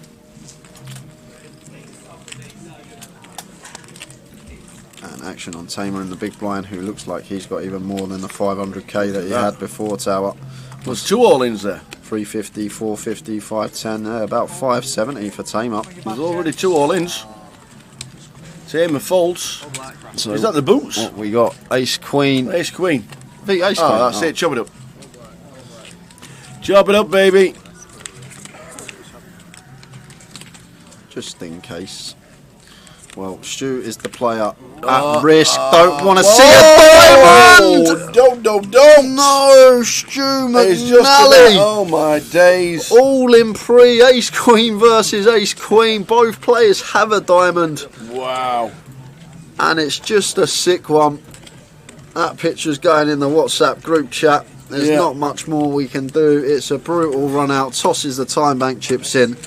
But we do lose Stu McNally in 33rd because at the same time, on and out of table, who's gone? Chris Johnson. No, the Macca pack was in 34th, and Bav Catry also busting in the last minute. So just like that, losing 3, we're down to 31 players. I've just seen Bav. Oh, Bav's not there. I just said Bav was still in.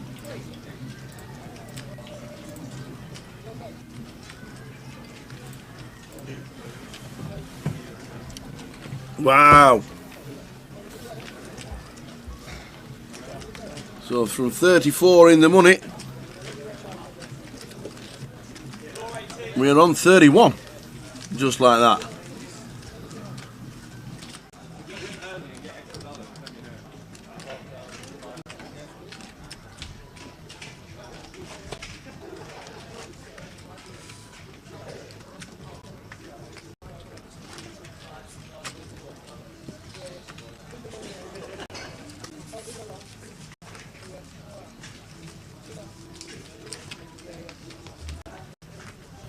That all we do in Sunhill. Buy-in for this one is $12.50. Good evening to you. Good evening. We are down to 31 in the money. Macca pack, Chris Johnson, 2,200. Stu McNally, as we've just seen, 2,200. And at the same time on the outer table, Bav Catry, meaning 31 and 4 tables of 8 minus 1 person. Which means 31 players are heading towards the next break at this morning time, which is in 50 minutes time.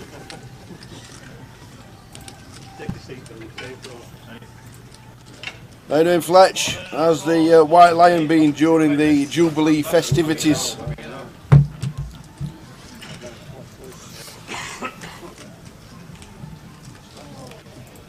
Here he is, bow seat, sitting down with what looks like not 5k chip in there, Tower, is there? It looks like around 12.5k, around 2 bigs.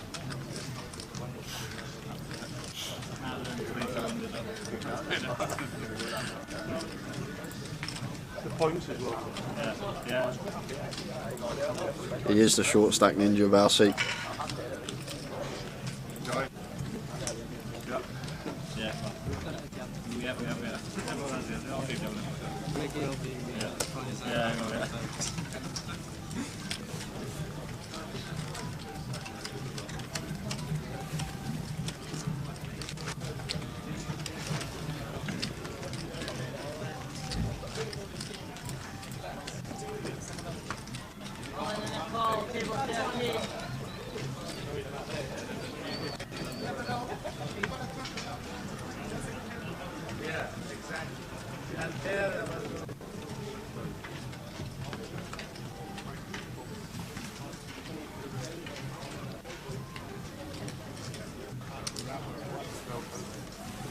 Ace Queen format. Raises to 12k under the gun +1.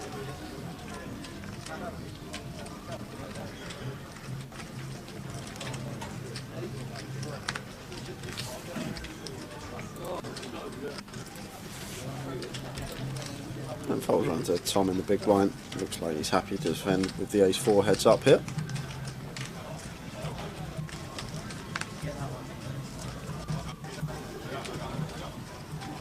King 6 deuce 2 spades. And that with a nut high hand here. King high board one we're going to be betting fairly often. I don't. Yes, I can tell you how much Spand has got. Spand, last time we checked, had 320k. I think he's got about 320k, Big O. Is that about right, Jay? Yep, that's right. Awesome. Get in. He won a big pot all in pre aces versus eights and held. Boom. Boom, boom, boom. And you see him over there in the red top on table 12, sat next to Mitch Hynam.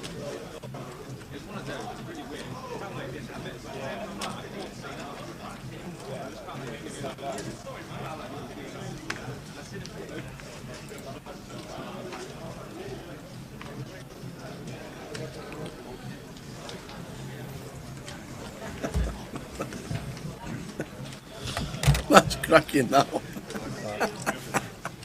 Just put vodka in the lawnmower. Now the grass is half cut. That's one of mine. Who said that? Me. Oh dear. Yeah, Bouse is going to be all in with any pain, and that was a king 2. So the ace 5 should be calling. He's trying to ISO, so he raises it up to 19,000. Clicky, clicky. Yeah. Kieran, 3 bets to 19,000. It was Kitman that told us he was Kieran. Evening, Kitman. Yeah, so Bousey at risk. Yeah. But will 13,000 for Jack to call as well. Could be a side pot. Could be a big side pot. It's close. It's very close here for Jack. And there we go. Yeah, he's going to see a flop. So we've got a side pot. Bounce is all in. Can treble up. Getting this price. Suited king closing the action. He needs diamonds or 2s.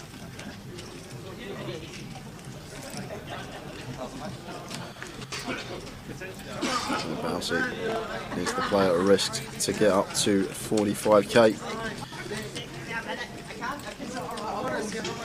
Jack 9-4.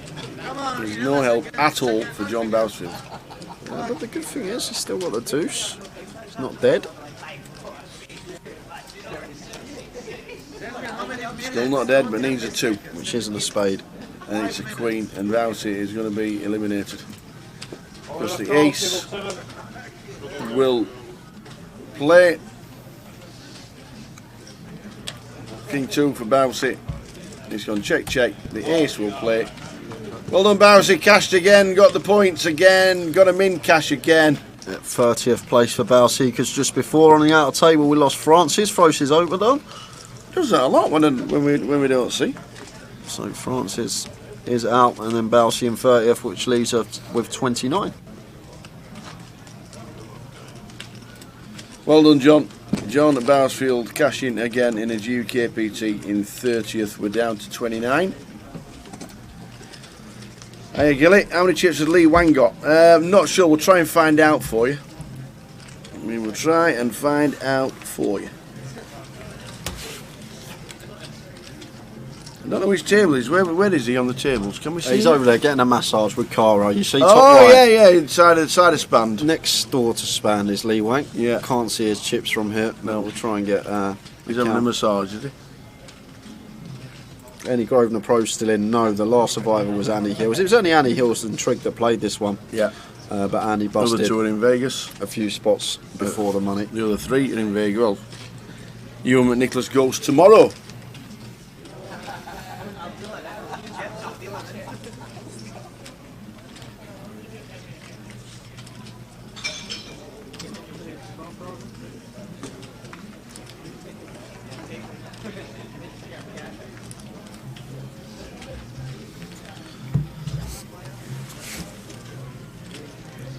Thomas makes it 12k on the button with a 10-9 suited, and Jack here with 21 big blinds. Might think about ripping this one. That might be what's going through Jack's head right here. First is a button open from Tom Pern, going to be very wide in this spot, so Jack might think about shoving potentially with a Broadway hand, but chooses to just call, taking the lower variance approach, and Matt with the Queen 7 in the big blind. defending. You'd expect getting this price versus button and small.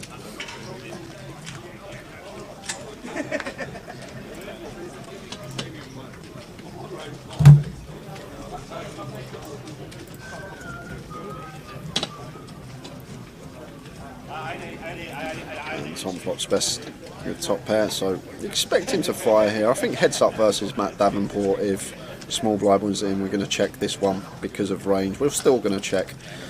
Just in a multi-way situation, I think we're going to have a few more bets and checks on this particular board. Heads up, I like the check. Multi-way, it's never going to be bad either, because Matt is still going to have some nutted hands out the big blind.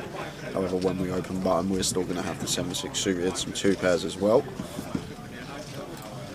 6 of clubs on the turn.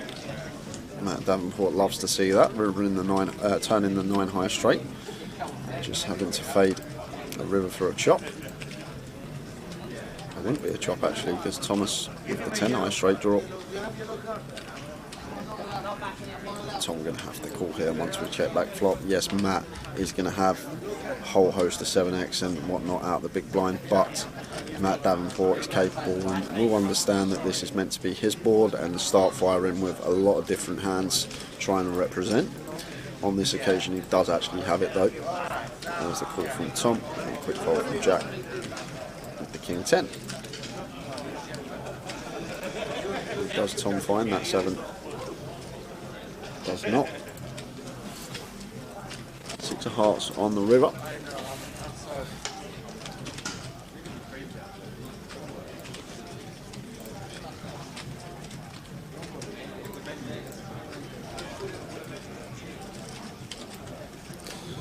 Now I'm not going to go for some value with his straight. Tom going to be in a bit of a spot.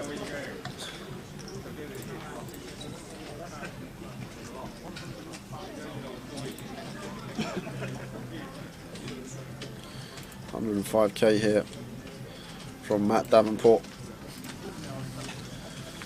and this is really close for Tom, because against Matt it's could be anything. Matt is capable of firing there without the goods, but he did have the goods on this occasion, and Tom makes a good fold with the 2 pair.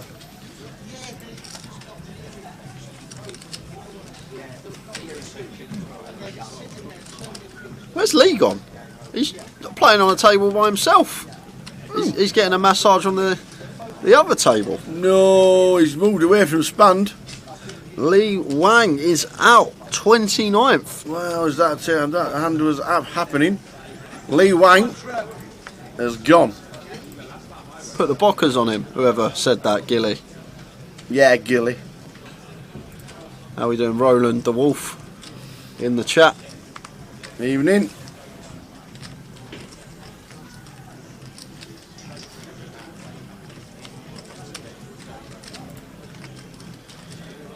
Got a hand to find on the button for Jack. Jack with the jacks.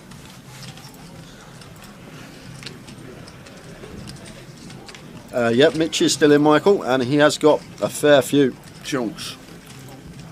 Oh, this is going to be in. This is going to be getting in. Absolutely, 100%. Matt Davenport running like a steam train this year. He is on fire. Top of the National Poker League. Cashed again earlier this week. More points coming in. Had a 2-year hiatus. He said he'd lost the love of the game. He's come back, done a bit of studying, and he's now back travelling around, loving poker once again, and he's now top of the NPL as he currently stands. And Matt Davenport, yeah, really small free bet here, so yeah, probably choosing this sizing tower. Jack O'Neill's going to be in. Yeah, I think all this sizing is here is to try and potentially induce from Jack, make it look like we can still fold the times he rips. Yeah. I think it's just to keep some hands in there that would just fold to our 4x free bet, which may sometimes induce a rip from. And there's the all in from Jack. Apart from one chip. He's got a chip left. Matt's old school. He's like, what you done that for? Just in case somebody busts on the outer tables. And there's a pay jump.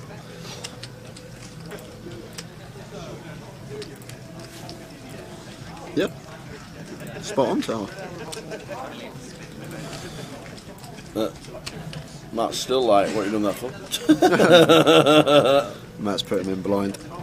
10, 3, 6, no help for Matt. He ain't folding to a one chip bet, that is for sure. They're in. The 500 is in, I'm calling. 250k pot. But backdoor heart's working for Matt as well here. Ah, yes. They're going to need an ace or a king to bust Jack O'Neill. That's an ace, isn't it? Or was that a 3? Deuce or a 3 Tower, I think. Don't think that's an ace. Yeah, it's a 3. 3 of clubs.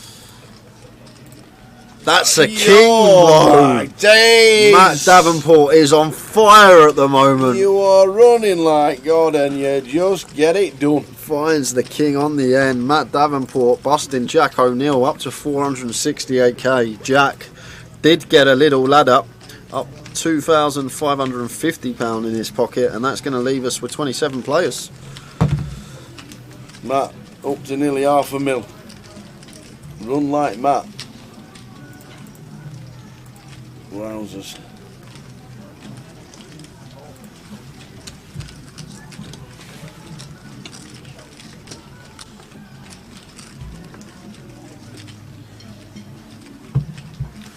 Always the river.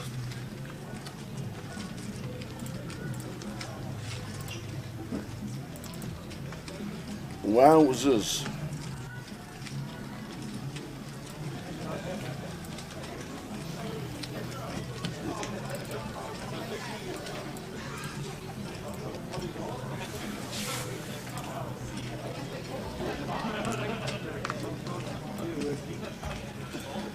In the hijack raises the A6, makes it 12k. Was chip leader coming in today, Aaron. Queen 10 for Rob in the small blind. Rob Boone getting involved.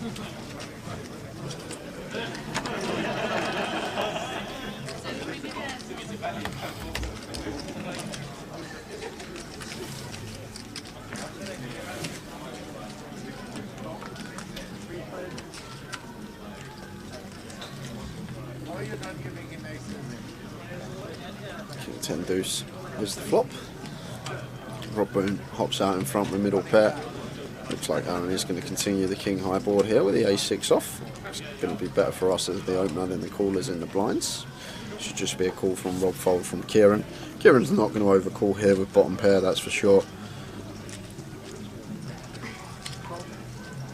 Just snap folds. Guy that check rips the Jack 10 with a club as a bluff.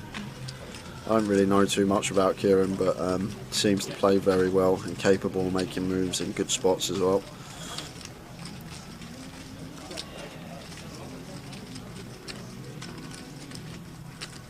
Ace of clubs on the turn. Aaron turning the best of it. A nice one to potentially check here as Aaron versus small blind range. We can get put in some dicey spots the times that we check raise, and like we're never going to be able to get 2 streets of action here with our particular hand. Maybe the better course is to check and then go for the value on the river here. Potential to get called by some King X that way. And Rob just out of the way with a Queen 10. His third pair gut shot. Aaron choosing to fire with his ace that.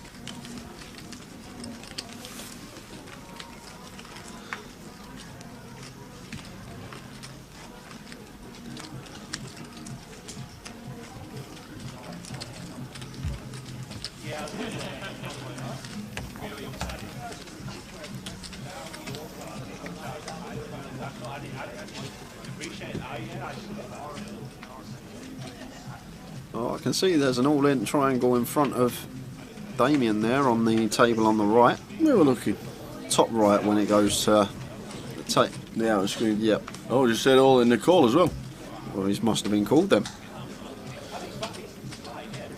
We'll cover this hand first. Aaron with the ace 10 of diamonds, making it 12k.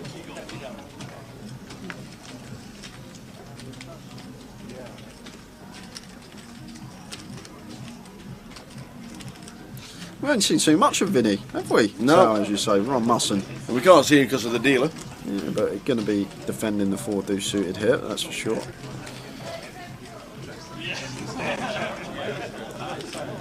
And Damien's having a walk. Oh dear. So we can confirm Damien Pilkington Lewis was out in 27s, which means we have 26 players remaining. And we got Ron here, flopping flush draw. 26.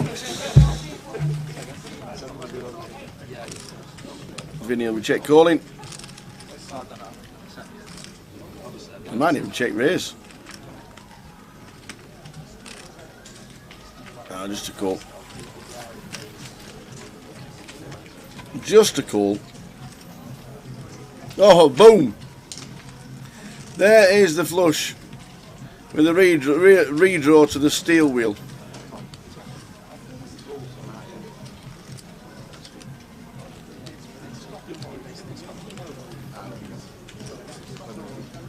And he's got Aaron firing into him.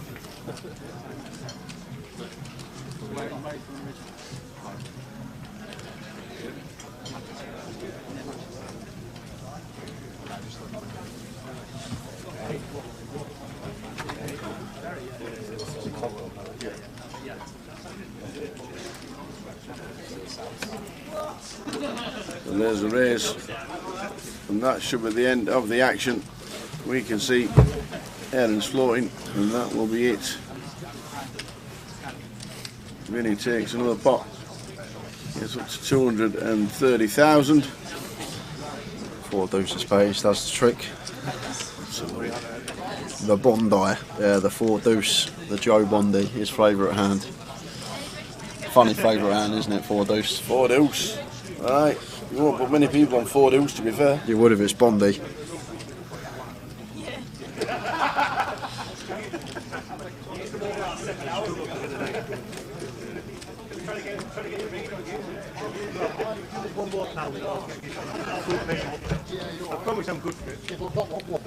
We've got just over half hour to go, guys, before we head out on the final break of the day.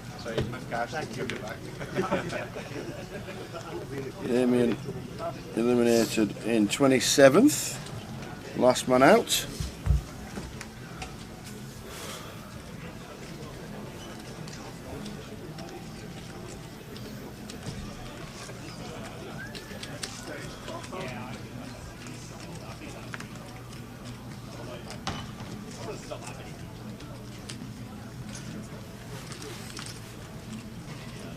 Cutoff open here from Rob, and the 9's for Ron in the small blind here. Versus cutoff open here, I'm probably going to be free betting more than flat in, but Ron's going to make the call. Obviously calling never going to be a problem here, but he's going to free bet. He is going to free bet to 40k, and Aaron finds Cowboys in the big blind. What a spot for Aaron. Was running so hot yesterday on our feature table, and seems like he's going to love being here because he's got the kings. Got plenty of chips and cold 4 incoming here from Aaron. So somewhere around 90k, something like that, expect. Wow. What's happening? That's massive tower. 4 bet to 160,000? That shouldn't even be a size to 4 bet to, but I guess he's effectively setting Ron all in. That might be what he was thinking.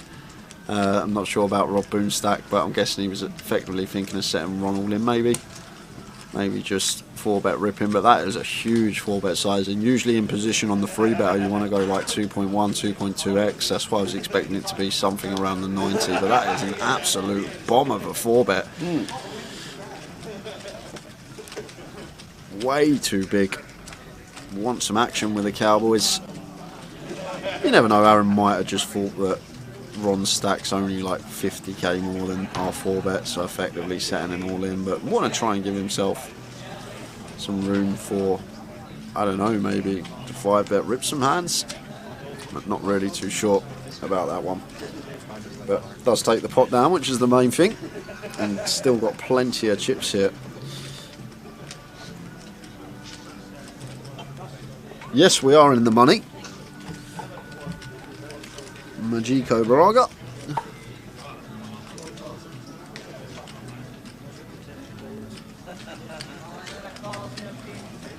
Yeah, I don't think it's ever going to be a bluff there, especially for that size. But as I always say, you never know what's going through the players' heads. They're going to have their reasons for making each play in each given situation.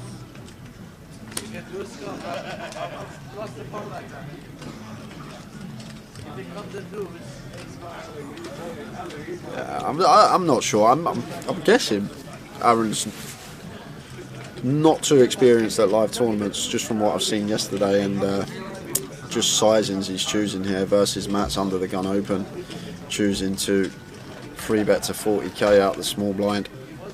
Really small sizing, 2.5x, was it?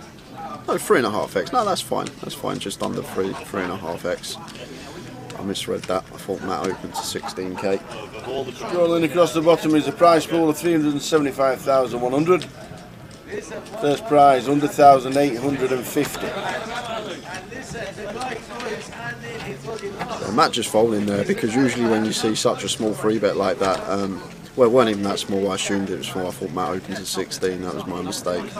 But when we open EP and we get 3-bet out the blinds, it does signify a lot of strength when we get 3-bet from that position, and we've opened under the gun. So Matt just letting the ace-jack go, and I agree, would have probably done the exact same thing versus 3.5x. Nice little mixing in there with Aaron with the ace-10 as a, what I'm guessing was a 3-bet bluff. Nice to see that he's got those in there. Oh, Span's standing up again. What's up with Span? Where's he going? No. What's happening, Span? Not the Span. What's happening, Span? Why are you standing up?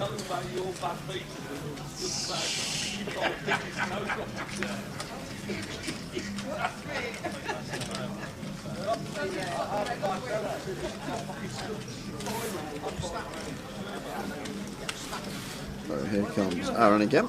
Ace Queen. God, getting some hands, old Aaron. Certainly is. Nice bit of distribution for him. Oh, Span sat right down again. Classic Span tower.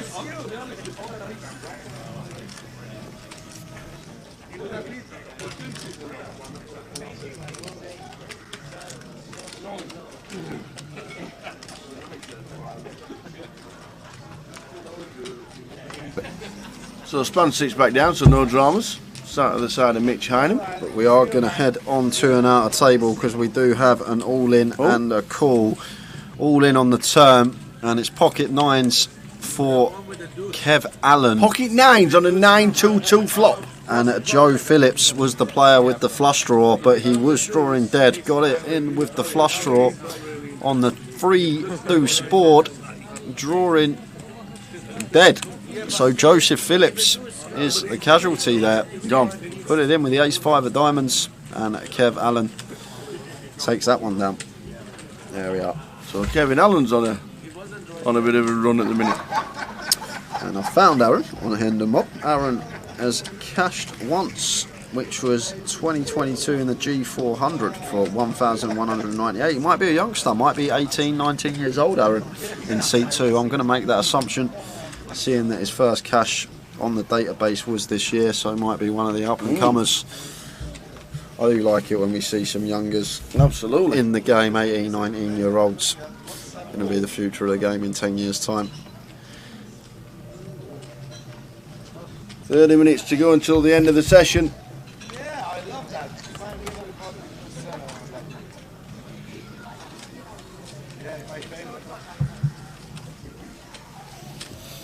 Jalou, how are we doing, Essa? Fantastic party at the Palace. Sir Rod's strutting his stuff presently. Delightful. It's just a guess, Brad. I'm just guessing his age. I don't know him personally, but I'll just have a little look on the database, see how everyone gets on, and when someone's only had one cash from this year, I'll make the assumption they've not been playing too long or haven't legally been allowed to play for too long.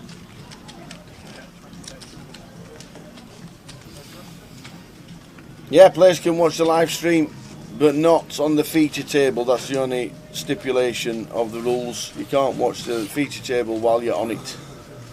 But if you're on the side tables, you can watch the delay. The delayed 30 minutes live stream. Hold on.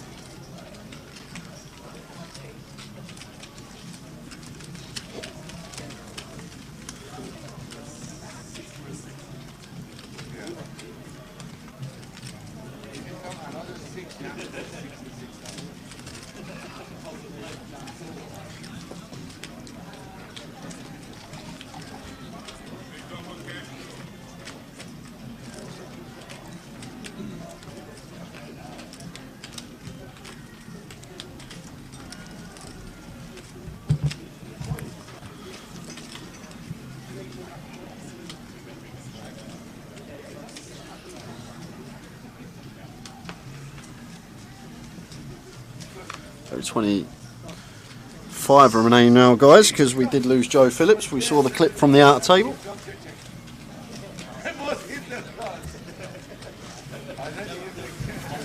So we're getting there. Could be 15 coming back tomorrow. I reckon that's a good line with 2.5 hours left to play today.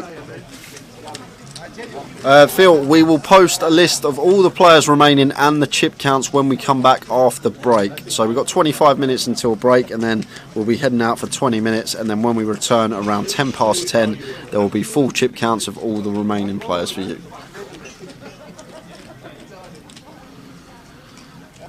Goh, overkill for Ron. Rob raising on the button. Ron peeling the fours in the big blind and just flops quads. So just a check call here. Oh, and it's a queen on the turn. So Rob Boone gonna get himself in a bit of trouble here.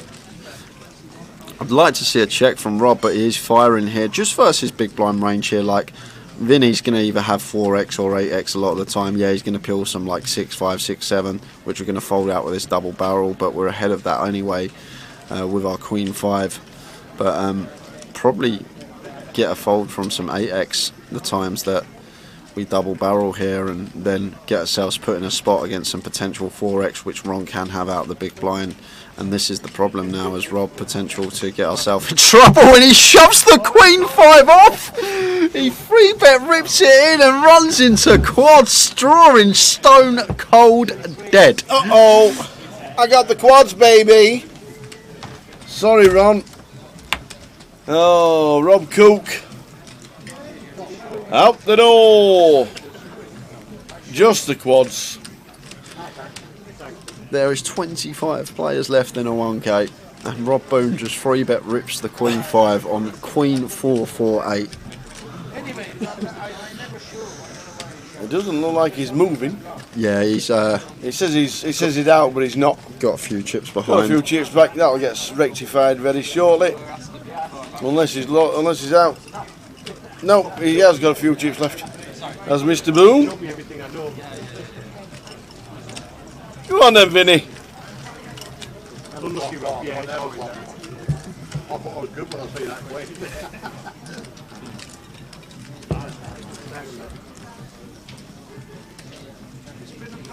It's been a pleasure.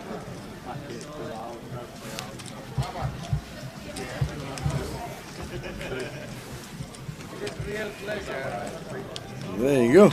Let's run into quads.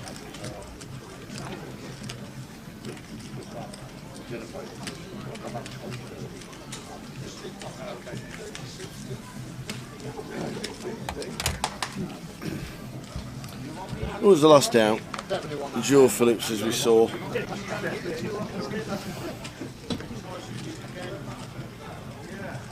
Unlucky Rob. Yeah. Don't forget, he came into today stone cold last in chips out of 95 players. And he's now in the money. And 25 left.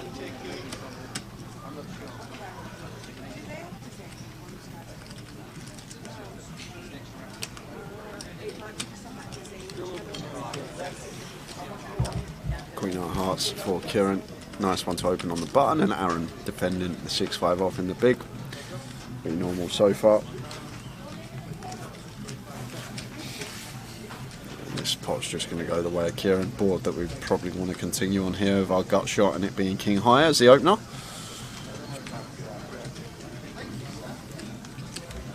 Fires for 11 into 35, so just south of third.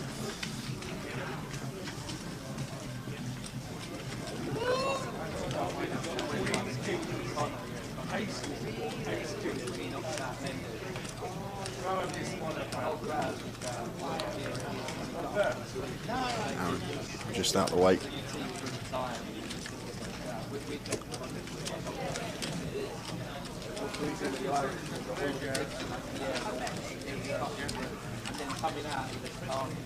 Four tables remain, guys. When we lose one more, they are going to be down to 3. We are 8-handed.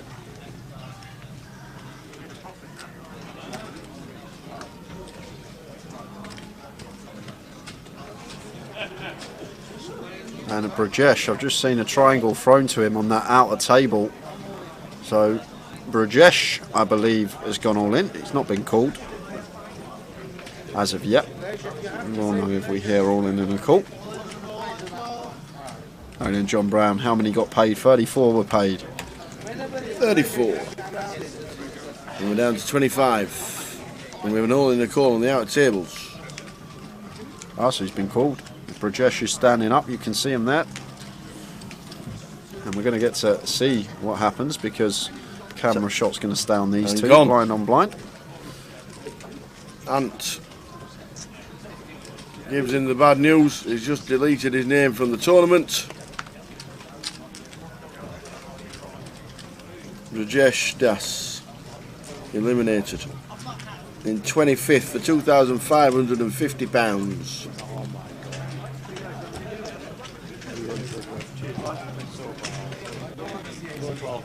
What's happening on the other table?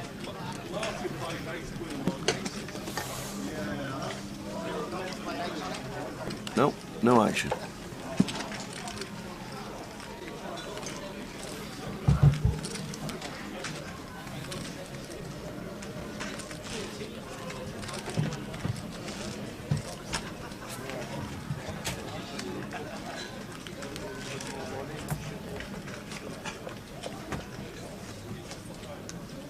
So on 24, there's Brajesh gets eliminated. Yep, just lost Brajesh. And that means 3 tables of 8. 3 tables of 8. Mandora was out the first session today, so a long way back. Unlucky for Ryan. Didn't get going today.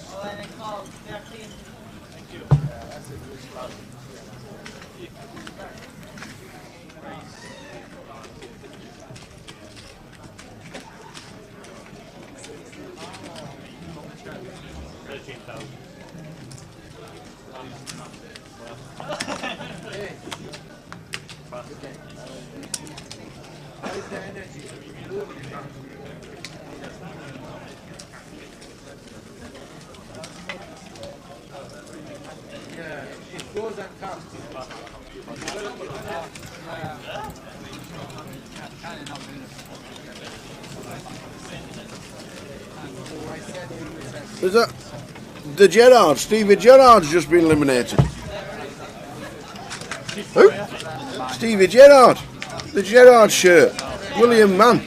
William Lau. William Lau. Who was in our chat box yesterday saying I am William. He's a Gerrard t-shirt. So 23 remain. 23. Lost a few in about 10 minutes. Down to 23 players. Gone.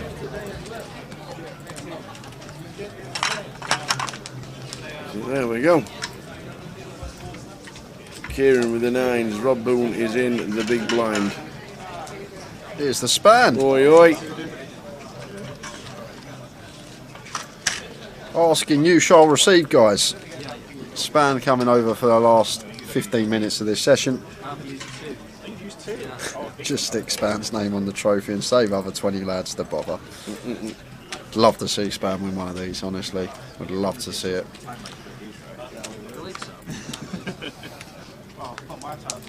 Kieran makes it 13k. Do we defend the big? It's Rob Boone. I'm saying yes.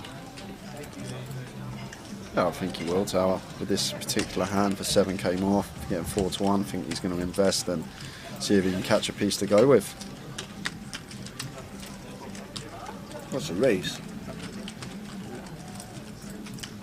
Looks like cool to me. No, it's just cool. Just all in ones. All in ones.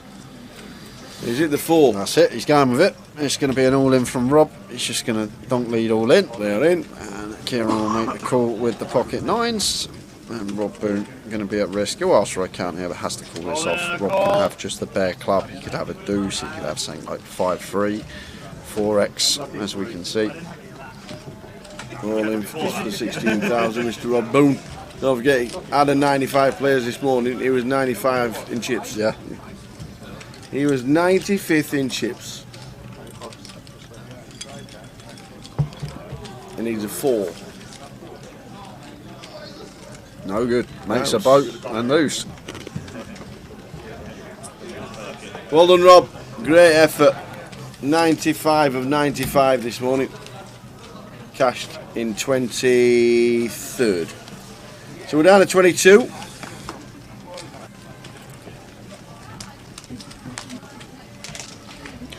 Yeah, and just been given the feature table for the last session of the day, and it is a beauty. I bet it's one of them 3 there. I bet it is. There is Yeah. about 2.5 million in chips on this table that's coming in after the break. Really? You got Tamer Kamal, you got Mitch Hynam, you got Tim Chung. The lady, Hong Pham, is going to make her first appearance on the feature table. So the last lady remaining in the field will be joining us as well. We will be back, guys, at around 10 past, just after, a couple of minutes after 10 past. Still got 15 minutes left of this level. 10 past 10. Anything could happen.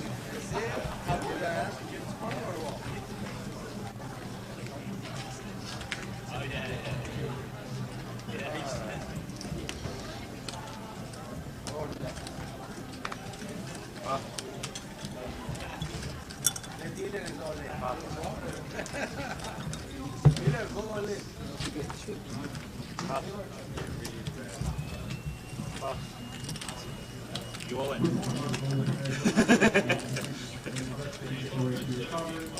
I like a boss. In the cave of Span as he comes to the table. He levels the table, to be fair. Really big short stack, 70 bigs, big stack. Any one big hand, we'll have a new chip leader. Dowsey cashed, but he's out. We play 10 levels of poker, or we get to the final table, whichever comes first. Usually the 10 levels, with the live stream finishing around 12:30 in the morning. Yes, we've got about 3 hours left. I'd say about 2 hours 45 minutes total. Yeah. Before we close up for the day. There's still plenty of play left, and this is the part of the tournament that I love watching when we're at that back end and obviously getting closer and closer. It's that 100k first place prize. Seeing out players adjust to being deep.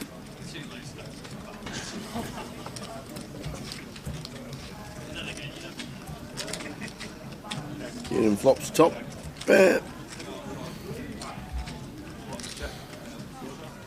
Yeah, and once checked to us on the button here is Kieran just going to be firing the Queen Jack here. Want to thin down the field, as I always say. So much better to go heads up to the turn than 4-weight. Just from getting a couple of folds and one call, we're going to increase our equity within the pot. And we're going to get some action from some 10x here of Aaron. So Aaron calling, and Matt Davenport not going to be doing anything with the A6 of hearts. That hits the muck. And we'll see a turn card, which is the 8 of diamonds. So both players now picking up gut shot to go with their pair. Kieran's still well out in front.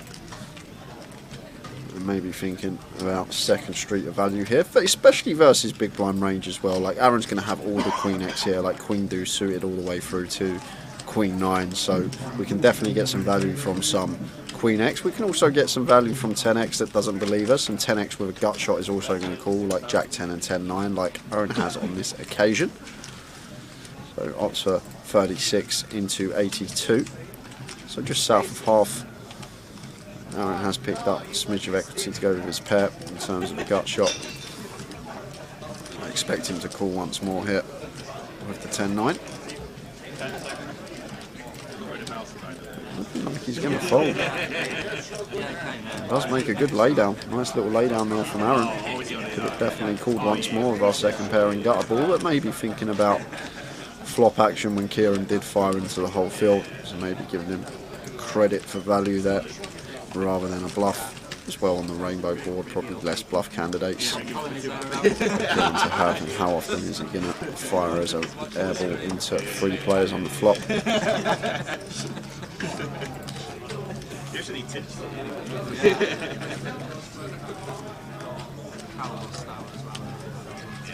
Oh, I see bottom right of your screen there, guys, there's an all-in triangle and it looks like there's been a call, so I think an all-in call on the outer. Yeah. Why is it every time someone's been all in so far, Tower, they're gone?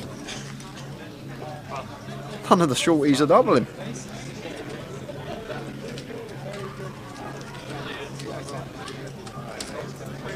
So cards are on their back. Player at risk is trap 7 on the outer. And Span just sat down, raises the 12k here into the big blind of Tom Pern. And 10-5 off, not going to be one that we're defending. So cards are on their back on table 12, right side of your screen, guys. We're not going to go out to the table, but we will let you know the result. And if he stands up and leaves, and all been eliminated. Oh, sit down. So Mark spuds him. He has gone. Mark Holden couldn't hold on for day 3. Ha! Couldn't hold on. Oh my days. Oh, dear me. And he's here all week. I am here all week. Till Sunday at least. So Mark Holden out in 22nd, leaves us with 21 players remaining and less than 10 minutes left on the clock before the last break of the day. 20 minutes, back with a new featured table. That's going to contain Mitch Hynam, Tamer Kamal and Tim Chung, assuming none of them bust in the next 10 minutes, which is very unlikely with all 3 players around $500,000.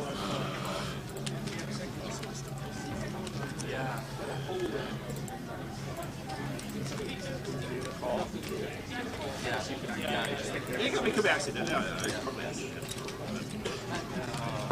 I suppose you realise though, you realise that. True. Even if you have done it accidentally, you realise, oh, yeah.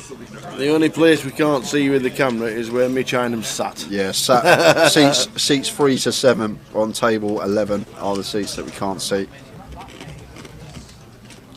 I think tomorrow, if we come back with 2 tables, we'll get the outer table to be table 12, because I think that's the best view. So bet from Aaron here. After flopping trips, this man runs good.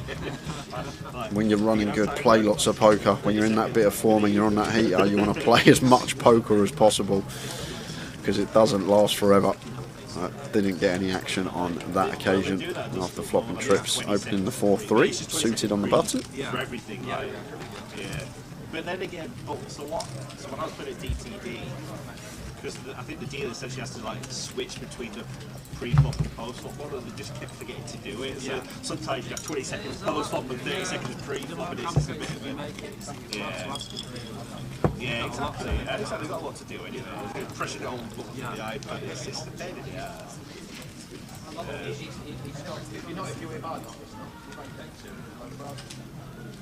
Such a nice picture of Span as well, isn't it? Look at that smile. Yeah. The grin on his face. That picture was actually taken just after he won out at Will McMurray. Oh. Oh, sorry, Will, if you're watching. Oh, he knows I love him. Oh, he's just he's funny. He scared me in Leeds last year, Will.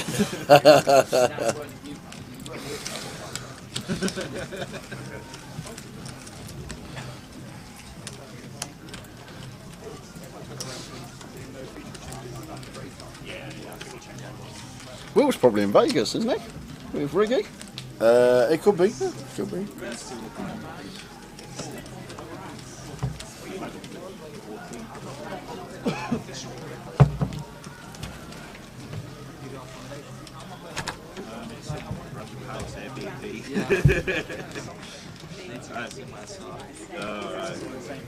Yeah, I couldn't bring myself to pay 250 quid for Premier Inners. Poker Mel, congratulations! Just won a G400 ticket from a £30 satellite. Oi, oi. Get you. Yeah, but the last minute, that's why I played it. Yeah, fortunately it's alright, but I've got lucky, it's fine. We have bathroom being 12,000. I've got mine to Sunday.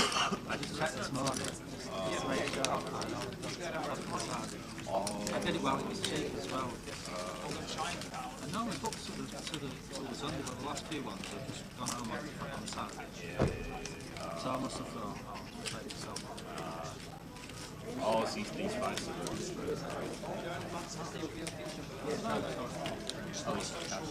you can splash out on some where if you need to, that's the first get. It's fine. They're out. Is it literally just full? I don't know. A couple more hands. Oh, really? Before the 20-minute break.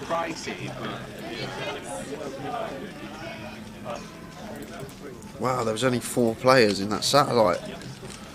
Mel says loads of value. That's more reason to get yourself on the Grosvenor client and play these sats. Now we're making it 12k to go with the King 10 suited. Now the boys are chip lead up to start the day. I'm going to tangle with Span here, because Span's going to be bumping this up out of the small blind with the ace king.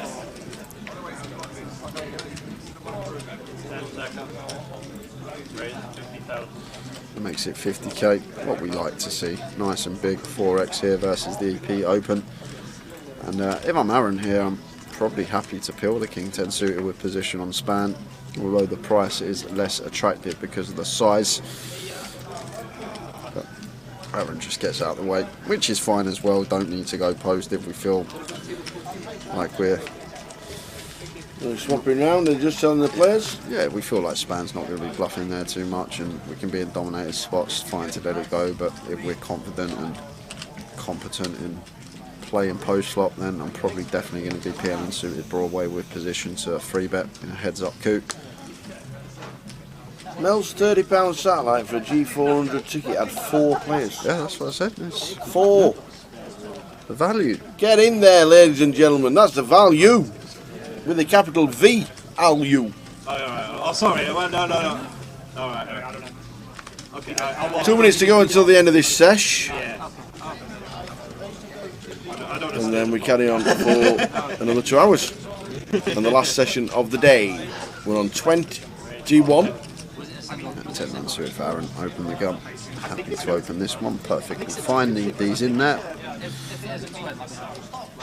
Because I think Darren Wardley was in there as well. Tonight. I don't know if it's like 4 or whatever. But, Simon Worrell went to Berry New Road, played to play a 400 sat, a G400 sat. No one turned up, so I put 30 on the roulette instead. Won 300, paid into the Goliath, early night instead, and went and got drunk. Free night, free roll in the Goliath. Well done, Simon. That's the way to do it. yeah, well. Shame nobody turned up for the satellite. Just north of third for Aaron with his C-bet sizing. He does take it down on the ace high board. So this is going to be the last hand of the session, guys, with a minute left on the clock, and then it's a 20-minute break and back at 10 past 10. Closer to quarter past. It's around 13, 14 past, but come back at 10 past.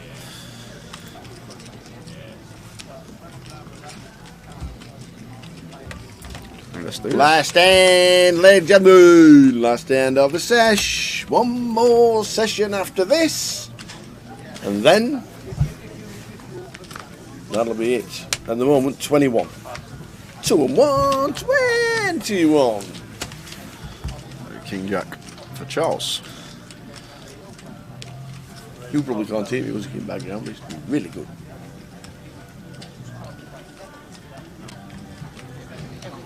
Matt here, ace 8 of diamonds here. And the hijack potential, thinking about a light free bet here. Versus Charles. It would work a treat if he did pick this one to mix in a free bet with. And great hand to do it with as a bluff. And here comes the free bet from Matt Davenport. Like it a lot. Not always going to free bet it. On his break already. Good to free bet this at a certain frequency.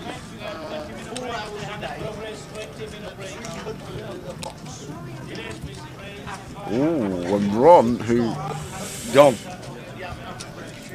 Was in the small. Yep. No, it was in the big. He was in the big with ace queen. Yeah, and just let it go. Perfectly fine. Gun +1 open, hijack free bet. Obviously repping strong ranges. I don't know if you saw the end or he just stood up just to leave. I wasn't sure. So there's the fold from Charles, and that's it for the session, guys. We are back in 20 minutes with a new feature table and the final session of the day. See you then. I don't know why we didn't all move around. But I couldn't really see him in the hand, so which didn't really bother me because like live poker, I kind of wanted to hide anyway. Still at this stage, I wasn't looking for reads on my opponents. And I've opened ace-2 blind on blind. He's called, and I was kind of short step, and it came king 5-4, and so I got gut shot, and I bet, and he raised. And to me at the time as well, it didn't really make much sense. I felt like he was weak, and I was like, okay, whatever. If he's got king, he's got king. I got an ace or 3 to hit. So I shoved all in, and he tanked for ages. So I'm like, okay, he would have called already if he had a king. So I thought it was going to fold for sure. And like the rails chanting, and then like out of nowhere, there's like a big cheer. So I wasn't even looking. I was just staring at the felt, just doing my thing that I did every time. And I just assumed that he'd folded because they were like cheering that I was chipped the pot. And someone said, show the deuce. And I was like, wow, there's not very often you get the chance to do this. So I just sort of looked across and flipped over the deuce. And then as I'm flipping over, I realized he still had cards. And then now there was another. I'm like, oh no, now what the hell? Like, what's going on here? And then he tanked for another minute, and then he called me with ace deuce. So then we chopped the hand. But like, obviously, I don't know what was going on in the whole hand, to be honest. But yeah, we ended up chopping that hand. But obviously, it could have all been different. But no, overall, I was really happy with the results. Like, tough tournaments as well. The 10K 6 max was a very tough tournament. I got heads up against the player. I played online a lot at the time, so it wasn't someone that I felt like I had a big edge against. And we played a marathon match. Had to come back the next day and finish it off. But yeah, it just didn't work out for me in either of those at the end. But I was still really happy just to be cashing and making runs and final tables. It just felt unreal, you know. It was almost like back to when I first started playing online and started winning. It was back to that feeling because it had been so long in live poker that I'd been playing and not really doing anything. So to finally start making runs was just an amazing feeling. It was kind of better than if I'd have just come straight into live poker and started winning instantly. It wouldn't have been nearly the same rush. Well, you obviously 2011, and it is just such a fantastic year for yourself, and it'll always be etched in the memory. But it was the first time that the World Series Poker Europe wasn't in London. It moved to Cannes in France. And second again. Yeah, I work on that heads up game. Nah, this was crazy as well because I kind of felt like I had massive unfinished business in this tournament because when it was at the Empire Casino in London, one of my first big live poker runs, like it was a really long tournament as well. We were on, I think it was day 4, and we're still weren't in the money. But I had a big stack on the bubble, and I was feeling really good, really confident. And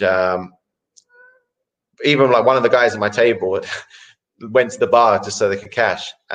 So, you know, there was a weird dynamic where We're just, you know, that blind sitting out. So me and Johnny Lodden had big chips, and we were both taking it in turns. Kind of, there was a mutual agreement almost, but we hadn't really clashed yet. But we were both the most aggressive players at the table, building up our stacks. And I was basically, you know, like 99 times out of 100, I'm going to cash in this spot, and let alone, like, I felt like over 50% of the time I'm going to final table, because only 27 people cash. So once you're in the money, you know, you got a real shot at making it, especially because I had over 100 big blinds. And we go on dinner break, like free off the money. A bunch of my friends came down, just sort of sweat the tournament. I was like, okay, well, I'm going to cash for at least, I think min cash was real decent, like maybe like £30,000. So it was huge. And I was like, okay, I'll just shout everyone a steak dinner. So we go for a nice steak dinner on dinner break, like 10 of us, buy everyone dinner, no big deal. I'm going to cash for 30K. Come back, I get kings on the big blind, kings when the guy in the big blind's not even there. And Johnny Lawton raises, and I'm like, wow, this is going to look bullshit from me, especially like with our history. So he's raised, I've re-raised, he's re-raised. I'm just like, you know, so happy. Not even a thought in the world that I could ever be beat. We end up getting in, he just had aces, and my heart sunk. And I actually had him covered by about 20 big blinds. So I still had, you know, still hopefully I can cash, and, you know, maybe I can run it back up. But like, obviously I'm a bit demoralized and a bit shook up. And I played this hand where this guy 3x'd it under the gun, this Scandinavian guy, but everyone 3x back then. And I pocket nines, and he'd been in enough hands, and I decided, I'm not going to fold the cash. I'm going to go for it here, and I'll just go all in. But in my head, I was like, okay, I'm just going to re-raise half my stack because it will look stronger than going all in. I don't know. Weird theory back then. And I've misclicked. So I've min re-raised him. And he's like, how much more? And like, you know, he's made 10K, and they're like 6K more. So it's like, oh my God. Just kind of trying to keep a straight face. And he like tanks for a bit, and then he calls. I'm like, okay, just come a low flop. Just comes ace, king, queen. I'm like, oh, for fuck's sake. But like, obviously, you know, I got to still try and win it a bit. So I fired out a bet, and he tanked for ages, and someone called the clock on him. I'm like, okay, he's going to fold. And I'm trying to like project that I've got trip aces here to him, you know, like stay away. And then anyway, after like max time bank, he shoves all in. So then I have to fold that, and I'm down to 10 big blinds, find a pair, shove, get called by ace king, lose the flip, and I'm out one off the money. And, you know, trying to avoid the cameras or trying to do an interview, make out the back exit out the Empire, managed to avoid that. But yeah, I was kind of gutted, you know, I almost wanted to burst into tears. It was like one of the lowest moments in poker. At that time, I think that was 2007, I think is the one. John Joanda one. So like, yeah, you know, this was, or maybe it's 2008, but I'd never had a live cash over 10K. And that won in 2007. Okay, yeah, so it's 2008. So literally, like you said, my first cash was 2008, and so now this would have been like my third cash. I could have won the tournament for over, you know, like 1.5 million or whatever it was for first. I don't know, but yeah, I ended up playing for 4 days and got nothing. And then there was EPT London the next week. I was so over it, I wasn't even going to play though, so I didn't plan on playing that. And I've actually woke up on the day, and I've woke up at 9 a.m., which I never did because, you know, I was always playing online all through the night. I woke up randomly at 9 a.m., took it as a sign to go and play that tournament because I was like, I'm never normally up at this time. So I went and got on the waiting list, played the tournament, bubbled that one as well. And that was when I actually, me and All In Stevie and Paul Fulton, we all went to, I told them, all right, I don't want to play online poker for a while, no poker. So we went to Ayia Napa and had like a 3-week holiday there. Didn't even take my laptop. And that's like basically the longest break I ever took from poker. But yeah, I was on life tilt after those 2 tournaments. So especially the first one, it was the worst. So I always thought like I had unfinished business in the Europe main event. Like the actual WSOP main event just seems so unattainable because you have to beat thousands of players. Whereas this one, you know, the field size is a lot smaller, like 500 normally. But, you know, it's a much tougher tournament. But I felt like this one was more winnable and a great structure. And I just was like, every year I was pumped for the tournament. So, yeah, it was to make a run at it was really cool.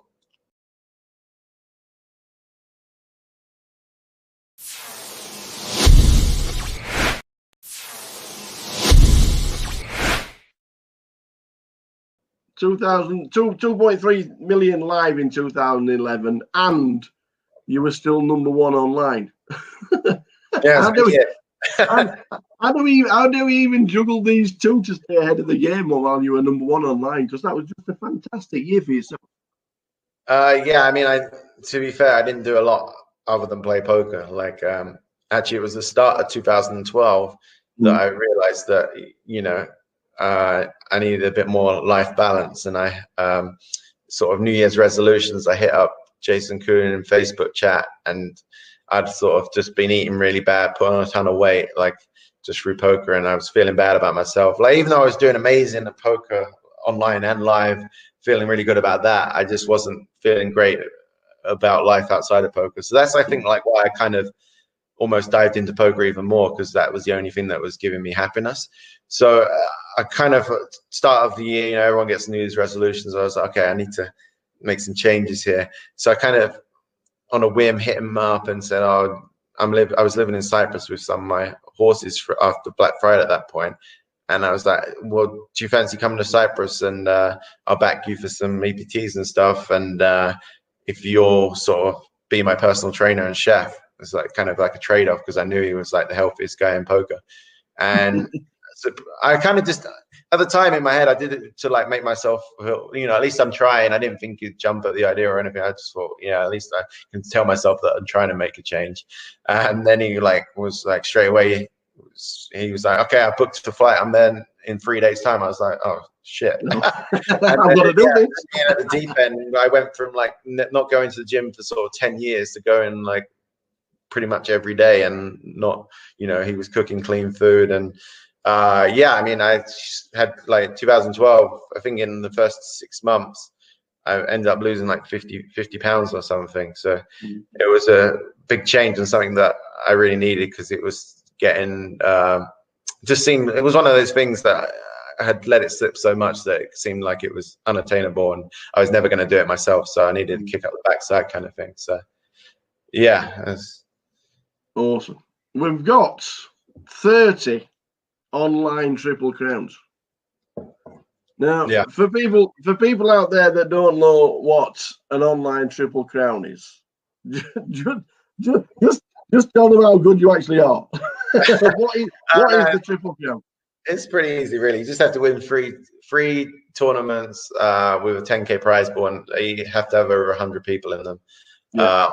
But in a week, but they have to be all on different sites as well. So that's the harder part. Is, you know, if you're playing every day, you play a lot of tournaments, so you can win 3 tournaments in a week. Not too, you know, it's not too out of the ordinary, but winning 3 on different sites, you know, a lot of time you get the first 2, like Poker Stars, you know, pretty easy one to get because you're playing a lot of volume on there, and then you get the first 2, and then it would be really hard to win the third one because you'd only have a couple of options to win the third one.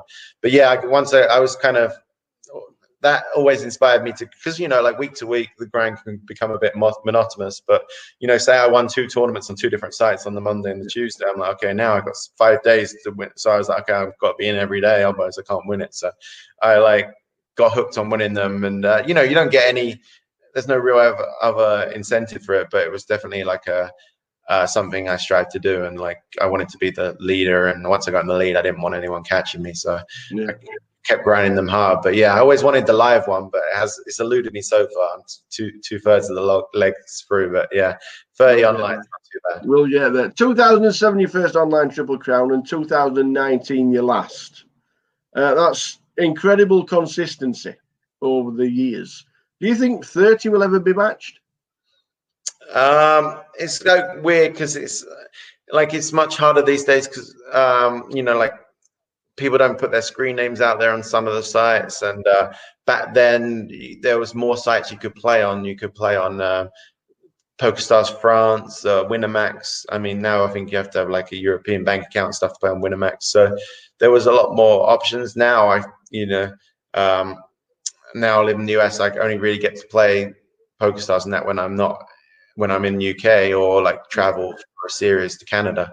So yeah, now it's pretty much impossible for me to do it. And other people are like, it's not as easy with less sites. So who knows? I mean, you know, that's good. I know. Yeah, I'm sure someone will beat it one day, but you know, it's fine. Well, I was gonna say, do you think you'll ever get it back, or the grinding days, the long nights, the long days, have they just gone now? Is it the last time you were number one was 2014? Yeah. So and you've just more or less said that grinding nowadays like that is just a thing in the past. Is that number one slot gone forever? Yeah, I'm sad to say it, but yeah, I don't think I'll ever put in the volume to get it back. Like, I'd have to, like what I'd have to do is like, win one of the huge tournaments where it's like 2 or 3 million for first kind of thing that they have once a year, and then and then still have the sort of heart to want to get it after that, because you get a lot of points for that. So you could if you put the volume in for a couple of months after that, you could theoretically do it. But then if you just won 2 million, are you really gonna want to play poker every day? But like in my head, if I did that, maybe I would try and get it back then. But yeah, I don't, realistically, been there, done that. But yeah. Being the best in the world is never something bad to be said about anybody, and you've done it on more than one occasion. So it's always in the bank. It's always there. But one of the reasons why you lost the number one spot is because you went on and won a WPT. The LA Poker Classic, 534 runners and just over 1 million. Is it a big relief having a WPT? Huh? Was it a big relief at the time, getting yourself that WPT? I mean, it was just a big relief finally winning heads up, to be honest. I was like, Dempsey was always giving me shit for losing heads up. So I was like, if I lose this one, he's going to have a field day. So yeah, it was just nice. And also at the time, I'd actually been on pretty much my biggest ever downswing. I had to get the backing of horses has gone really bad. I'd had to get rid of everyone. I'd actually sort of, even though I'd won all those tournaments before, I'd not been smart with the money, and I had to pretty much start all over again. I was down playing low stakes, $10 rebuys, like the lot online. I still enjoyed doing that anyway, but now I actually needed to like build my bankroll back. So I hadn't really been playing any live poker for sort of a year. I'd just been taking a break and playing online, trying to build back to bread and butter, build sort of my roll back. And I've been in quite a negative place as well. I've been that guy who's sort of been seeing other people winning and moaning about it and saying, "Oh, I'm better than them." Why that? Just like the guy you don't want to be, really. And I started working with well, not through choice. Like my wife basically had enough of me being like negative, so she sort of put me in contact with this mind coach guy, Stephen Simpson. And he'd worked with a couple of people that I knew, like Liv Barry and a few other people. So I gave him a shot. He actually flew to Vancouver. I was playing online in Vancouver at that time. And he flew to Vancouver on a whim, didn't offer him anything at the time. He just said he wanted to have a meeting. He'd obviously read up about me and knew that, I had good potential as a client and stuff. And I met up with him. I came in pretty like, I just meet the guy, but like, I'm not going to work with him. But I actually got a lot out of it and met with him a few times and went on a good online heater, enough that I was comfortable sort of buying into this 10K event and just selling a bit of action to a friend.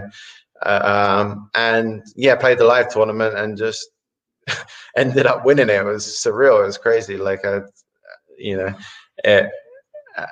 it still feels not real to me now because I've been in such a sort of bad place, not doing well, and in a space of a couple of months of talking to this guy, it sort of flipped my mindset completely. And I still work with him to this day, like five plus years later, just check in with him once a month or whatever, and really recommend it. Like, but it's so, at the time I was completely against it. I was like, I can sort out my own problems, but really, two heads is better than one, especially someone who knows what they're doing, So yeah, like I came into the final table. The final table, it was one of those ones. The final table didn't even go to plan. I was chip leader with 4 left, and then I basically threw away a lot of my chips with some dodgy hands. Misread my hand on the final table, one hand where I thought I had a straight. I think the board was like 4, 5, 6, 7 queen, so pretty scary board. And I thought my opponent just had like a queen, so he wouldn't call that big of a bet. And I had Jack 3 of hearts in my eye, so I missed the flush draw on the flop, but I backdoored into like the low end of the straight. Yeah. So I was in my head, I was like, okay, I don't think the guy's going to call more than like 50% pot here. So I bet 50% of pot on the river, and he's tanked for a couple of minutes and called. I'm like, okay, good, got max value. And I go flip over my hand to show the winning hand, and I actually had Jack 2 of hearts. So I didn't have the straight at all. And so like obviously, and in my head, you know, if I had known I didn't have the straight, I would have, against this guy, I would have bet a bit bigger because I didn't think he would call a bigger bet. So yeah, I gone from that. So you know, that's the swing of being chip leader to being last place. Like you know, the stacks were that close, and somehow I ended up coming back and won a freeway all in with 3 left, which was just probably my most memorable hand of poker ever.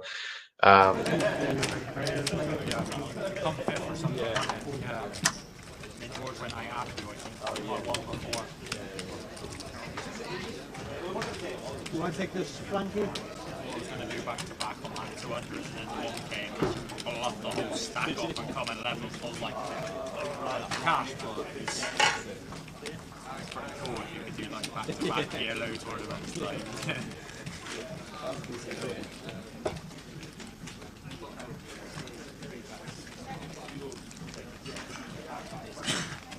good. As soon as you get to 6 cards, you get rebinds. So like after 3 levels, I put it by your money.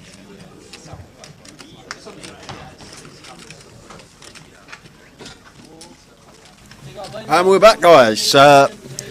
Last session of the day. Tao will be back in 5-10 minutes. He's just having some food, and then he will be back to join myself. So I'm just going to kick off the session on my own. I will let you know who we have got on the featured table, and there is plenty of chips on this one. Tamer Kamau in 1, Ravi in 2, Hong Pham in 3, Mitch Hynam in 4, Tim Chum in 6, and Rajinder Sheena is in 8. And that's the table we have got for the final session of the day. 2 more hours, and then players will be bagging and tagging for day 3. We can see the 2 outer tables now, so everyone left in the field you can see in that shot.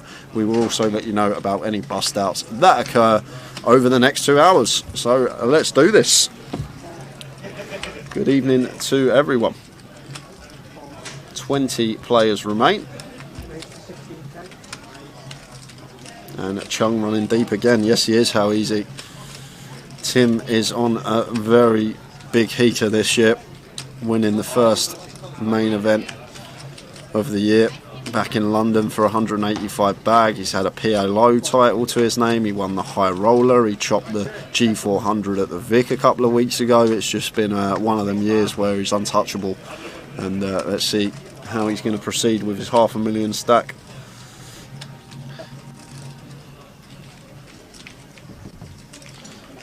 So ace, queen, 9. It's the board, and Tamer flopping bottom 2 here. Tim electing to continue here with the queen jack on the A-side board. It's going to be a board that we're just going to be firing fairly often in terms of range. Very good for us as the opener. But we are behind at the moment. 8 of hearts on the turn. This is where we expect him to start checking most of the time.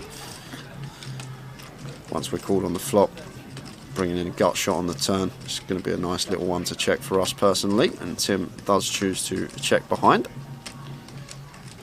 And it's a 9 on the river here, so diamonds completing, but Tamer making a boat here with the queen 9.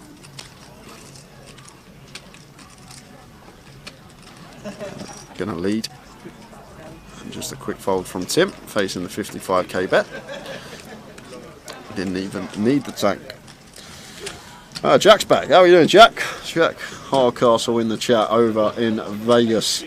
Tim runs good for someone who folds kings. Won't want to remind him about that tomorrow if he does bag up for day 3. That was on a big day 3, wasn't it? The kings fold obviously gave his reasons. That was somewhat turned on the socials. How are you doing, Karen? Just back. Who's chip leader? See if PK put the chip counts in. There we go. There we go. There were the chip counts at the break. Kev Allen, top of the pack on 585,000. Trev Reardon, Tim Chung, Mitch Hynam, all up there as well. Matt Davenport still going strong, chasing National League. And we got Hong T Fam, who is on our feature table as the short stack.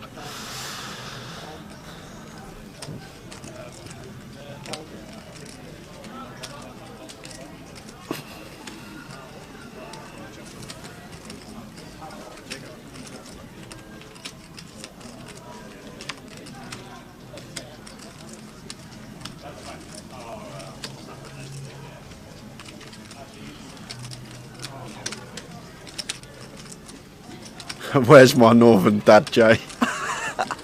He's just having some grub, Jack. He's having a bit of grub and then he'll be back. He should be back in like 5 minutes or so. But ordered some food and didn't come on the break as expected. Come right at the end of the break, so he's just having that now. And Tower will be back with me, hopefully in about 5 minutes, I reckon, Jack. I know you only tune in for Tower, not for me, so hang around, he will be here. Northern dad.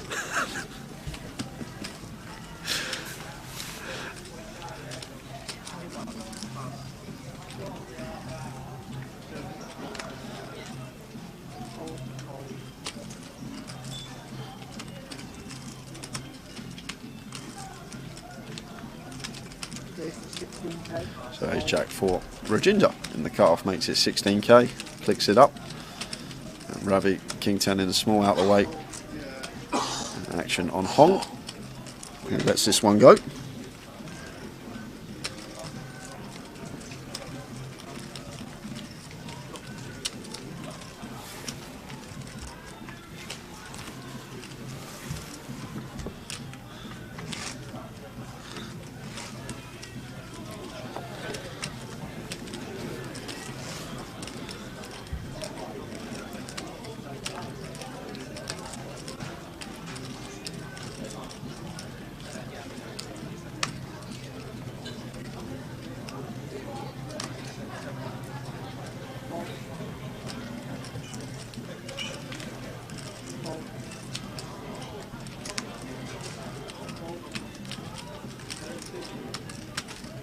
Five deuce of spades for Ravi on the button, gets out of the way. Hong gives Mitch a walk.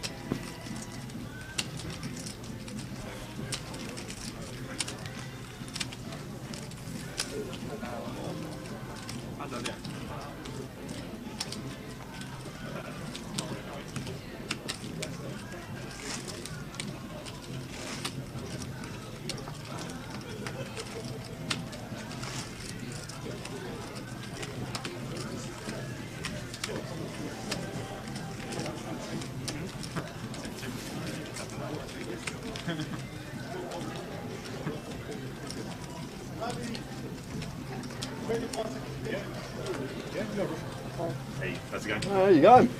Well, it's not Tower back. Andy Hills has come to join me. Why, Tower has some grub. I do. Yeah, good. I'm doing good. Not the replacement Jack was expecting. He wanted Tower. He goes, "Where's my northern dad?" But we've got you, Andy Hills, northern as well. Northern dad. Yeah, there you go. There How you old's go. Jack? Maybe I could be his dad. Yeah, you could. What are you 40, Andy? I don't like to talk about that. It does start with a 4. Well, you've just joined us for an all-in because Hong shoved over the cut-off open of Ravi, and Ravi has made the call with the ace-8. Hong only shoving for just sub-6, so Ravi has to call this off once opening. And Hong on her way to a double, fading 3 outs. It's pretty clean. Just needs to fade an 8. Oh, chop outs now.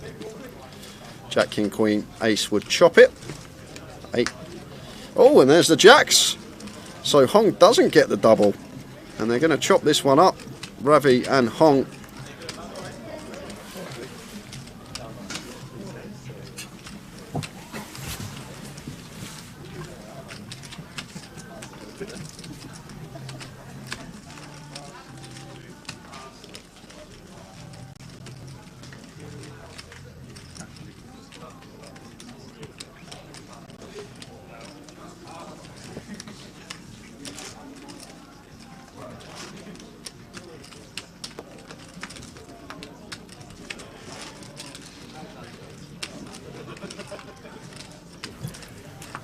Hiya, I'm Jay Howard, and this is Andy Hills. Jay's gone 45. Andy's in the box. Good on you. Thank you very much. Thank you. You're a star. A star as always. Andy Hills. I wanted to be on that screen, to be honest. Like in that area of the screen, not the box. Yes. Not this area. Well, I'm gonna turn this camera off because we're gonna swap places, so you can be close to the mic because I shout a lot louder than anybody else. So we're gonna swap round, and Andy's gonna be sat here, and then I'm gonna be sat there, and Jay's having 45 minutes, but Andy's here for a couple of hours.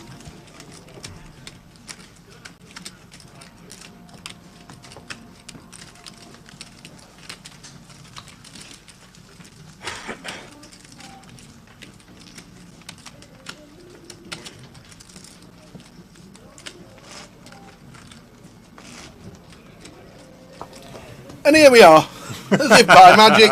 We put the music on with the musical chairs and we sat down. When you off to Vegas, Andy? Says Mick the Mod. 24th. Really excited. Very good. I know it's this. Have you seen the 500 homecoming, warm coming, or whatever it's called that's on now? Yeah, and I've heard amazing stories already. It might be a new record for the shortest time before some incredible stories about the kind of dealer errors, yes, which always happens because they have. I do like the one about the cooling up the chips came out. That was quite incredible. I don't know if you've heard out there. I've heard another one was crazy. Something about they do this thing where they shout out certain seat numbers. Right. It's to do with I think reserving stacks for people who haven't arrived at the table yet. So they say something about seats. So can you put 3, 4, and 8 in the well? It's a bit like a chip rack in front of the dealer, right? And one of the dealers didn't understand what that meant, and they took the 3s, 4s, and 8s out of the deck. They played for a number of hands. It might have been more than an orbit or two, with 3 denominations removed from the deck. Wow! There's been incredible stories, and that was on like day 2 of the series. Well, they've got 5,000 runners today for the day 1C, so they've smashed the guarantee. It's the biggest test they've had so far, and obviously day 1D is obviously going to be the biggest one because it's the final time to buy in. So today 5,000 today, it's going to be even busier tomorrow. So it is where it is. But yeah, Vegas for Jack Hardcastle says he couldn't hack another bullet in the 500, so he's gone to the win. Good luck in the win, Jack. And I'll see you on Tuesday/Wednesday. I really enjoy playing the series. I do really enjoy it. I'll send you the message when we finally get there. See where everybody is. It'd just be nice just to land and just to see what's changed. Like 2019 was the last time you went out. The Resorts World's opened. There's a couple more that's opened as well. It'd just be lovely to walk around. They've got a tournament series at MGM now, so they have. Apparently their card room's supposed to be pretty impressive now. The Mirage is closed down. They've not got a card room at all. So yeah, big changes. But good luck when you go. 5,000 in one day. Oh wow. Yes. 5,000 entries in one day. There was 3,900 yesterday, and 3,300 the first day. So they've already hit the 5 mil. Wow. And there's one buying day to go. Plus late reg today. So yes. But we're here in Luton grinding away. Unfortunately the grind for you has come to an end. Yep. I was busted by one of the guys on the feature. Bit of a cooler. I got a bit of a tough table today. My second table of the day was the one I was on for until I busted, and pretty rotten seat draw. I mean, I don't like to bemoan. I'm not sort of a bad beats kind of person. I don't like to bemoan my luck, but I did get Alex Papazian on my direct left, and then like a pretty tough reg on his left, and a quite sticky player on his left, and Tim Chung. So there weren't many spots on my table. So when I got a top pair, top kicker hand, I went for 3 streets to try and get the maximum from one of my few spots that I found. And unfortunately, I did get coolered. But I don't regret much. Yeah, and obviously Tim Chung won the high roller earlier this week, so he's on form.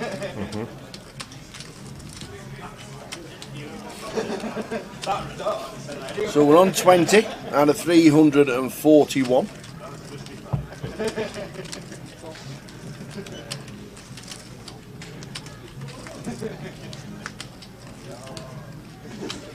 Five of spades on the turn on a Queen, King, 7 flop. Check call from Rabbit. So he turns 2 pair. There's Tim. Sat with nearly half a mil.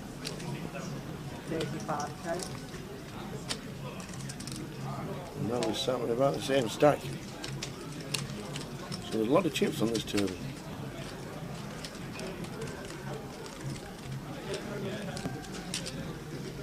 So the final 3 tables, as you can see, are there. Any stand-ups and walking away from the table that you see from the outer view, you'll capture it, and we'll let you know who it is and when. Good to see Kevin Allen running deep. He said to me yesterday, he says, "Are you going to Vegas?" So I told him, "Yeah, this is what you're doing and where you're going." So I told him, and he's like, "Yeah." He says, "What I bought in for Luton this week, I could have stopped in Caesar's Palace for a month." Yeah, I did. I booked quite a few weeks ago, and the hotel prices were insane. There was one night where I couldn't get a hotel. Really? I think it was last night. So I got an Airbnb for that reason. Okay. Wasn't the finest experience of my life, but it was. I'm a bit happy now. I'm in a Premier Inn. Nice one. Feels like the Hilton now. Good.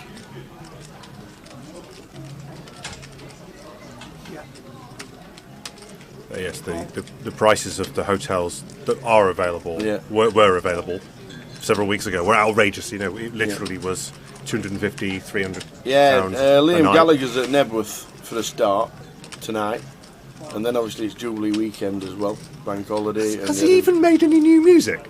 Like, Liam Gallagher, he's just done about 7 albums since. Really? Yeah. Is it all the same kind of thing? I don't want to sound negative, like same kind of thing. Yeah, a little bit-ish. So our short stack is in. Hong Tai Pham is all in for final 69,000. Tim Chung's got the 10s. We need to hit an ace. We're running 7s. Now there's 1 7 and the backdoor spade draw. And there's the other spade. We've got the maximum sweat. We have got the lot. 7s or spades needed. Oh, it's the wrong shape. The 2 of clubs. What a great run. The final lady departs. Hong Tai Pham finishing in 20th place for £2,950. Played with her for a lot of today. Yeah? Yeah. Did Bavcash. Bavcatra, yes indeed, he finished in 32nd for £2,200.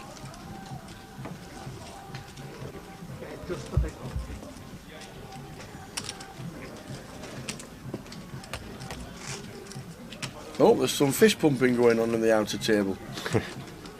I see Tom Hall. There's a spud. What happened there? Lost one. Thomas Pern. Thomas Pern sat in seat number 4. See the Scottish fellow? Yes. Yeah. Just lost 3,300. He got the pay jump. So he got 3,300 for 19th place, which means we're on 18. We'll change the upper numbers very soon. The only 2 people that can change them numbers are not in the building at this moment in time. Jay's having 45 as Andy Hills has come to chat to us and having a couple of hours in the comms box, and PK's around the room. So we'll get that changed, but we are now down to 18 from the 95 that started day 2. My main bad beat today was busting the main half an hour too late to enter the side event. It's under the side. I tell you what, the side event got 81 runners. I was impressed with that. I thought it was pretty good. 81 runners, and they're actually down to the final table. Yes, I think it was about 8 left when I saw the screen.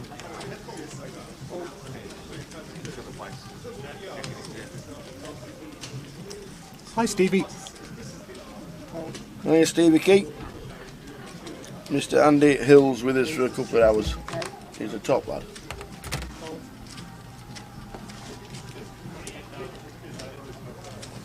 So Tim's now getting the cards.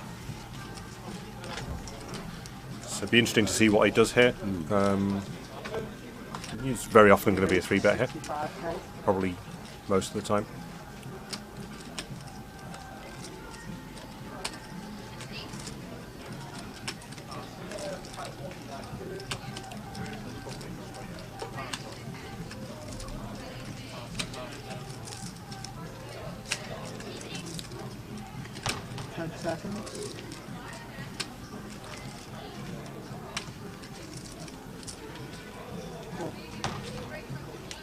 Got a little bit too many chips to be 4-bet piling, so not really surprised by the peel here.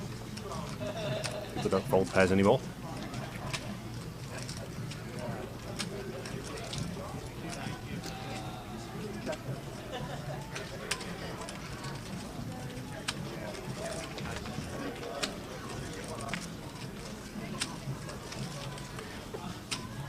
It's not a great flop for Tim.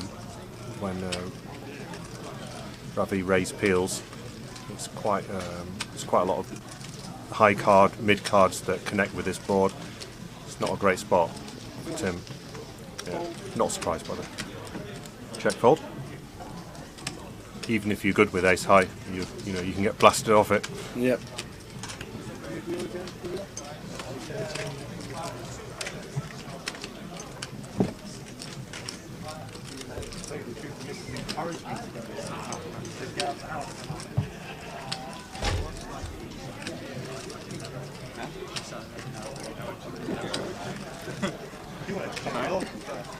So we'll have 3 tables of 6. Martin Frey's moving across. As we're down to 18.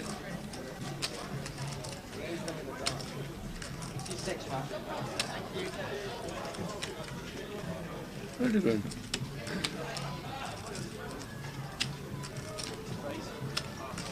Why has he just done that? Oh no, we're on 5. Duh.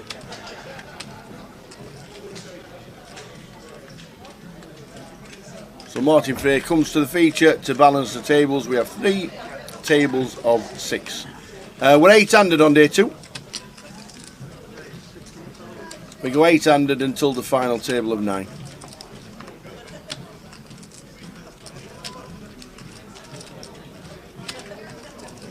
Yeah, very happy about 8-handed play. Yes, and of course, I think a lot of players 7. are. A lot of players do like it. Not just for the extra space around the tables either. It's a nice improvement to the game. Yeah, it's nice. So Martin Frey comes to the table with 200,000.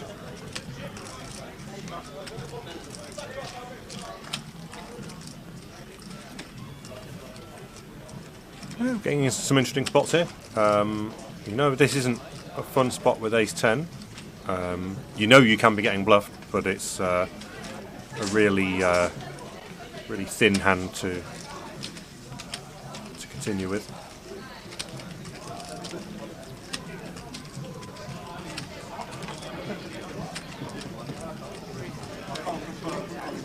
It looks like he's going to be raising it up. Yeah. So this is a 4-bet to fold.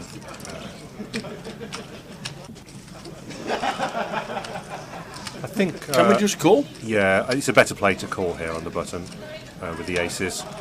A lot of the legitimate 4-bet jam range. Mm-hmm. I like it. Easy time card. I love it. You know, a certain proportion of the top of the 4-bet value range here is going to stack off on a very high percentage of flops anyway. But you can also keep the bluffs in. So if the opposition player is bluffed with ace X, we can now keep those bluffs in. Sometimes cooler them on the flop, or sometimes just get one more bluff out of them on the flop. Would it be better to use the time card and then just call? I just think this looks really strong. So Yeah, it depends. It depends whether you think the hijack has got many 4-bet bluffs. The fewer bluffs they have, the more you should just lamp it in and try and get all the chips in pre-flop. That's what you want to do with aces. If you can get it in pre and get called, then that's the dream scenario. You don't get any scare cards that might put your opponent off. But if you think your opponent can have bluffs, then enough bluffs, then calling's going to be better. Keep the bluffs in. Yeah, this should be a very thin call with ace-10. I mean, not many people are 5-bet jamming wide enough here for ace-10 to be a call. This is kind of like a throwback to online maybe 9 years ago. There was a phase where people had these sort of click wars pre-flop, and ace-10, you have to be up against someone pretty really going for it, you know. Yeah. For ace-10 to be a good enough to call. He's made the call. Wow. Tamer has made the call. I mean, even ace-jack will be thin versus most players. People don't do as much of the pre-flop wars anymore. Yeah. So I don't know whether there's any history here, or whether he's levelled himself. Yeah, that's true. I can't. You can't always look at these things. I think ace-10 is probably the bottom of everybody's range. It's just if I'm 4-betting ace-10 there, it is a bluff. I'm not doing it to induce. Well, he's going to leave himself short because that is it. Tamer Camel is going to leave and just for rubs to the 10 on the river. So Tamer's going to be down to 50k. And Mitch Hynham, who's a dark horse in the entire field, is on a mil and chip leader in the room. Huge pot for Mitch Hynham. Colossal. That is massive for Mitch. I mean, you can see the thought process that's gone on there. It is. It's just he's taken a pencil to a sword fight. It's it doesn't really cut it for a 5-bet. That hand doesn't. A blunt pencil as well. Yeah.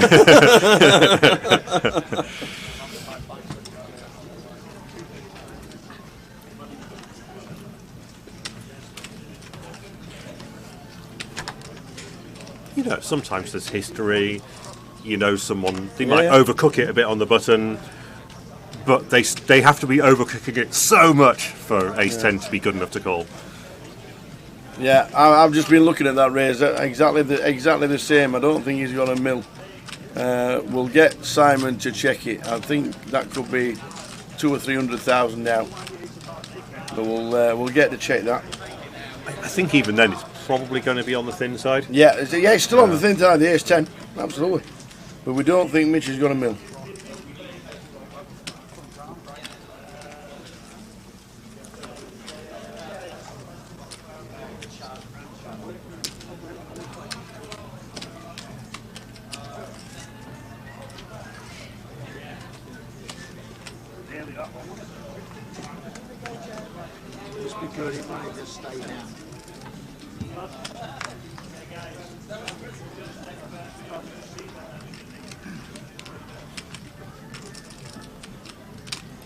Does Martin have anything on the button?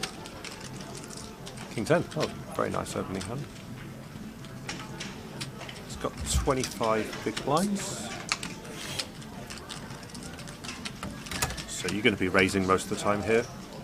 Sometimes limping can be okay here, depending on the tendencies of the players in the blinds, but this is definitely okay.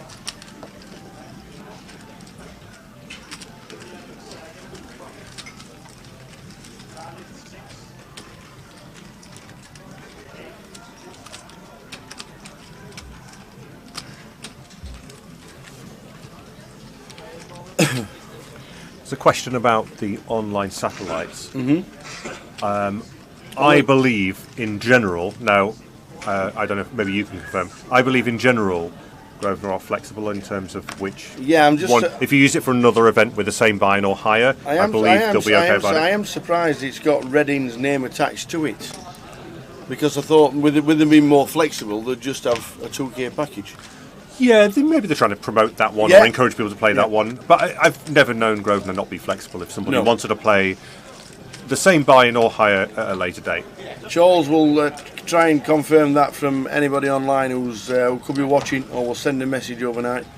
It's the lobby says 2,000 GUKPT Reading packages guaranteed. If it can be transferred, we'll let you know. We'll send a message overnight to the online team, and hopefully they will respond.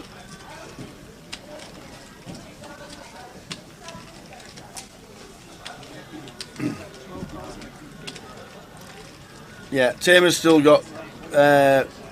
We think it's about 650,000 for Mitch, not 1 million, and Tamer's still got plenty.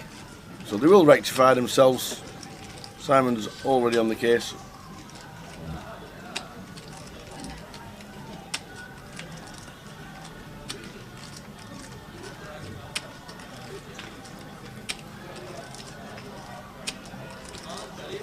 So Tim did allow himself to be outdrawn here, unfortunately. He checked back second player on the flop. But it's very standard still for him to call the turn. He's still beating lots of stuff. Lots of draws on that board.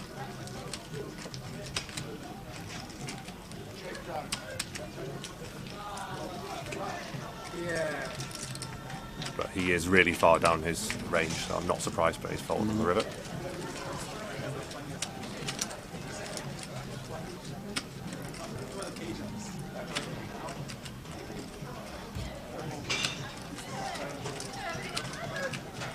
So we're on 18. 1 and 8, 18. Charles is still in.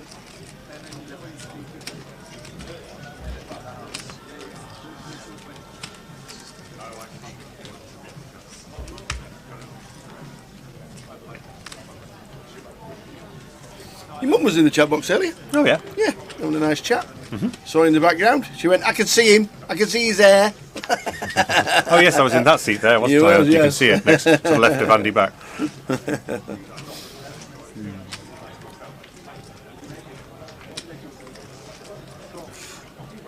Yeah, Charles is still in. He is on one of the two other outer tables.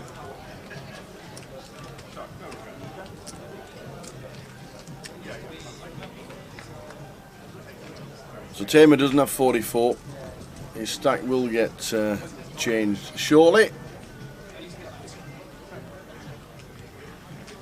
So it says he's limped the button with the 8-6 off. I mean, this stack size can't be right. No. As you said. Yeah. Nobody would limp off that stack.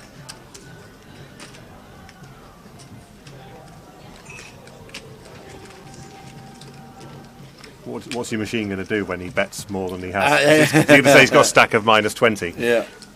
Yeah, then we'll definitely know that Tamer's chip stack is wrong. But he has checked on the 80 diamonds turn. King of Hearts on the river.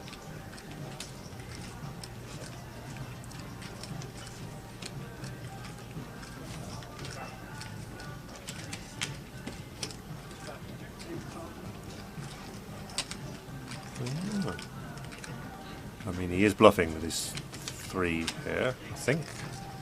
I don't see what he's doing if that's not a bluff. I mean, it wasn't really big enough to be a bluff. It was kind of like I guess, I don't know if it was supposed to be a blocker bet, but his hand isn't really even good enough to block a bet. You know, he's got 5th pair. When he gets called, it's 95% going to be something better. So that isn't a hand to do the blocker with, I don't think. I just think that's going to be a losing bet, slightly losing. You know, a small bet, but nevertheless, you're going to usually lose that bet, or just, I don't know. You can't really induce anything with that bet. You haven't got a good enough hand to call a raise.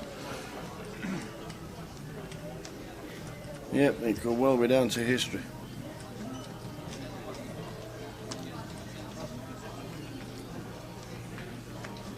So we have about 90 minutes today.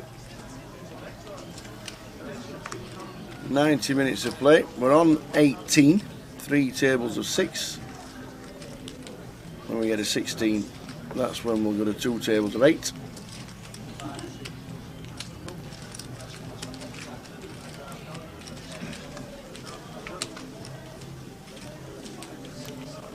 Or reg on reg violence. Let's see if we get an interesting flop. No, I think this is nothing too exciting is going to happen here.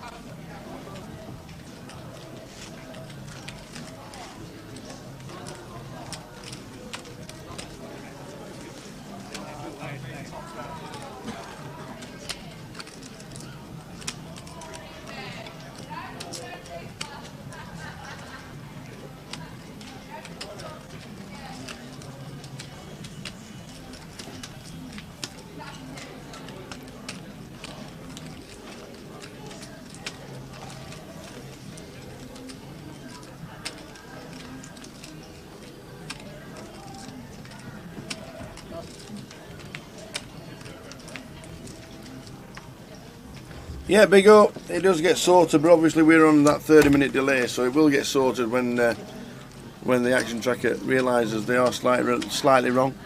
Apologies for them being wrong, but we reckon it's 300,000 for Tamer and around 650 for Mitch.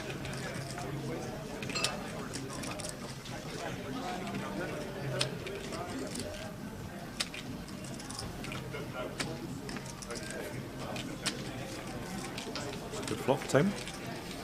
Queen Jack 4 flop, checked, 4 diamonds on the turn. I'm surprised by Ace 8 of Hearts checking this flop. It should normally be betting this flop. I don't know. We don't know his exact stack size, but you should be betting and very happy to get it in for a reasonable number of chips with the Ace 8 of Hearts.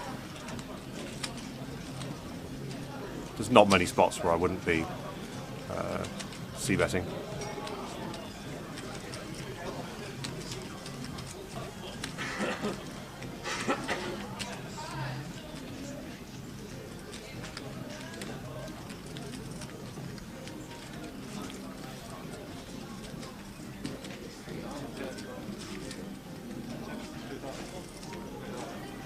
Tamer going to call with the ace high.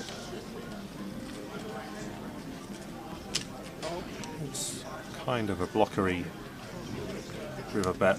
Yeah, it does call. He's managed to get some extra value out of his top pair there. Martin Frey moves up to 284.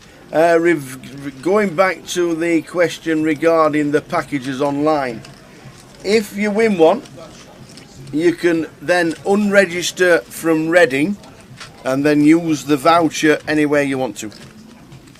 That has come as an official answer. Thank you very much for the answer. You can use the vouchers wherever, just unreg and then convert it to a voucher so you can use it wherever you want to. And that's regarding the 225 online satellites with a 2K package.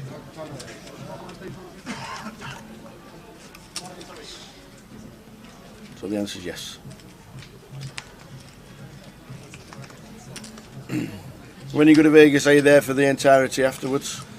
Yeah, 3 weeks. So, Yeah. you know, most of the main. I hope to have to change my flight. We all dream, don't we? So Tamer 232, Stacks is done. Thanks, Simon. Oh, brilliant. So it's obviously a fairly close to bottom of the range open, but no one seems to have anything, so it might work out.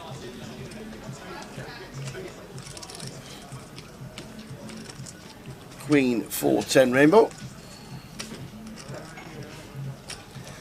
Quite a wide call by Martin in the small blind. I know from playing against Martin, he doesn't like to be pushed around. I don't personally play that hand in that position. Big cash for us as well, isn't he, Martin Frey? There's a lot of cash. But he does love his GUKPTs in his tournaments. Played with Martin for years. On enough. What's the plan to ship the main in the World Series of Poker? Of course. Well, yeah. The answer to that would be yes. We all dream.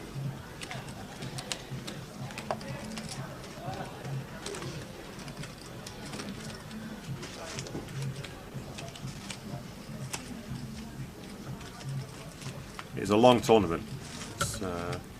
Is it 8 days, 9 days? I think it might be 9. I've got to day 4 before. Okay. That's it. Is that your longest run? The longest run, yeah. Okay.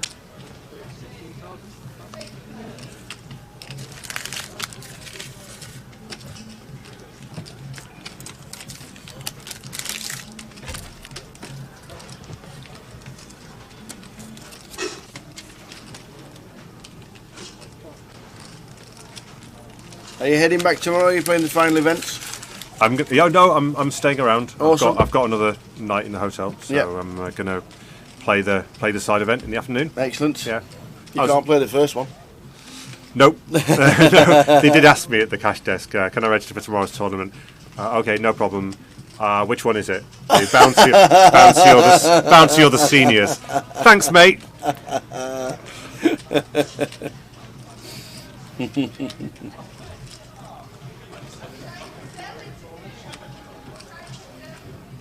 Gone are the days of being ID'd asking for buying alcohol, you know. Now it's like, do you want to play the seniors event? Cheers. Wait until they ask you if you want to play the super seniors.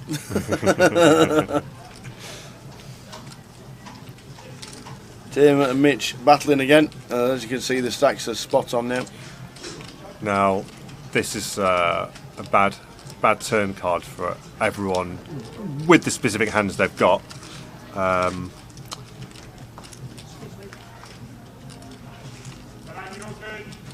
The board's got worse and worse for the big blinds range here, so it's going to be quite hard to get value from the set. You know, it's the dream scenario. You flop your set and your opponent's got top pair, and you can be bluffing. You know, you keep betting representing a bluff, but this is a board where you genuinely have Jack X beat a lot, so it would be quite the hero to call with the Jack, and it would be a very wrong hero in this instance. Unfortunately, they have clashed quite a while, so there must be a history during the day. Well, this is it. I mean, Untamed, he didn't believe that whatever it was, 3-bet before. Yeah,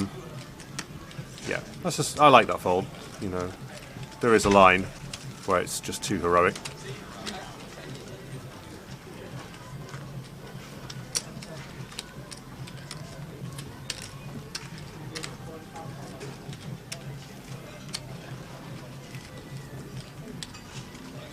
Still on 18.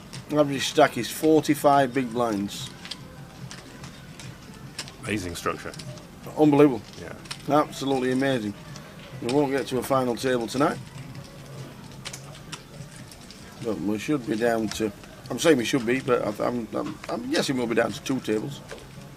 To get a better structure than this, you pretty much have to spend about 5,000, I would say.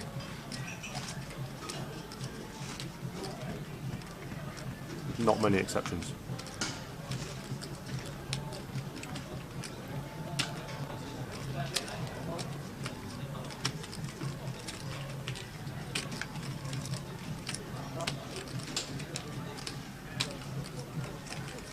Have you noticed?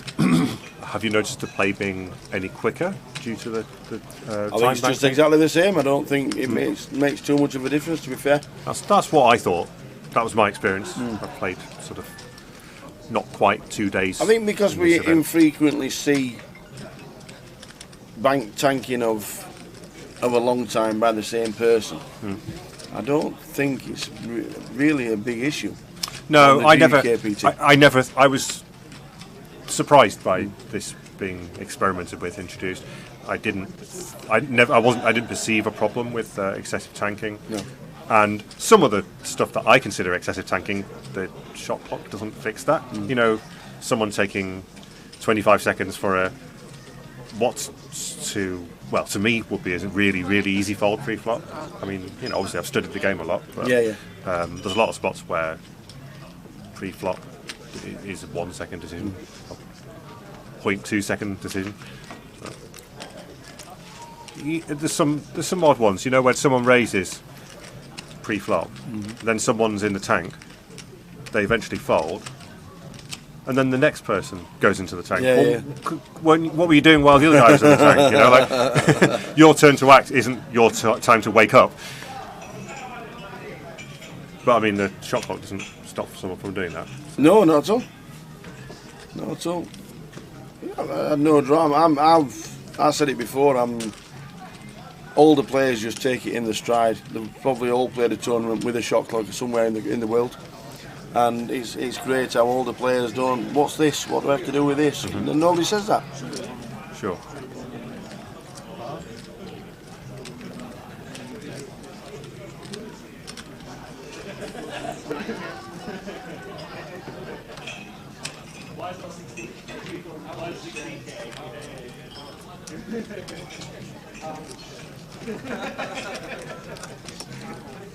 So the final level and about 20 minutes is upon us. Jay will be back in about 15 mins.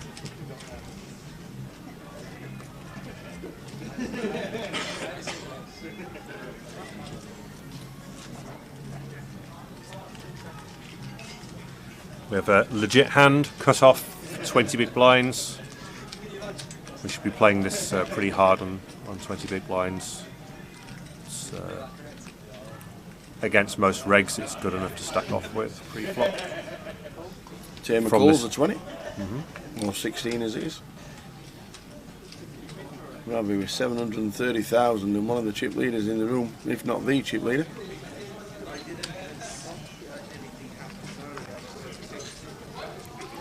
Now, things you don't want to happen with sixes. Get peeled in 4 spots. It's not. This isn't fun. No, let's just flop the set and make it easy. Okay, we've got 3 spots. No, 4 spots. Yeah. Mitch is in with the 10-6, Ace 9, King 2 diamonds. Yeah. So we can't see what Tamer's got. Unfortunately, it could be the Ace of Spades.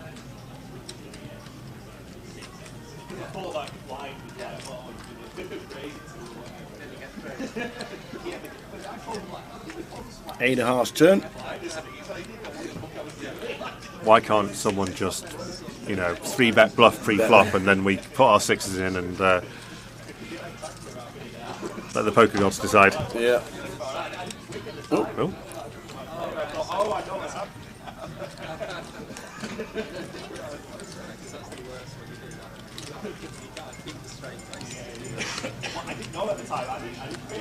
Taylor come out for the bet. About 40,000. He doesn't need cards. 41. That looks like the end of the hand.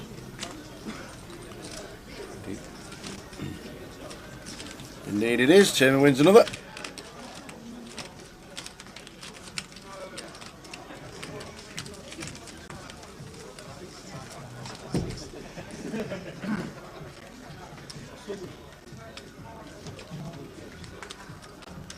Still on 18.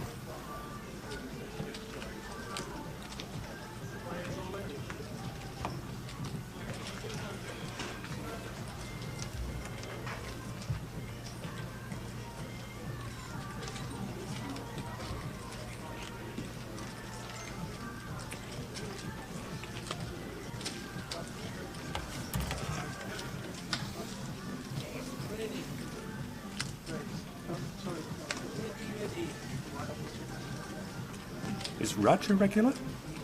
Rajinder? Ravi, yes. Rajinder. There was the first player to act. Was it Rajinder? I don't know how you pronounce that. Oh, down there, yeah, or down south, yes. Luton regular. Luton and London he plays now. A lot of locals play this. A lot of good players down here. And the big players. They'll play London, they'll play Luton, and travel to both. It's about 45 minutes, I think, from this casino to the Vic in London.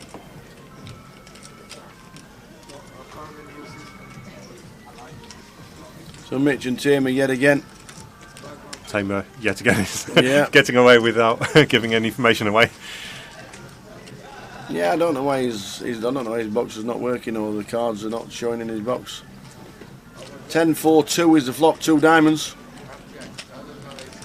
Because the cards are in the box.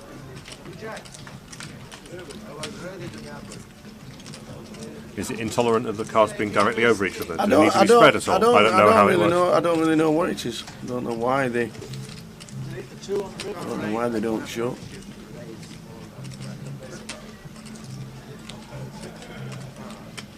Turns a 3 after it's checked. 3 of hearts.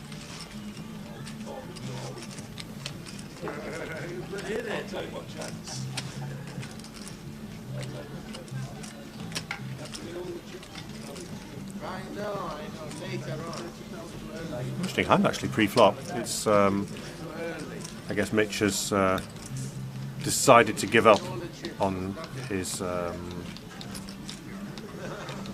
quite well. He's kind of bluff raised in the small blind over the limb.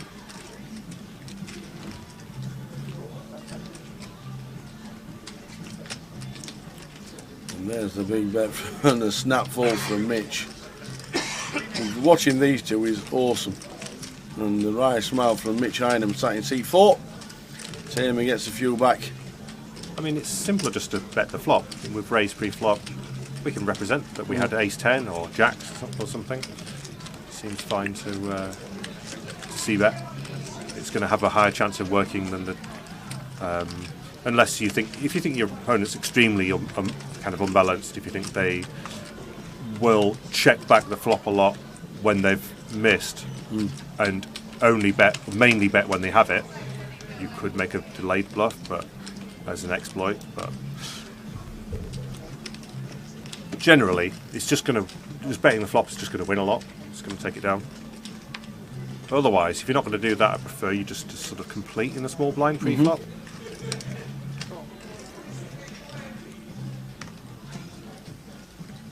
Well, there's just a call from Taylor this time.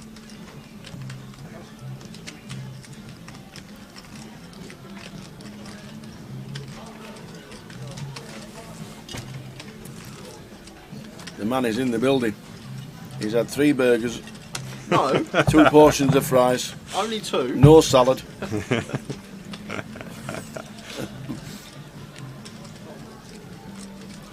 Steady start to the final session. With Tamer and Mitch colliding on a regular basis. The rest of the table just watching on.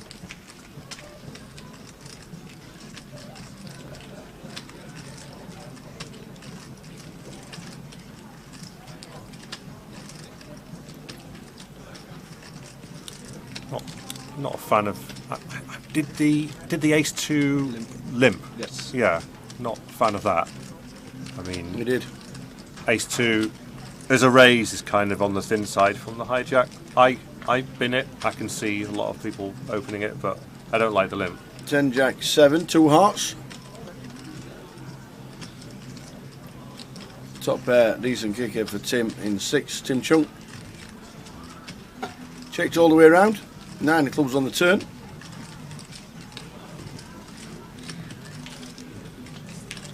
Tim's going to think he has the best hand a lot here, despite, you know, there's some obvious hands beating him, but he's still happy here.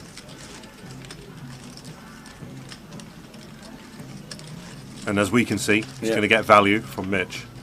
Mitch will be calling. Now, what will happen on a heart river will be more interesting than what happens on a club river. 3 of diamonds hits the river. Option on Tim. You go check, I've got ace high. Tim turns over the jack. We are still on 18. Ready.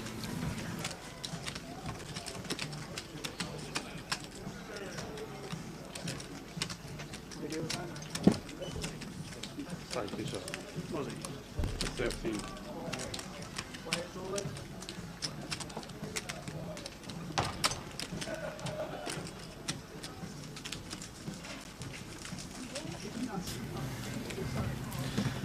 I'm here. Going to be joining Andy for the last, about 55 minutes, and then Tower's going to come in for the last 15 minutes with myself just to close up. But looks like we've got an all in the corner out of table, Andy. Shall we head on over? Straight away, Ali Sarkashik here. Trevor Reardon opened. And Ali decided to shove the 7-8 of clubs and ran straight into it here. Trevor Reardon with the kings. Ali going to need lots of help to survive. And there's not much. That's not 5 of clubs working. Not yet. Nope. Dead on the turn. So Ali Sarkashik is out in 18th place. £3,300 for him. And that's going to leave us with 17 players.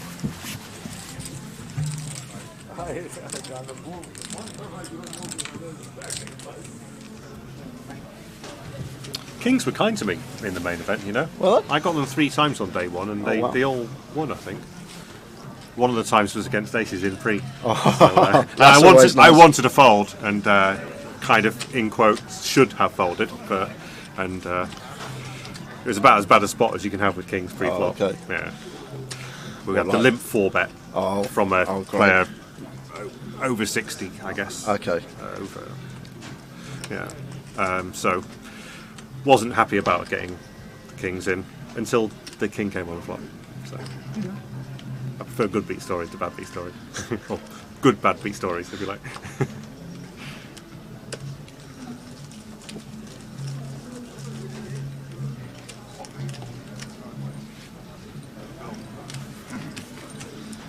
How was the hour with the tower?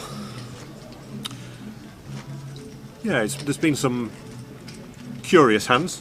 Definitely playing some things not the way I would.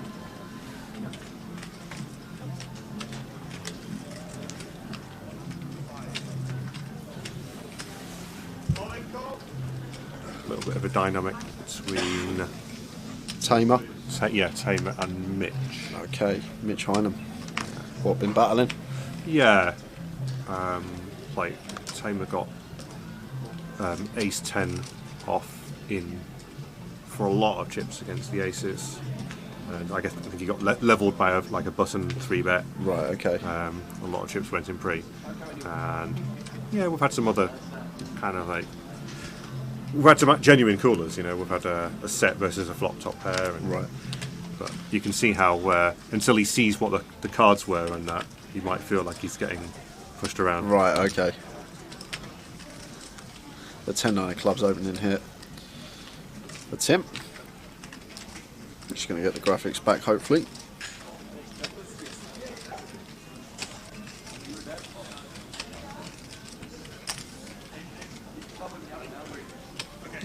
Ravi donking out the big hit.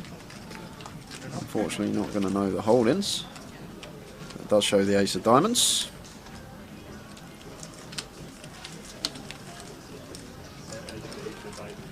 What was the story of the main event for you then, Annie? Obviously, deep one, few spots off the money. Yeah, I had a pretty rotten table for the latter few hours of my day. It was kind of a subset of this table. Okay. Ravi in the seat he's in now. Tim Chung in the seat he's in now. And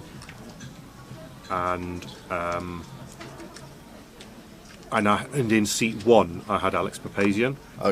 He was on my direct left. Yeah. So it's a bit of a stinking table. Yep. I didn't get many spots. You know, I took a couple of very few 3-bet spots, and they all blew up in my face. But I did manage to get a chip up. I got quite an easy one with Ace King pre-flop, just a hand that played itself.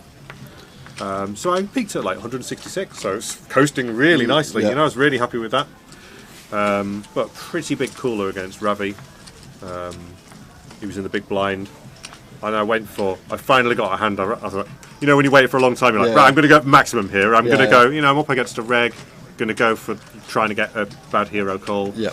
I went for 3 streets with Ace Jack on Jack 6 2 8 8. And he was in the big blind, and he overcalled the flop, and it came, and he had 8-6 off, so he had second pair on the flop, check call, I had top kicker, and he got running 2-pair and then a boat. Right, I thought the 8 was a really good card Yeah, on the river. yeah, I've now counterfeited his Jack 2, Jack 6, yeah. maybe 6-2 suited or whatever. Counterfeited some of the 2 pairs, so I was going to check back a lot of rivers, but when the 8 paired, I was you can't have many 8s. Yeah, of course. So I just piled the river, thinking as you would. I could get him to call with. Now I could get him to call with Jack 6. Jack 2 would be a really good hero. But unfortunately, I ran into the wrong part of his range. Yeah, exactly. Yeah, poker doesn't always it's pretty, give them the hands you want them to have. Yeah, pretty cold running each. Gonna always think you got the best hand there and value bet. Yeah.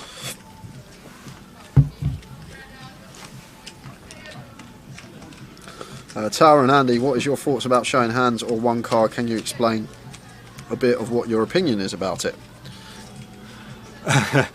Quite often when people think they're being clever by showing one card, they do kind of like an amateur job, right? So you know what the other card is, but you can hand read, eliminate a load of other possible cards. So you kind of or sometimes it's one or two cards, right? Yeah, that's quite common, I find. So you've got them down to two hands. So a smart player will put you in that spot where it's still a mystery, you know. Even though you know it's one or two hands, it still irks you.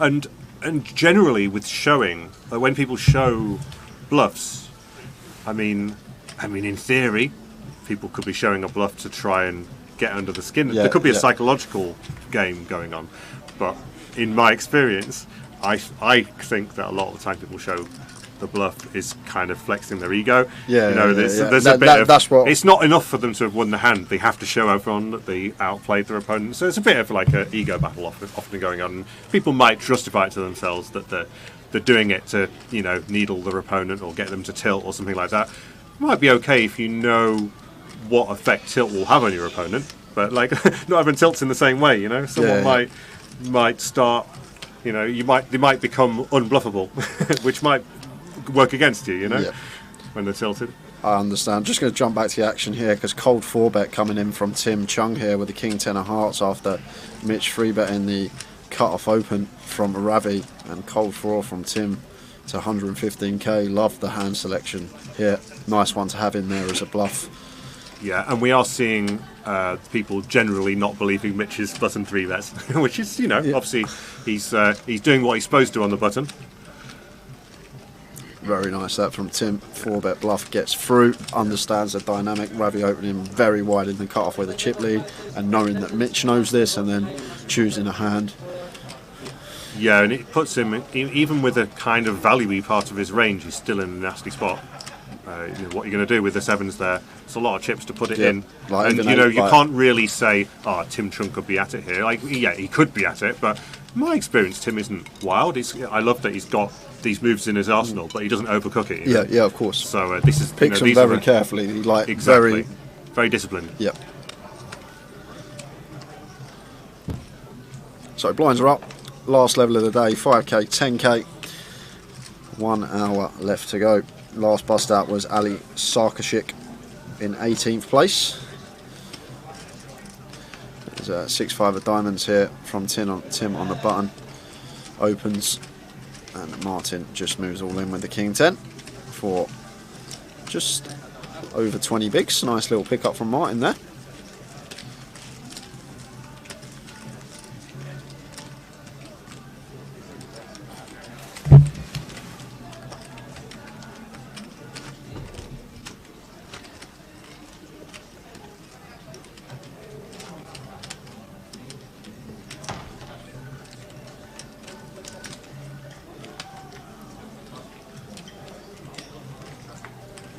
Yeah,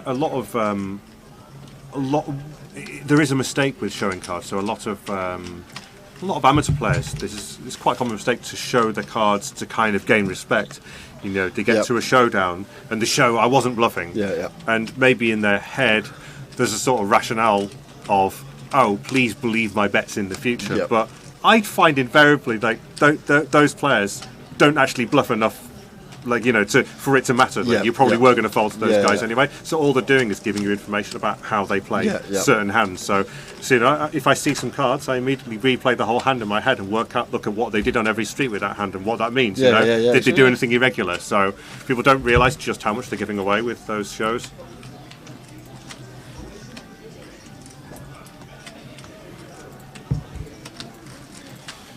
When are you off to Vegas, Andy? 24th. 25th? Ah, nice. See you out there. Yeah, I'll be playing on the 25th. Straight in the Colossus. Looking forward to that. We had Jack in the chat today. Yesterday, well, he's been in today, but yesterday specifically, and he was playing the 500, and I don't think he was too impressed with the play going on in the field. Put it that way. Yeah. Well, this is why we go to Vegas, isn't it? You know, you're basically going into a time warp. You sort of hit 88 miles an hour, and suddenly you're playing against poker players from 2000 and I don't know what, 8 or something.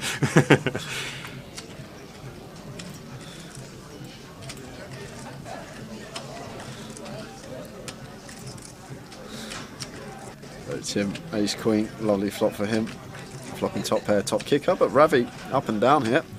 Jack of spades on the turn. Probably one that Tim's going to have fairly high check frequency on this jack.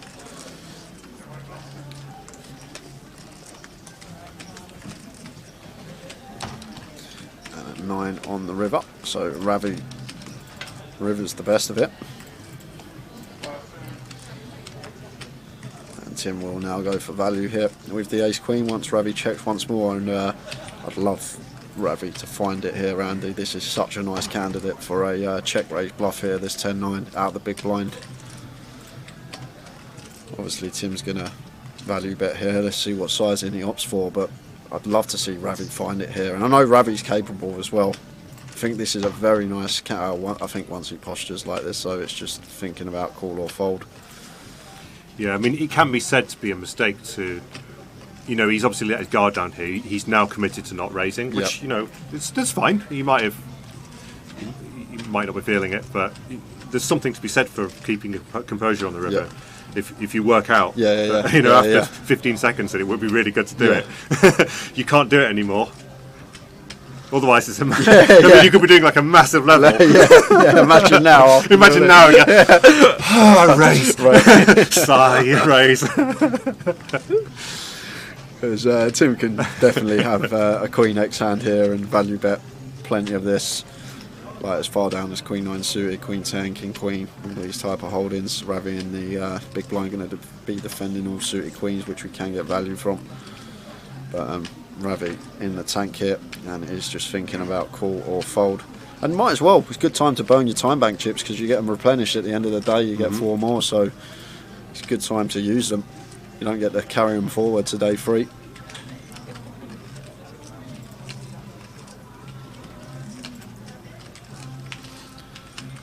Thing is, it's hard. Like the reason I say like it's good for Ravi to actually find a check raise here as well. It's difficult for Tim to have a jack here. Like some of his jack X are going to check flop, and then he's just going to continue firing a lot of time. If he did choose to c bet, let's say a hand like ace jack on the turn. So a lot of the time it looks like Tim has what it is, and we're still uncapped. We can still have the king 10, we can have the 10-8, we can have jack X ourselves as Ravi, and potentially put the queen X of Tim in the blender for a couple of minutes. He would have been in the tank for a while, I think, if Ravi did choose to pick that hand as a nice little check raise bluff. But the other thing that may play on people's mind is when you are up against someone that's been crushing recently and is a really good opponent, sometimes you sort of deter from making the move against them because you think they're going to pick you off. That can always be something to take into account. Another hand for Tim's pocket 10s this time under the gun raises to 20k.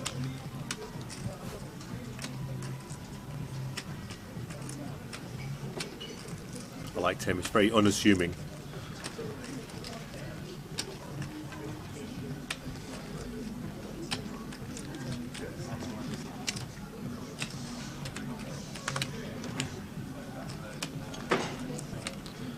Mitch defending the ace 4.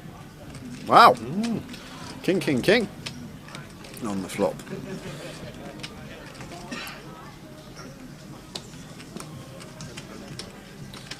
Tim betting 1 big blind here, going for just south of 20%. Mitch with an ace not going anywhere.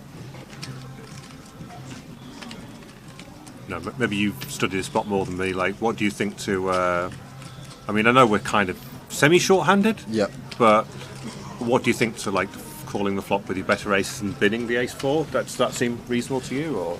Or do you think like ace rag is an okay call there?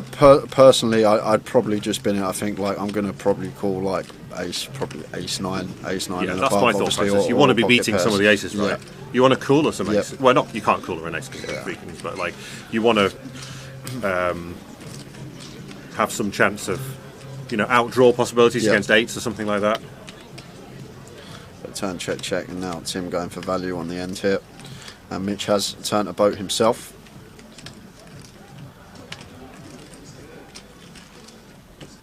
And Mitch is going to pay it off, and you're going to see the pocket tens, and Tim is flying at the moment.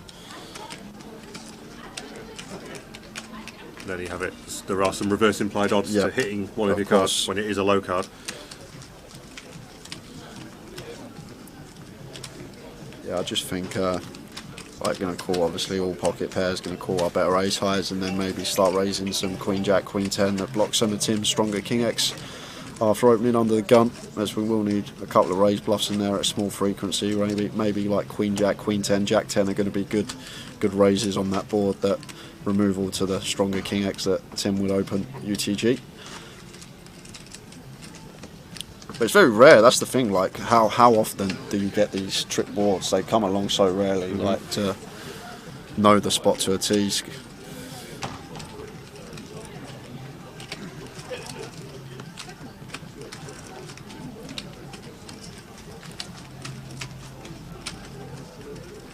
Luton nuts, king 4. Yeah, I forgot about that. The Luton nuts. Is any particular player who's managed to? I don't think so. Ravi, queen 8 suited on the button, just raise and take for him. So Ravi and Tim, 2 chip leaders at the table.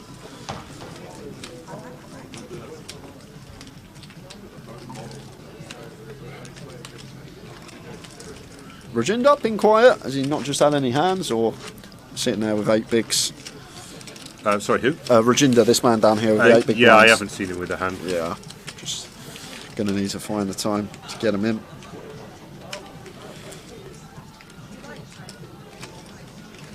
I don't think there's much ICM at this stage. There's not really huge jumps. Yeah, you can see at the bottom the jumps here. here. Final, is it? Like it's literally a 1.5k jump between now and the final. So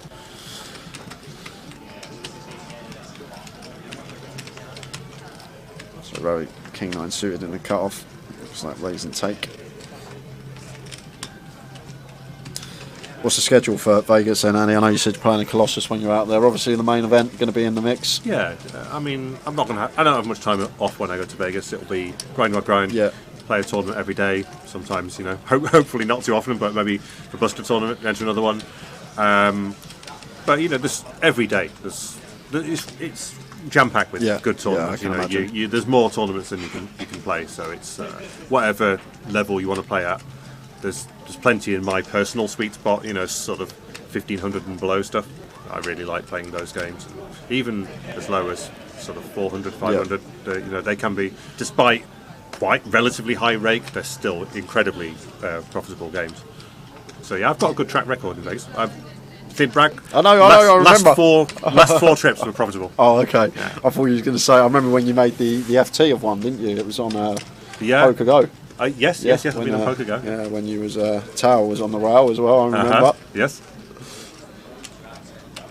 Yeah, it's one for the bucket list, isn't it? Make a World Series final table. Yeah, there's something. The setup's amazing as well. The set, just from the TV, it looks incredible. It is incredible, yeah. Oh, I can't wait to get out there. Cannot wait. 3 weeks time. Yeah, I'm getting a little bit giddy now. Yeah, me and you both. I've been sort of doing my bank wires and,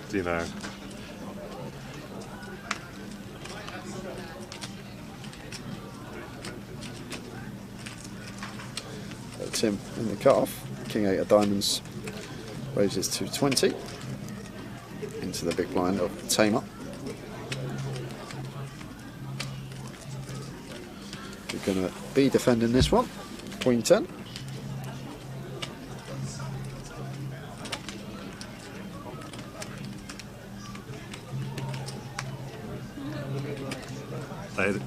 Players nowadays tending to rip it in when they've got the suited, sort of Queen Jack suited, Queen 10 suited, and peeling with the offsuit.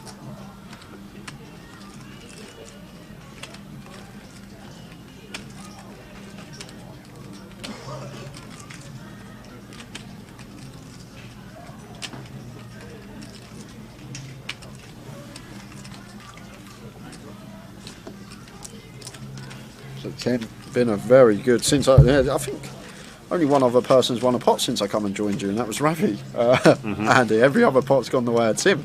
Yeah. Mitch was getting the better of the ones versus Tamer Kamal. But yeah, Tim's been doing well. Jonathan, yes, I will be playing the main. Looking forward to it. And Apocalypse, I am not playing with 30% of my bankroll. No way. That is a lot of your bankroll to put on one series of tournaments. So no, I'm not like doing that kind of level of shot taking. For the stuff, like I'm keeping my variance down. I've sold a little bit of action.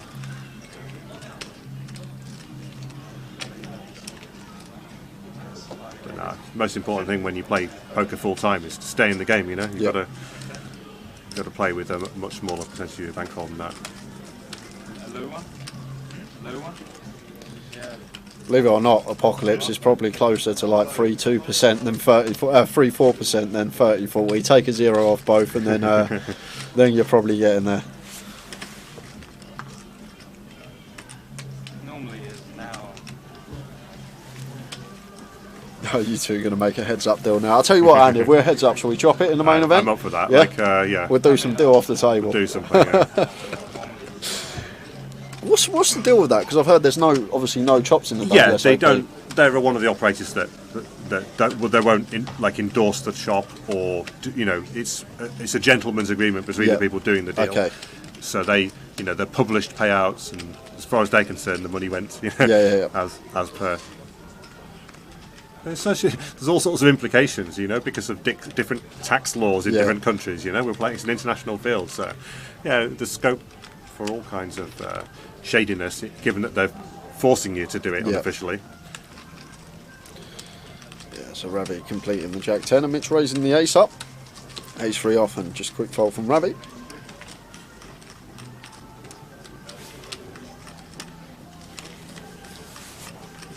"45 minutes to go for today, guys, and then that will bring us to the end of the day."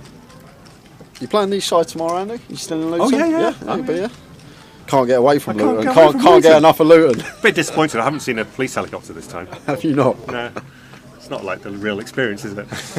I haven't seen anyone doing like a crack deal in the pavement in broad daylight.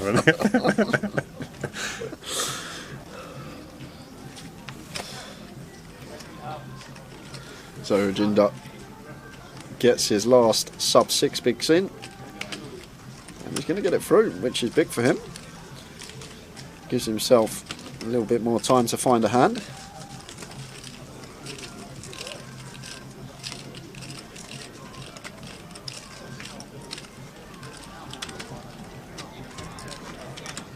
Do you know how Tom Hall's doing? He seems to have some nice looking stacks of yellow looking chips and some orangey. It looks like a positive thing. Around 500,000, I think. When I was out there while you was in here at Tower, I was sweating a couple of tables. And, seen Kev's? Yeah, Kev's on fire. Oh really? Yeah. That is not a fun table. And he was telling me we had a hand history played on here, and unfortunately PK only called it on the turn. And I went and asked him about a hand history, and there was a hand where he opened pocket nines. The small blind called, the big blind called. Yeah. It come 9 deuce deuce, so he's flopped 9s full. Checks round, turns another deuce, the small blind leads, and the big blind just shoves for 240k, and you're sat there with 9s on 9 deuce deuce deuce. Kev makes the call, small blind folds. What's the big blind got? This is when we had like 25 players left. What's the big blind got? 9-2-2-2. Yep. He hasn't ripped the 2, has he? He's got ace 5 of diamonds for a flush draw and is drawing dead. 2 a deuce for a chop. And like, how many times the pot has he piled in? Absolute chunks. What? Like chunks. 240, I think at the stage was around 40 bigs or something. So like the first step in this is get your hand rankings chart. Pay attention to where. I'm just going to jump back into this because we're actually going to potentially. This is pretty close for Ravi here, especially how active Mitch has been on the button.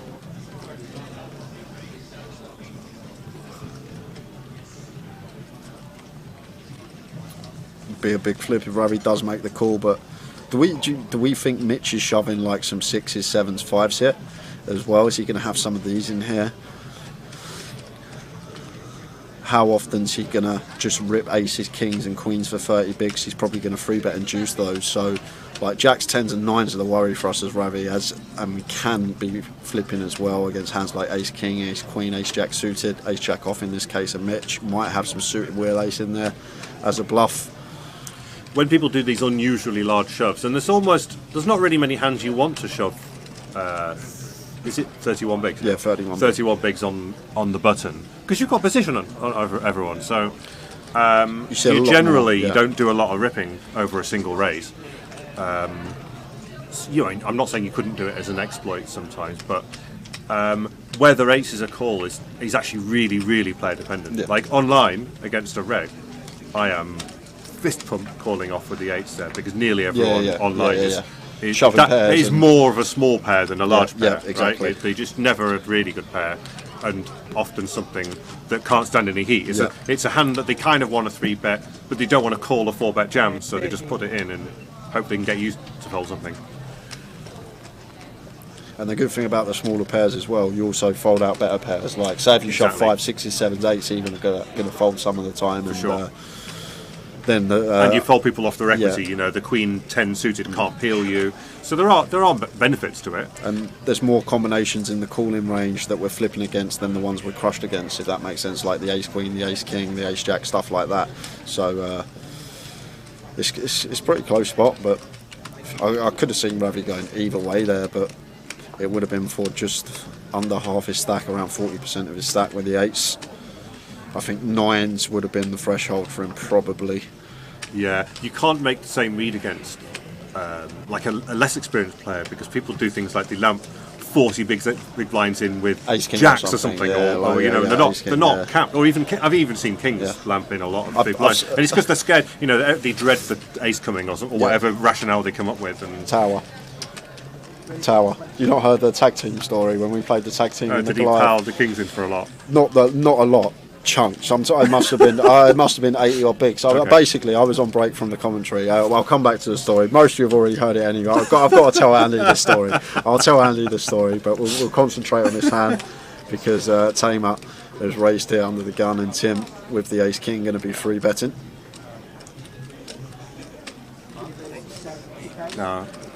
Tamer's got some history of, being a bit flustered by people having the nerve to 3-bet the button. So it will be interesting to see where he draws the line in the sand here. This is interesting because there's been an open of 3-bet, and Rajinder's got 6 big blinds here with 7s, and he is in. Has lamped it in.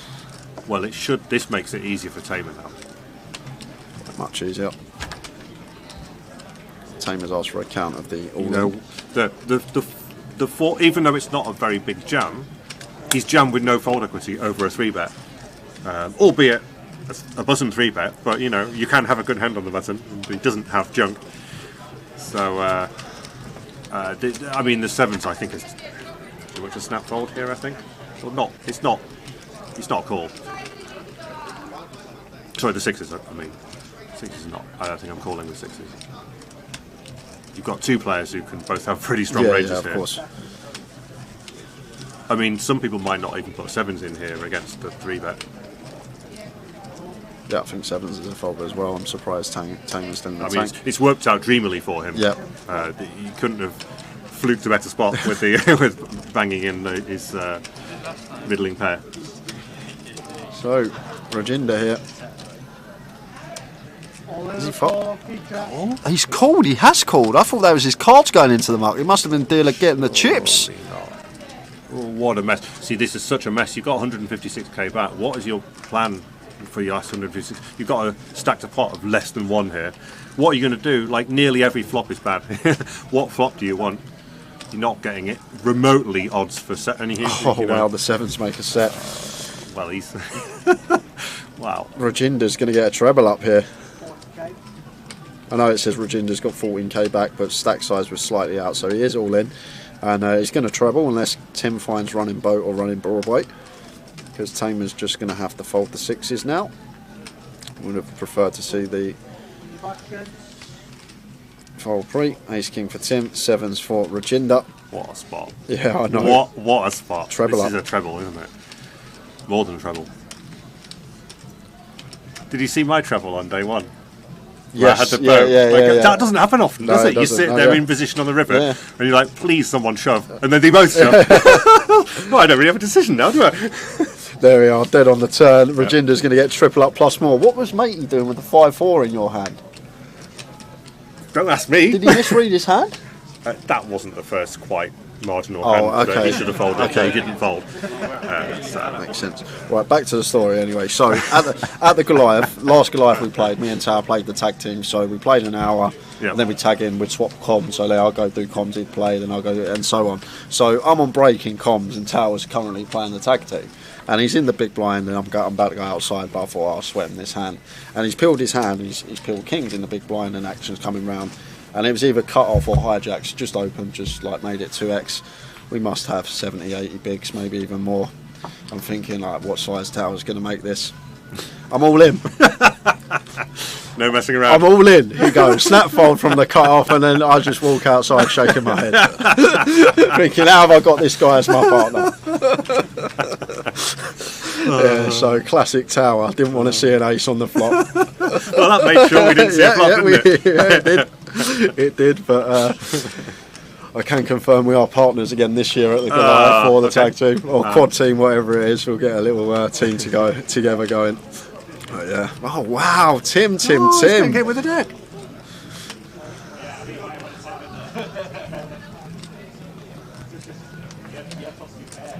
It shows them. Shows the Cowboys. I feel like Gully Math, I feel like there wasn't any alcohol involved. Maybe if he'd had a bit of beer, maybe he would have had the bravery to put a non-all-in 3-bet in, you know, summon up the... Just make it 30 big blinds or something. Yeah, just find out where you are. Like. Little teaser. Yeah, definitely no alcohol, Gully, definitely no alcohol. And then we ended up bubbling the event, me and Tower. Stone bubble as well. No! So it's literally his fault. It is like not even... I busted, to be fair. It was me playing when we busted. He always blames it on me, but I always refer back to that hand. So but if you... It's not like he sits next to me 12 hours a day for 5 days a week, every 4 weeks. It's not like he... He has any access to any poker strategy. Have you ever watched a strategy video? Well... Good old Tower. We love him. He's watched a lot more strategy videos than I have. Yeah, probably. So tell you my Jack 10 suited here with 12 big blinds. He's all in. Quick fold from Ravi.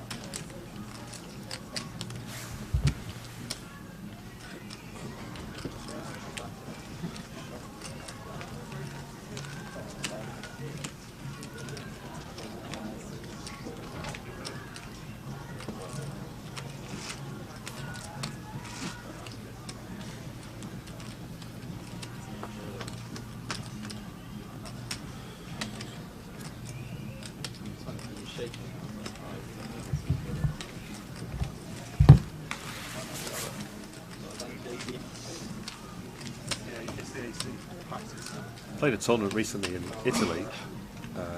No, not Italy. I played a tournament in Europe where on the day 2 they had a surplus of dealers, so they had 2 dealers per table. So while one dealer was basically a shuffling machine. Yeah. So then when the next hand started immediately because the other dealer. That's good. Oh, you got loads of hands in. Yeah. It's amazing. In the World Series of Poker, they do actually have some tables with shuffling machines. So in certain tournaments, when they've got to the point where they have enough for everyone, so it's a level playing field, you know, that they do use shuffling machines at a certain point. Yeah. But it's the first time I've ever seen a human shuffling machine. It's cool. They had one. It's funny you say that. Yeah, Jungle Man played Doug Polk at the Lodge heads up 200, 400 last night. They had the exact same thing. They had 2 dealers sat opposite each other. Mm-hmm. When one hand finished, the other started dealing. Yeah. They had it exactly the same. Mm-hmm. Yeah, that's cool. Obviously, I'm guessing it's not always going to happen. Must just add extra staff. Yeah. Tamer's played the table really strangely to be polite for such an accomplished player. He's made some funky plays, Tamer, and he has had some results over the years. So I'm not sure. I haven't really got much to say on that. Tepri.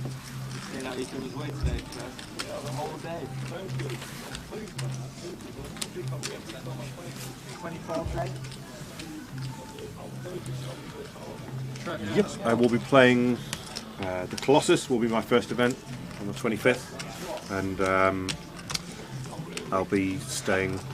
Yep, staying for the main. Grinding poker until about 12th, 13th of July, approximately. Unshook one says Tamer could be tired. That's always a factor as well. The people don't actually realise, like non-poker players, how tiring this game is. Yeah. Oh yeah. I mean, I make mistakes. You know, late on a day. You know, you don't always. And you're away from home. I don't live anywhere near Luton. When I crash in, as it was, like a less than stellar Airbnb experience, not a particularly comfortable bed, and you wait bed you've never slept in before. You don't always get a great night's sleep. You know, the night before you play, and then you play this 11-hour session. And back end of it, like, you can get very tiring. Like, the thing is, you're using your brain all day thinking, running stuff through your head, and that's just as taxing as physical work, and it can be so tiring. And it can be an edge, you know. If you're better at not making mistakes late in a day. I actually quite like playing. One of the things I quite like about playing smaller one-day events. Even though in the overall, I would prefer to play like a multi-day event like this. But when you play smaller one-day events and you play, maybe the tournament doesn't complete till 3 a.m. or I've played some tournaments till 6 a.m. before.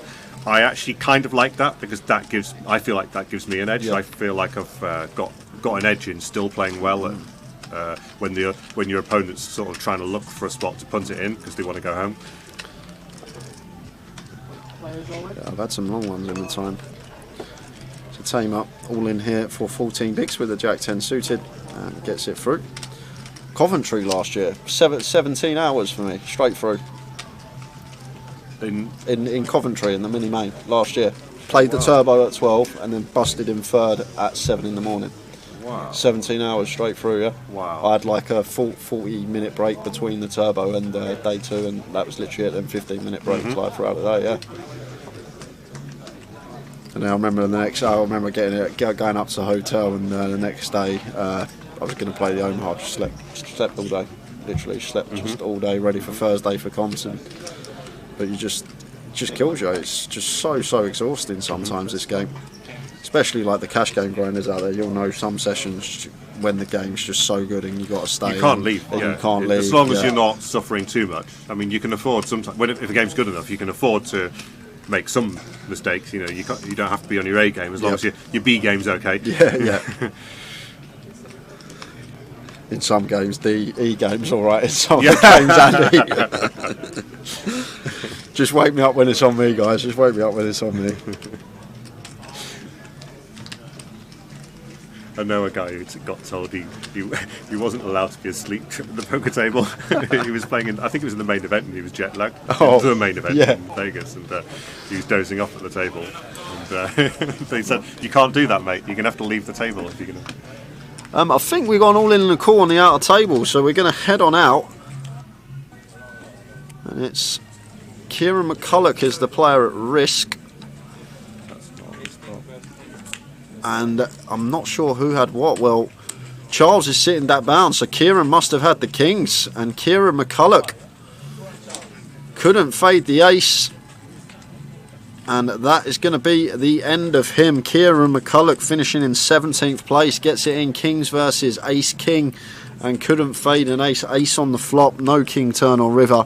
£3,300 for his troubles. And that's going to leave us with 16 players, guys. So we are going to be down to 2 tables.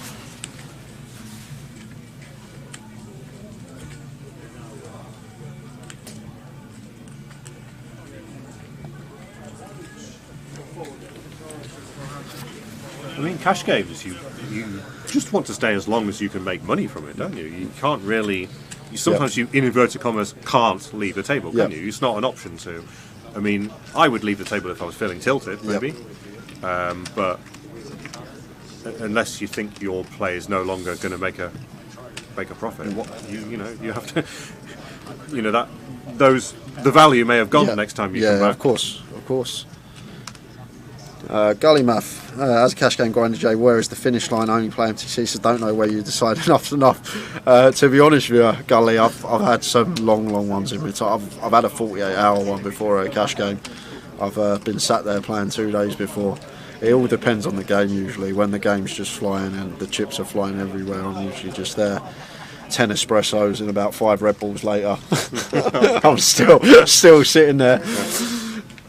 Martin Frey's all in now over the open from Mitch in the hijack. We don't expect Mitch to probably fold here a lot of the time. He's going to be opening a lot of hands, and Martin's probably the most solid player at the table, so expect Mitch Heinen to be calling pretty tight for 25 bigs, but he's going to ask for a count.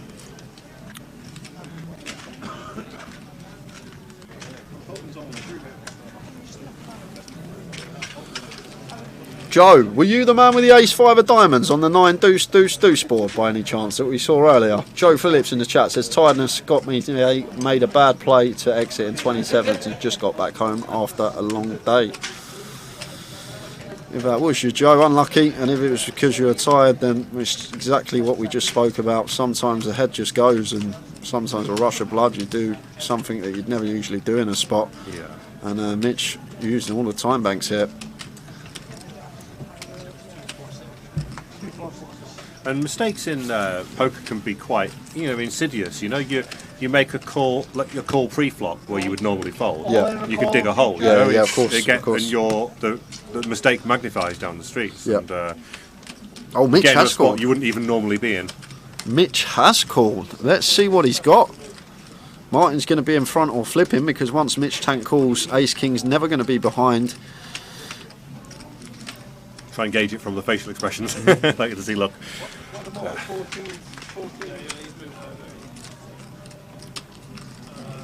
Well, it's Ace Queen for Mitch. And it's a queen on the flop. Mitch Heinen finds the lady, fading jacks and kings now. 4 diamonds on the turn, changing nothing. Martin Frey needs a jack or king to survive, and it's the 9 of hearts, so we lose Martin Frey. 2 gone in quick succession. 16th place for Martin, and we're now with 15 players remaining, and Mitch Heinen getting lucky and wins a monster.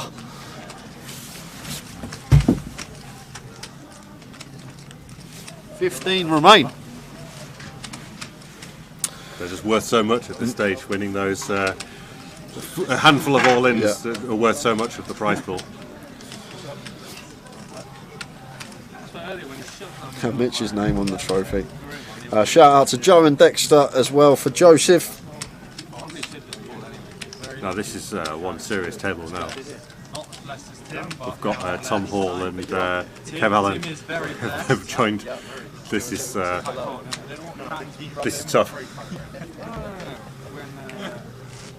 On that table when he came to me.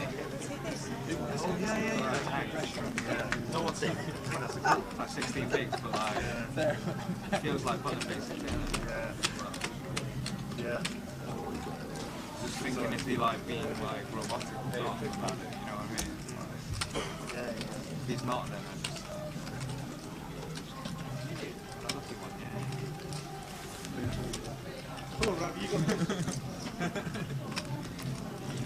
I can't properly see who's on the other table, but I would want to be on the other one, just based on who's on this one. I can tell you who's on there, Andy. Let's have a look. So we have got Aaron Kerr, Alexandru Papazian. Oh, I take it back. Charles Akadiri, Matt Davenport, Andy Back, and Trevor Reardon. Okay, so we're going to actually have a star-filled day tomorrow. Final table, aren't we? It's going to be a very good day tomorrow. Span for the win. Great bloke. He's due one, says Gully. Yeah, I'd love to see Span win. Andy's so cool. I love him. It's just funny. He's just always smiling, always happy. He's got amazing positive attitude. Yeah, he has. He has.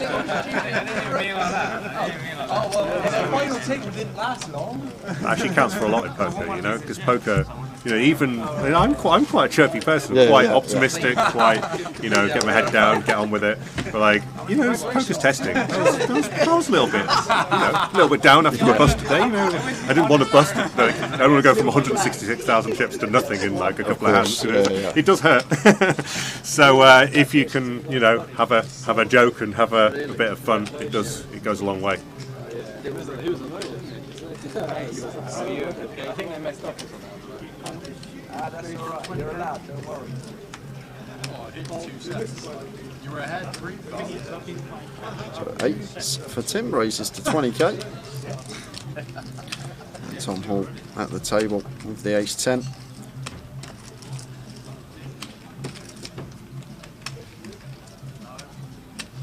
See him doing anything except folding here. Knowing Tim, knowing Tom, rather. Tim and Tom. And straight away just sits down at the table and mixes in a free bet here with the ace-10. Raises to 62. He's going to get Tamer out of the way with a force. And action back on Tim. No one's really been free betting Tim, have they? He's been opening a lot, Andy, and no one's really made a stand. But now Tom Hall this is a different table makeup now. Yep. He might have to adjust. I mean, he's obviously opened a legit hand, but it's a different game now. Yeah, Tom's not going to let him get away with opening every other hand. Although we can see he's actually had legitimate holdings, as Andy said. I've never seen Tim with something outrageous, but you don't want to be out of position to Tom's 3-bet. Yeah, of course. Unless you got aces. Yeah, because we still new. I've never played one of these. I just knew, but I didn't. I watched the things. That was the right way to do it. Yeah, it was the right way. Yeah, and it wasn't just people still like the final table. Quite easy to continue with the. But still, correct. You can exactly. So that you play. Exactly. I mean, Tim's probably got more Queen X than Tom has here. Yeah. So, like, I can imagine a world where some, like, maybe a solver would sometimes check raise some pairs for protection, because it thinks it's good here. If you can get someone who's got an aggressive enough to do that range, I can imagine it. Like, obviously, it makes sense. You can't be bad to call. Yeah, of course. Most of your range. I can imagine the odd check raise, maybe a line in the sand. Well, is Tom going to double barrel here on this Jack of Diamonds turn? The good thing about this Jack of Diamonds is Tom, though, like, Tim's not going to peel the offsuit like Queen X. He's not going to peel, well, Tim just snap folds anyway, facing the bet, but nice little pick up there from Tom. Didn't have the goods. Getting Tim to fold the best hand. Tim, honest, mate. He's crushing us, man.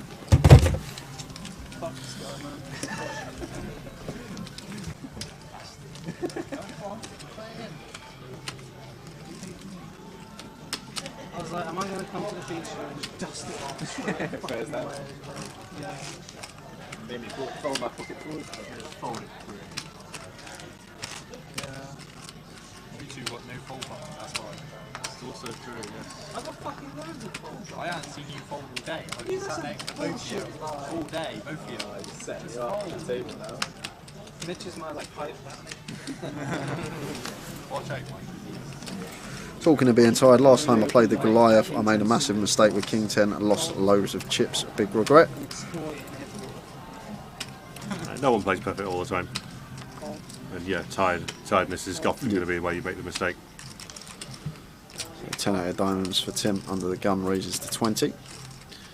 And Ravi, been quiet the last 40 minutes or so. Involved now with the freeze on the button.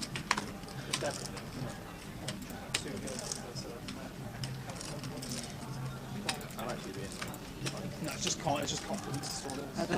It's just right, he's just coming off a win, feeling good. Running off at the top, right that way. King 5 deuce, 2 diamonds. So lovely flop here for Tim. Knew it was coming. King high, great for our range, and not only that, we've got equity with our flush draw. 15k into 65 here, and Ravi going to call once with the pocket three. He's got 3 of diamonds in there as well, so potential to bluff some runouts as well with this hand. 7 of clubs on the turn. He's going to barrel very high percentage here, right? I know Tim's not like one of the most barrely players in the world, but yeah, I think I like this. this is what most rates will do. Fires for 45, so half on the turn, just south of. And now Ravi in a dicey spot with a freeze, and probably just wants to relinquish them now. I think, unless he wants to call, hoping that Tim checks river, but not going to be able to withstand the heat of a 3-barrel. Ravi, non-believer, does call with a freeze, facing the second barrel here from Tim. Has Tim got the third barrel in the locker? Doesn't need it. Doesn't need it. Doesn't need it. It's just going to go check now, and Tim will take this pot. No need to bet now as Tim. We've picked up some showdown. There's some hands that we beat.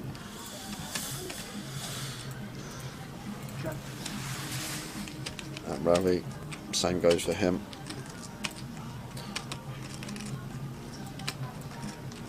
And you know, in Ravi's spot, a lot of Tim's give-ups are genuinely worse than threes. So it's, you know, he'll feel kind of unlucky that the 8 got there, but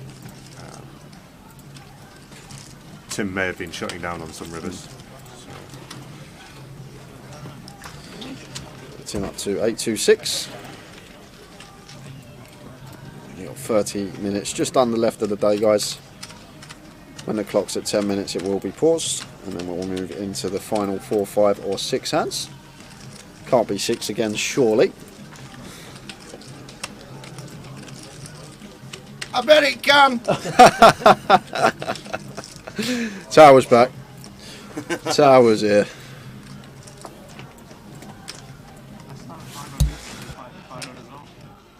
Yeah, the long while ago, fucking dusted up. Proper good 2 hours from Mr. Andy. I've been listening in bar and everything. It's been great. Well, I've been in the bar area, not the bar. You know what I mean? In the bar area, the area of the area. I was listening to the band. They've got 3 singers on.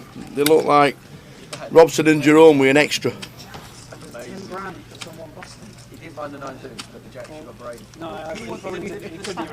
And they were singing Castle on the Hill, like a version I'd never heard before. But they were alright. A lot of singing and dancing in this club tonight. Saturday nights, always busy. You get a full chip count at the end, Fizz. All chip counts will be revealed at the end.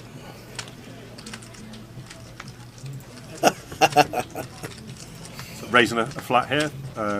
Ravi opens the cut-off with 7s, and Tim defends ace queen suited in the big blind. He did 3-bet last time. He had the ace queen off, but this time he's elected to flat.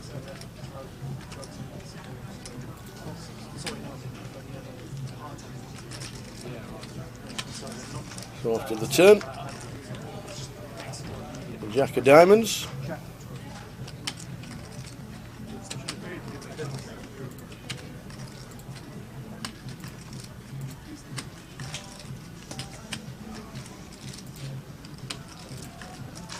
Tim checks.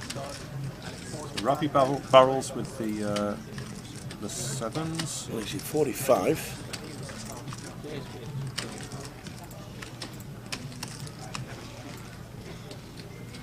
With the extra outs, he's going to call. Ace queen or 10 for Tim. See if Tim can get another good river. Are we running like Tim, are we? Well, no, not this time. So I think he's just going to go check here. Yep. Yep, 7s is good. So it's interesting he managed to get 2 streets from worse with his 7s. Indeed, indeed. Here comes Jay. We are going to thank Mr. Andy Hills right there. Thank you very much. We will see you tomorrow. If you want to nip in tomorrow, don't hide behind the door. I'm here all day. You're not playing the seniors, even though somebody asked you if you wanted to enter earlier on. I would nowhere near have gone near that. I would not have done that at all. I was a little bit. Wait while I see you who did that. Jeez, 28 this fella. But you'll be playing the one at 4, the bounty. 170 in. Good luck with that. But I'm sure we'll see you before then. Well, if that doesn't work out, I'll be here. Absolutely. Ladies and gentlemen, Mr. Andy Hills, we're going to swap around 1 second.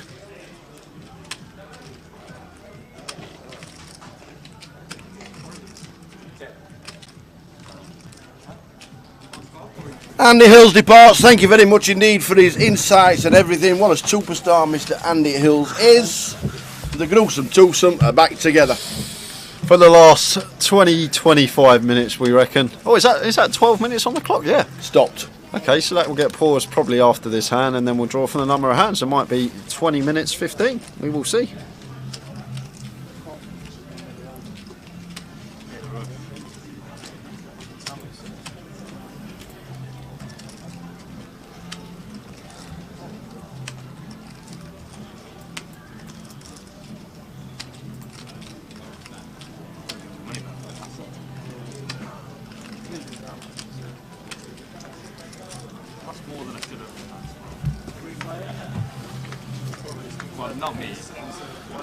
Cheers, Gary. Might not be on tomorrow, so have a great Vegas trip, Jay and Tower. Thanks for tuning in, Gary.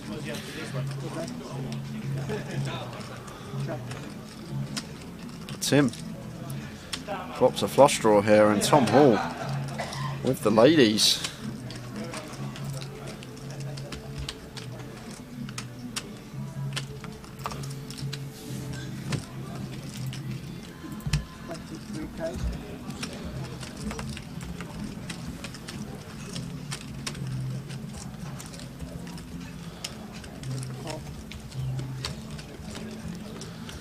Jinder's never going to overcall here with eights now. After it goes bet call. 23k into 70, so just over third from Tom.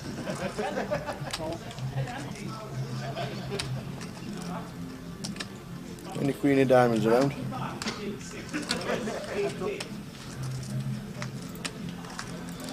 With stacks. Oh, it's a 7 of diamonds.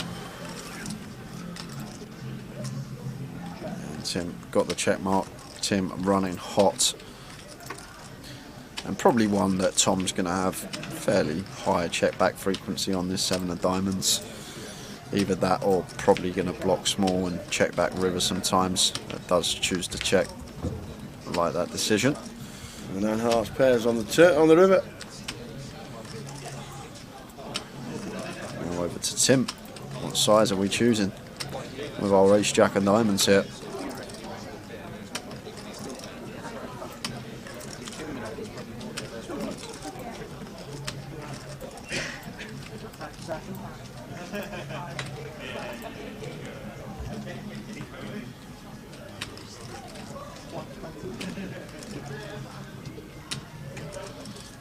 Tim 120 into 116, so pot size bet from Tim Chung.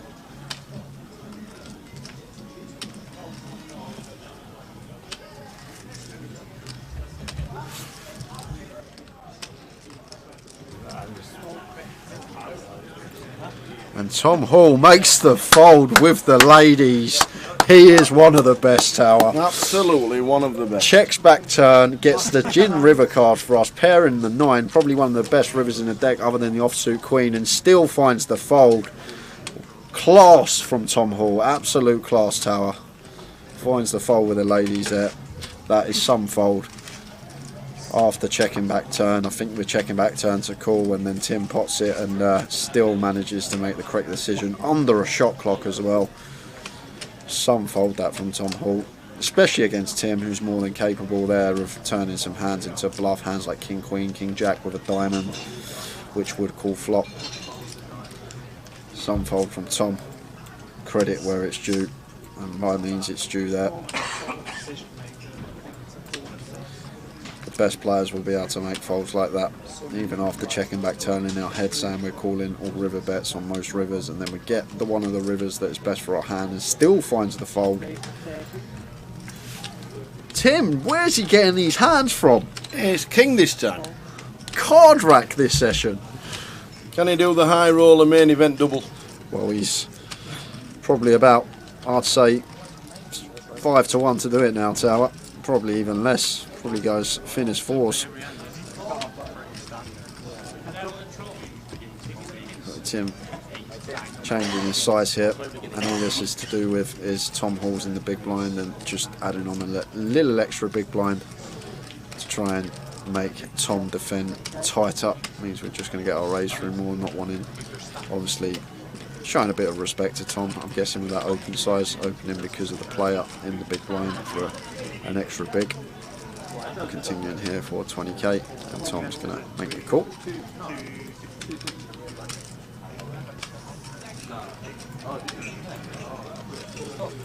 There's the 10 on the turn, 10 of spades. Tom gets the check mark. This time Tim won't be winning the hand. Probably a card we're going to check. As Tim, once his 10 pairs, not going to be folding out. Probably even 4x and 5x are going to be calling now. So just going to check this one behind and hope we snag an ace or a king, but not actually what we want in this scenario. Drawing dead, unbeknown to us. 9 of spades on the river. Backdoor spades gets that. Now expect Tom to value bet. It's just what sizing he's going to elect to choose.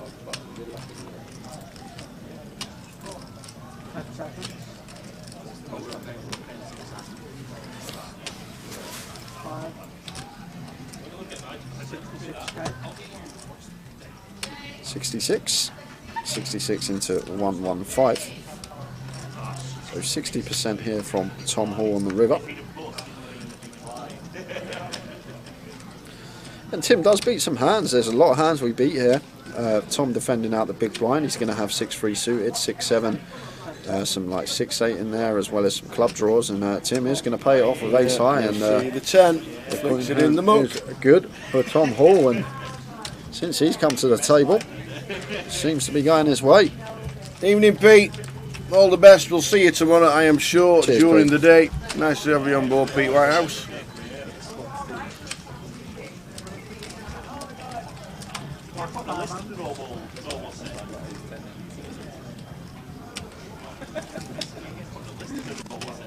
Some player, this Tom Hall. He is back. I'll never forget the time when we done comms with him as well, and after, when we went on break after, and he was like, "Oh, I'm so grateful, guys. Thanks for letting me come in the comms booth. I really, really enjoyed it." And I'm like, "What? You're Tom Hall?" And you're like, it's like, it was like he's some random like person who just started playing poker. How grateful he was. Such a nice guy off the table, and his insights were amazing when we had him in the comms booth for a couple of hours a few months ago. Had some incredible insights, and I was enjoying it as much as you guys that were watching at home. Mitch Heine with the 10s.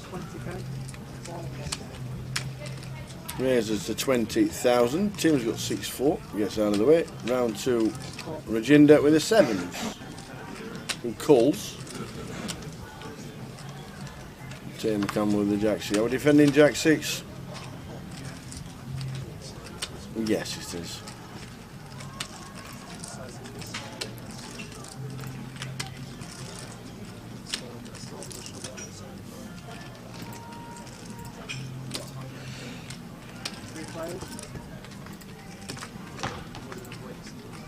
To the flop. Queen 8-4. Whiffs them all. Yeah, 10s and Mitch still best. Night, Gary. Thanks for tuning in, mate. All the best, Gary. We've only got about 15 minutes. The clock's been paused about. It has 4 hands. Oh, this is 2 of 6. Oh, this is 2 of 6. Okay, 6. so we've only got 4 more hands 6. after this. 6. 6 again. 6. Why not?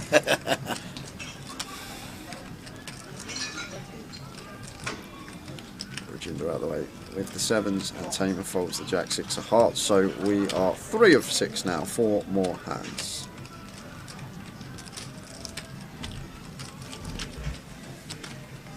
Down to 2 tables. Started today with 95. Last 4 hands, shouts the dealer. The last 4, that was 2 of 6.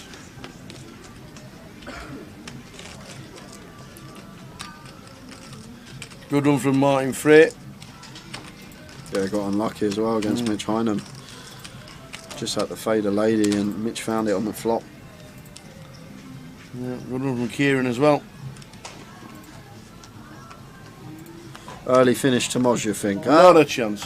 We never know, Mick. We never know. Oh, I will say we finished early in Edinburgh, and there was 70 extra runners there, and it's the same structure. So if that's anything to go on. Hopefully we will see. And Mitch here with the boots. Finds 10s, then finds boots. Back end of the day. Must be nice. No way, Tower. What is this? Oh my days. You grind for 2 days. You're playing phenomenally. And then you look down back end of the day and you've got the kings and you're behind against the aces. This is sick. Let's watch this. Let's watch this unfold with the two of the best. He's just been playing unbelievable as well, Tom, every time he's been on this feature. But this is something you just can't do about poker. Callers are a part of the game, but you never want one when you're this deep. And it's just a sicko for Tom Hall here. Absolutely. Mitch is going to be 4-betting. Don't think he's going to flat and play dicey versus Tom Hall out of position here. I think we're just always going to 4-bet this one.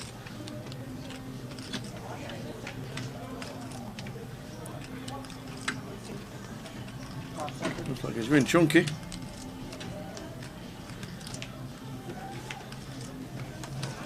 Yeah, like standard size here out of position, probably around 150, 160. Mitch gone a little bit larger, 185 here, so full 3x over Tom's 4-bet. Obviously, probably to do with being out of position against Tom Hall, just adding on a little bit of extra. And now it's just going to be rip and call, I think, Tower. I don't think Tom's ever going to be flatting the kings. I think he's just going to move all in here, and Mitch will make the call. And Mitch does there call. We go. And it's kings for Tom Hall, it's aces for Mitch, and Tom has played phenomenally. Shakes his head as well. This stage of the game, he cannot believe he's just run into the boots. Mitch Hynam has got aces. This is a 1.3 million chip pot. For the chip lead. Coming back tomorrow, it's likely to be Mitch, but it could be Tom Hall. He does have 20% here, looking for a king. Oh no! There He's found the king! And Mitch, no runners other than Jack 10. Well, there's a 10. Imagine. Jack or 10 needed for Mitch to stay. Jack or ace needed for Mitch to stay alive, sorry. And it's a queen of clubs. That is ill at the back end of a day two. 14 players left. Mitch is already gone. Wow. 15 left, sorry. 14 now. 14 players left. 100k up top. And we just see the monster pot. 1.3 milli chip pot. Kings into aces for Tom Hall, but he finds the cowboy on the flop, and that is some way to end the day, guys. We got 2 more hands still, but God. Wowzers. Tom can't believe it. Mitch is already gone. And just as that happens, we're going to head out to an outer table, guys, because there's been an all-in and a call over here. We've got Ronnie Musson all-in. Vinny's got, what's Vinny, ace what? Ace Jack against Jack, so we didn't want to see the Jacks. So ace Jack of hearts for Vinny, another player at risk now. So we could be down to 13, and that's a terrible flop. Terrible. We need a red ace. Well, picked up more outs. Red 8, king, ace. Ace, oh, it's a 10. It's a 10, so we lose 2. Within the space of a minute of each other. Big TR, and that was the last hand on the outer table. Big TR taking out Vinny Musson at the same time as Mitch Hynam. It was wowzers. So Trevor Aiden's bagging up. They've finished on the outer table, as you can see. We've got 2 hands left. Tom Hall still stacking in the chips. They've just finished. He has been eliminated. They've just checked the stacks. We have 2 hands left. On the right hand side, they are bagging their chips up. Big TR took out Vinny Musson on the last hand on the outer table. We have 2 hands left. Kings versus aces to end the night. I still can't believe that pot, Tower. It's like you couldn't even write it at this stage of the day. It's just gross for Mitch. It's literally for the chip lead in a tournament with 14 left and 100 bag up top. That pot, in terms of equity, probably worth well over 5 figures there. Well, be chunks, like chunks and chunks in terms of equity within the prize pool. But we have a favourite. Tom Hall has just gone top of the pack and is going to be big favourite to close this out tomorrow. Skill set is unbelievable, but when you find 2 outers as well, he can be an unstoppable force. Former champ of the Goliath, Elliot Morace, watching. He says, that's horrible. Good to have you on board, Elliot. Hope to see you at Goliath in September. 2 hands to go tonight. That was brutal.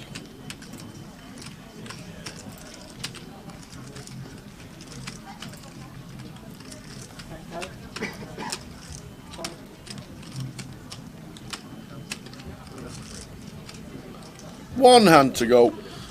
The last hand of the day. Wowzers, wowzers, wowzers. Full chip count on its way. Cheers, Gas. Glad you've enjoyed the coverage. Nice one, Gas. We'll chuck the comms cam on for the last hand of the day. Wow. I'm still... Just wow. I don't know what to say. I don't know what to say. It's just we see aces versus kings like every now and again on stream, but seeing them this stage of the tournament. Span just stood there saying, did you get lucky? Yeah. Did you get lucky? Yeah. Span bagging up. Yep, full chip count on its way after this final hand. Apocalypse, thank you very much, and we will see you tomorrow. Thank you very much indeed. Yes, nobody's won Goliath twice yet, Elliot. There is time.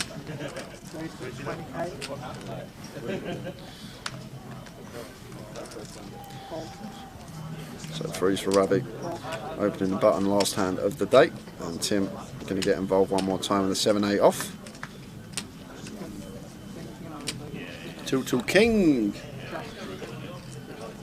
Yeah, and that's going to be that. Ravi's just going to continue. Tim will fold it, and that will be it for the day. Yeah. Tom Hall's going to be chip leader, finding the king there. Mitch just incredibly unlucky. He needed this man to have the kings, actually. If Tim had the kings, he might have folded. He needed Tim to have the kings. That's true.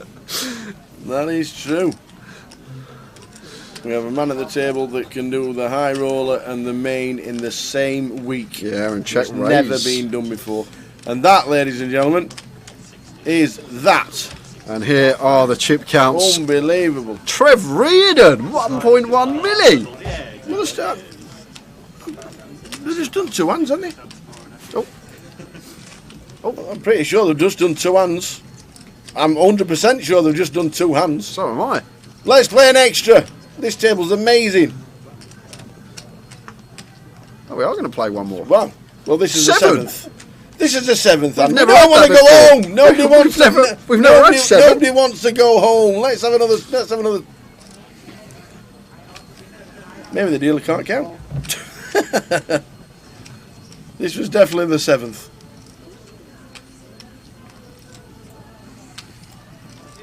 If you bust on this hand, can you come back as a VAR? Yep.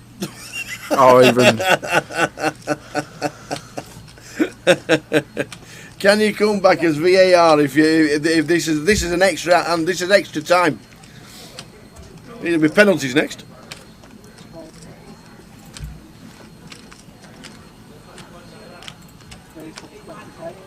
Cheers, Carl. Thanks for watching. See you Tuesday. Well, I'll see you tomorrow, to be fair. Get yourself watching the live stream final day tomorrow.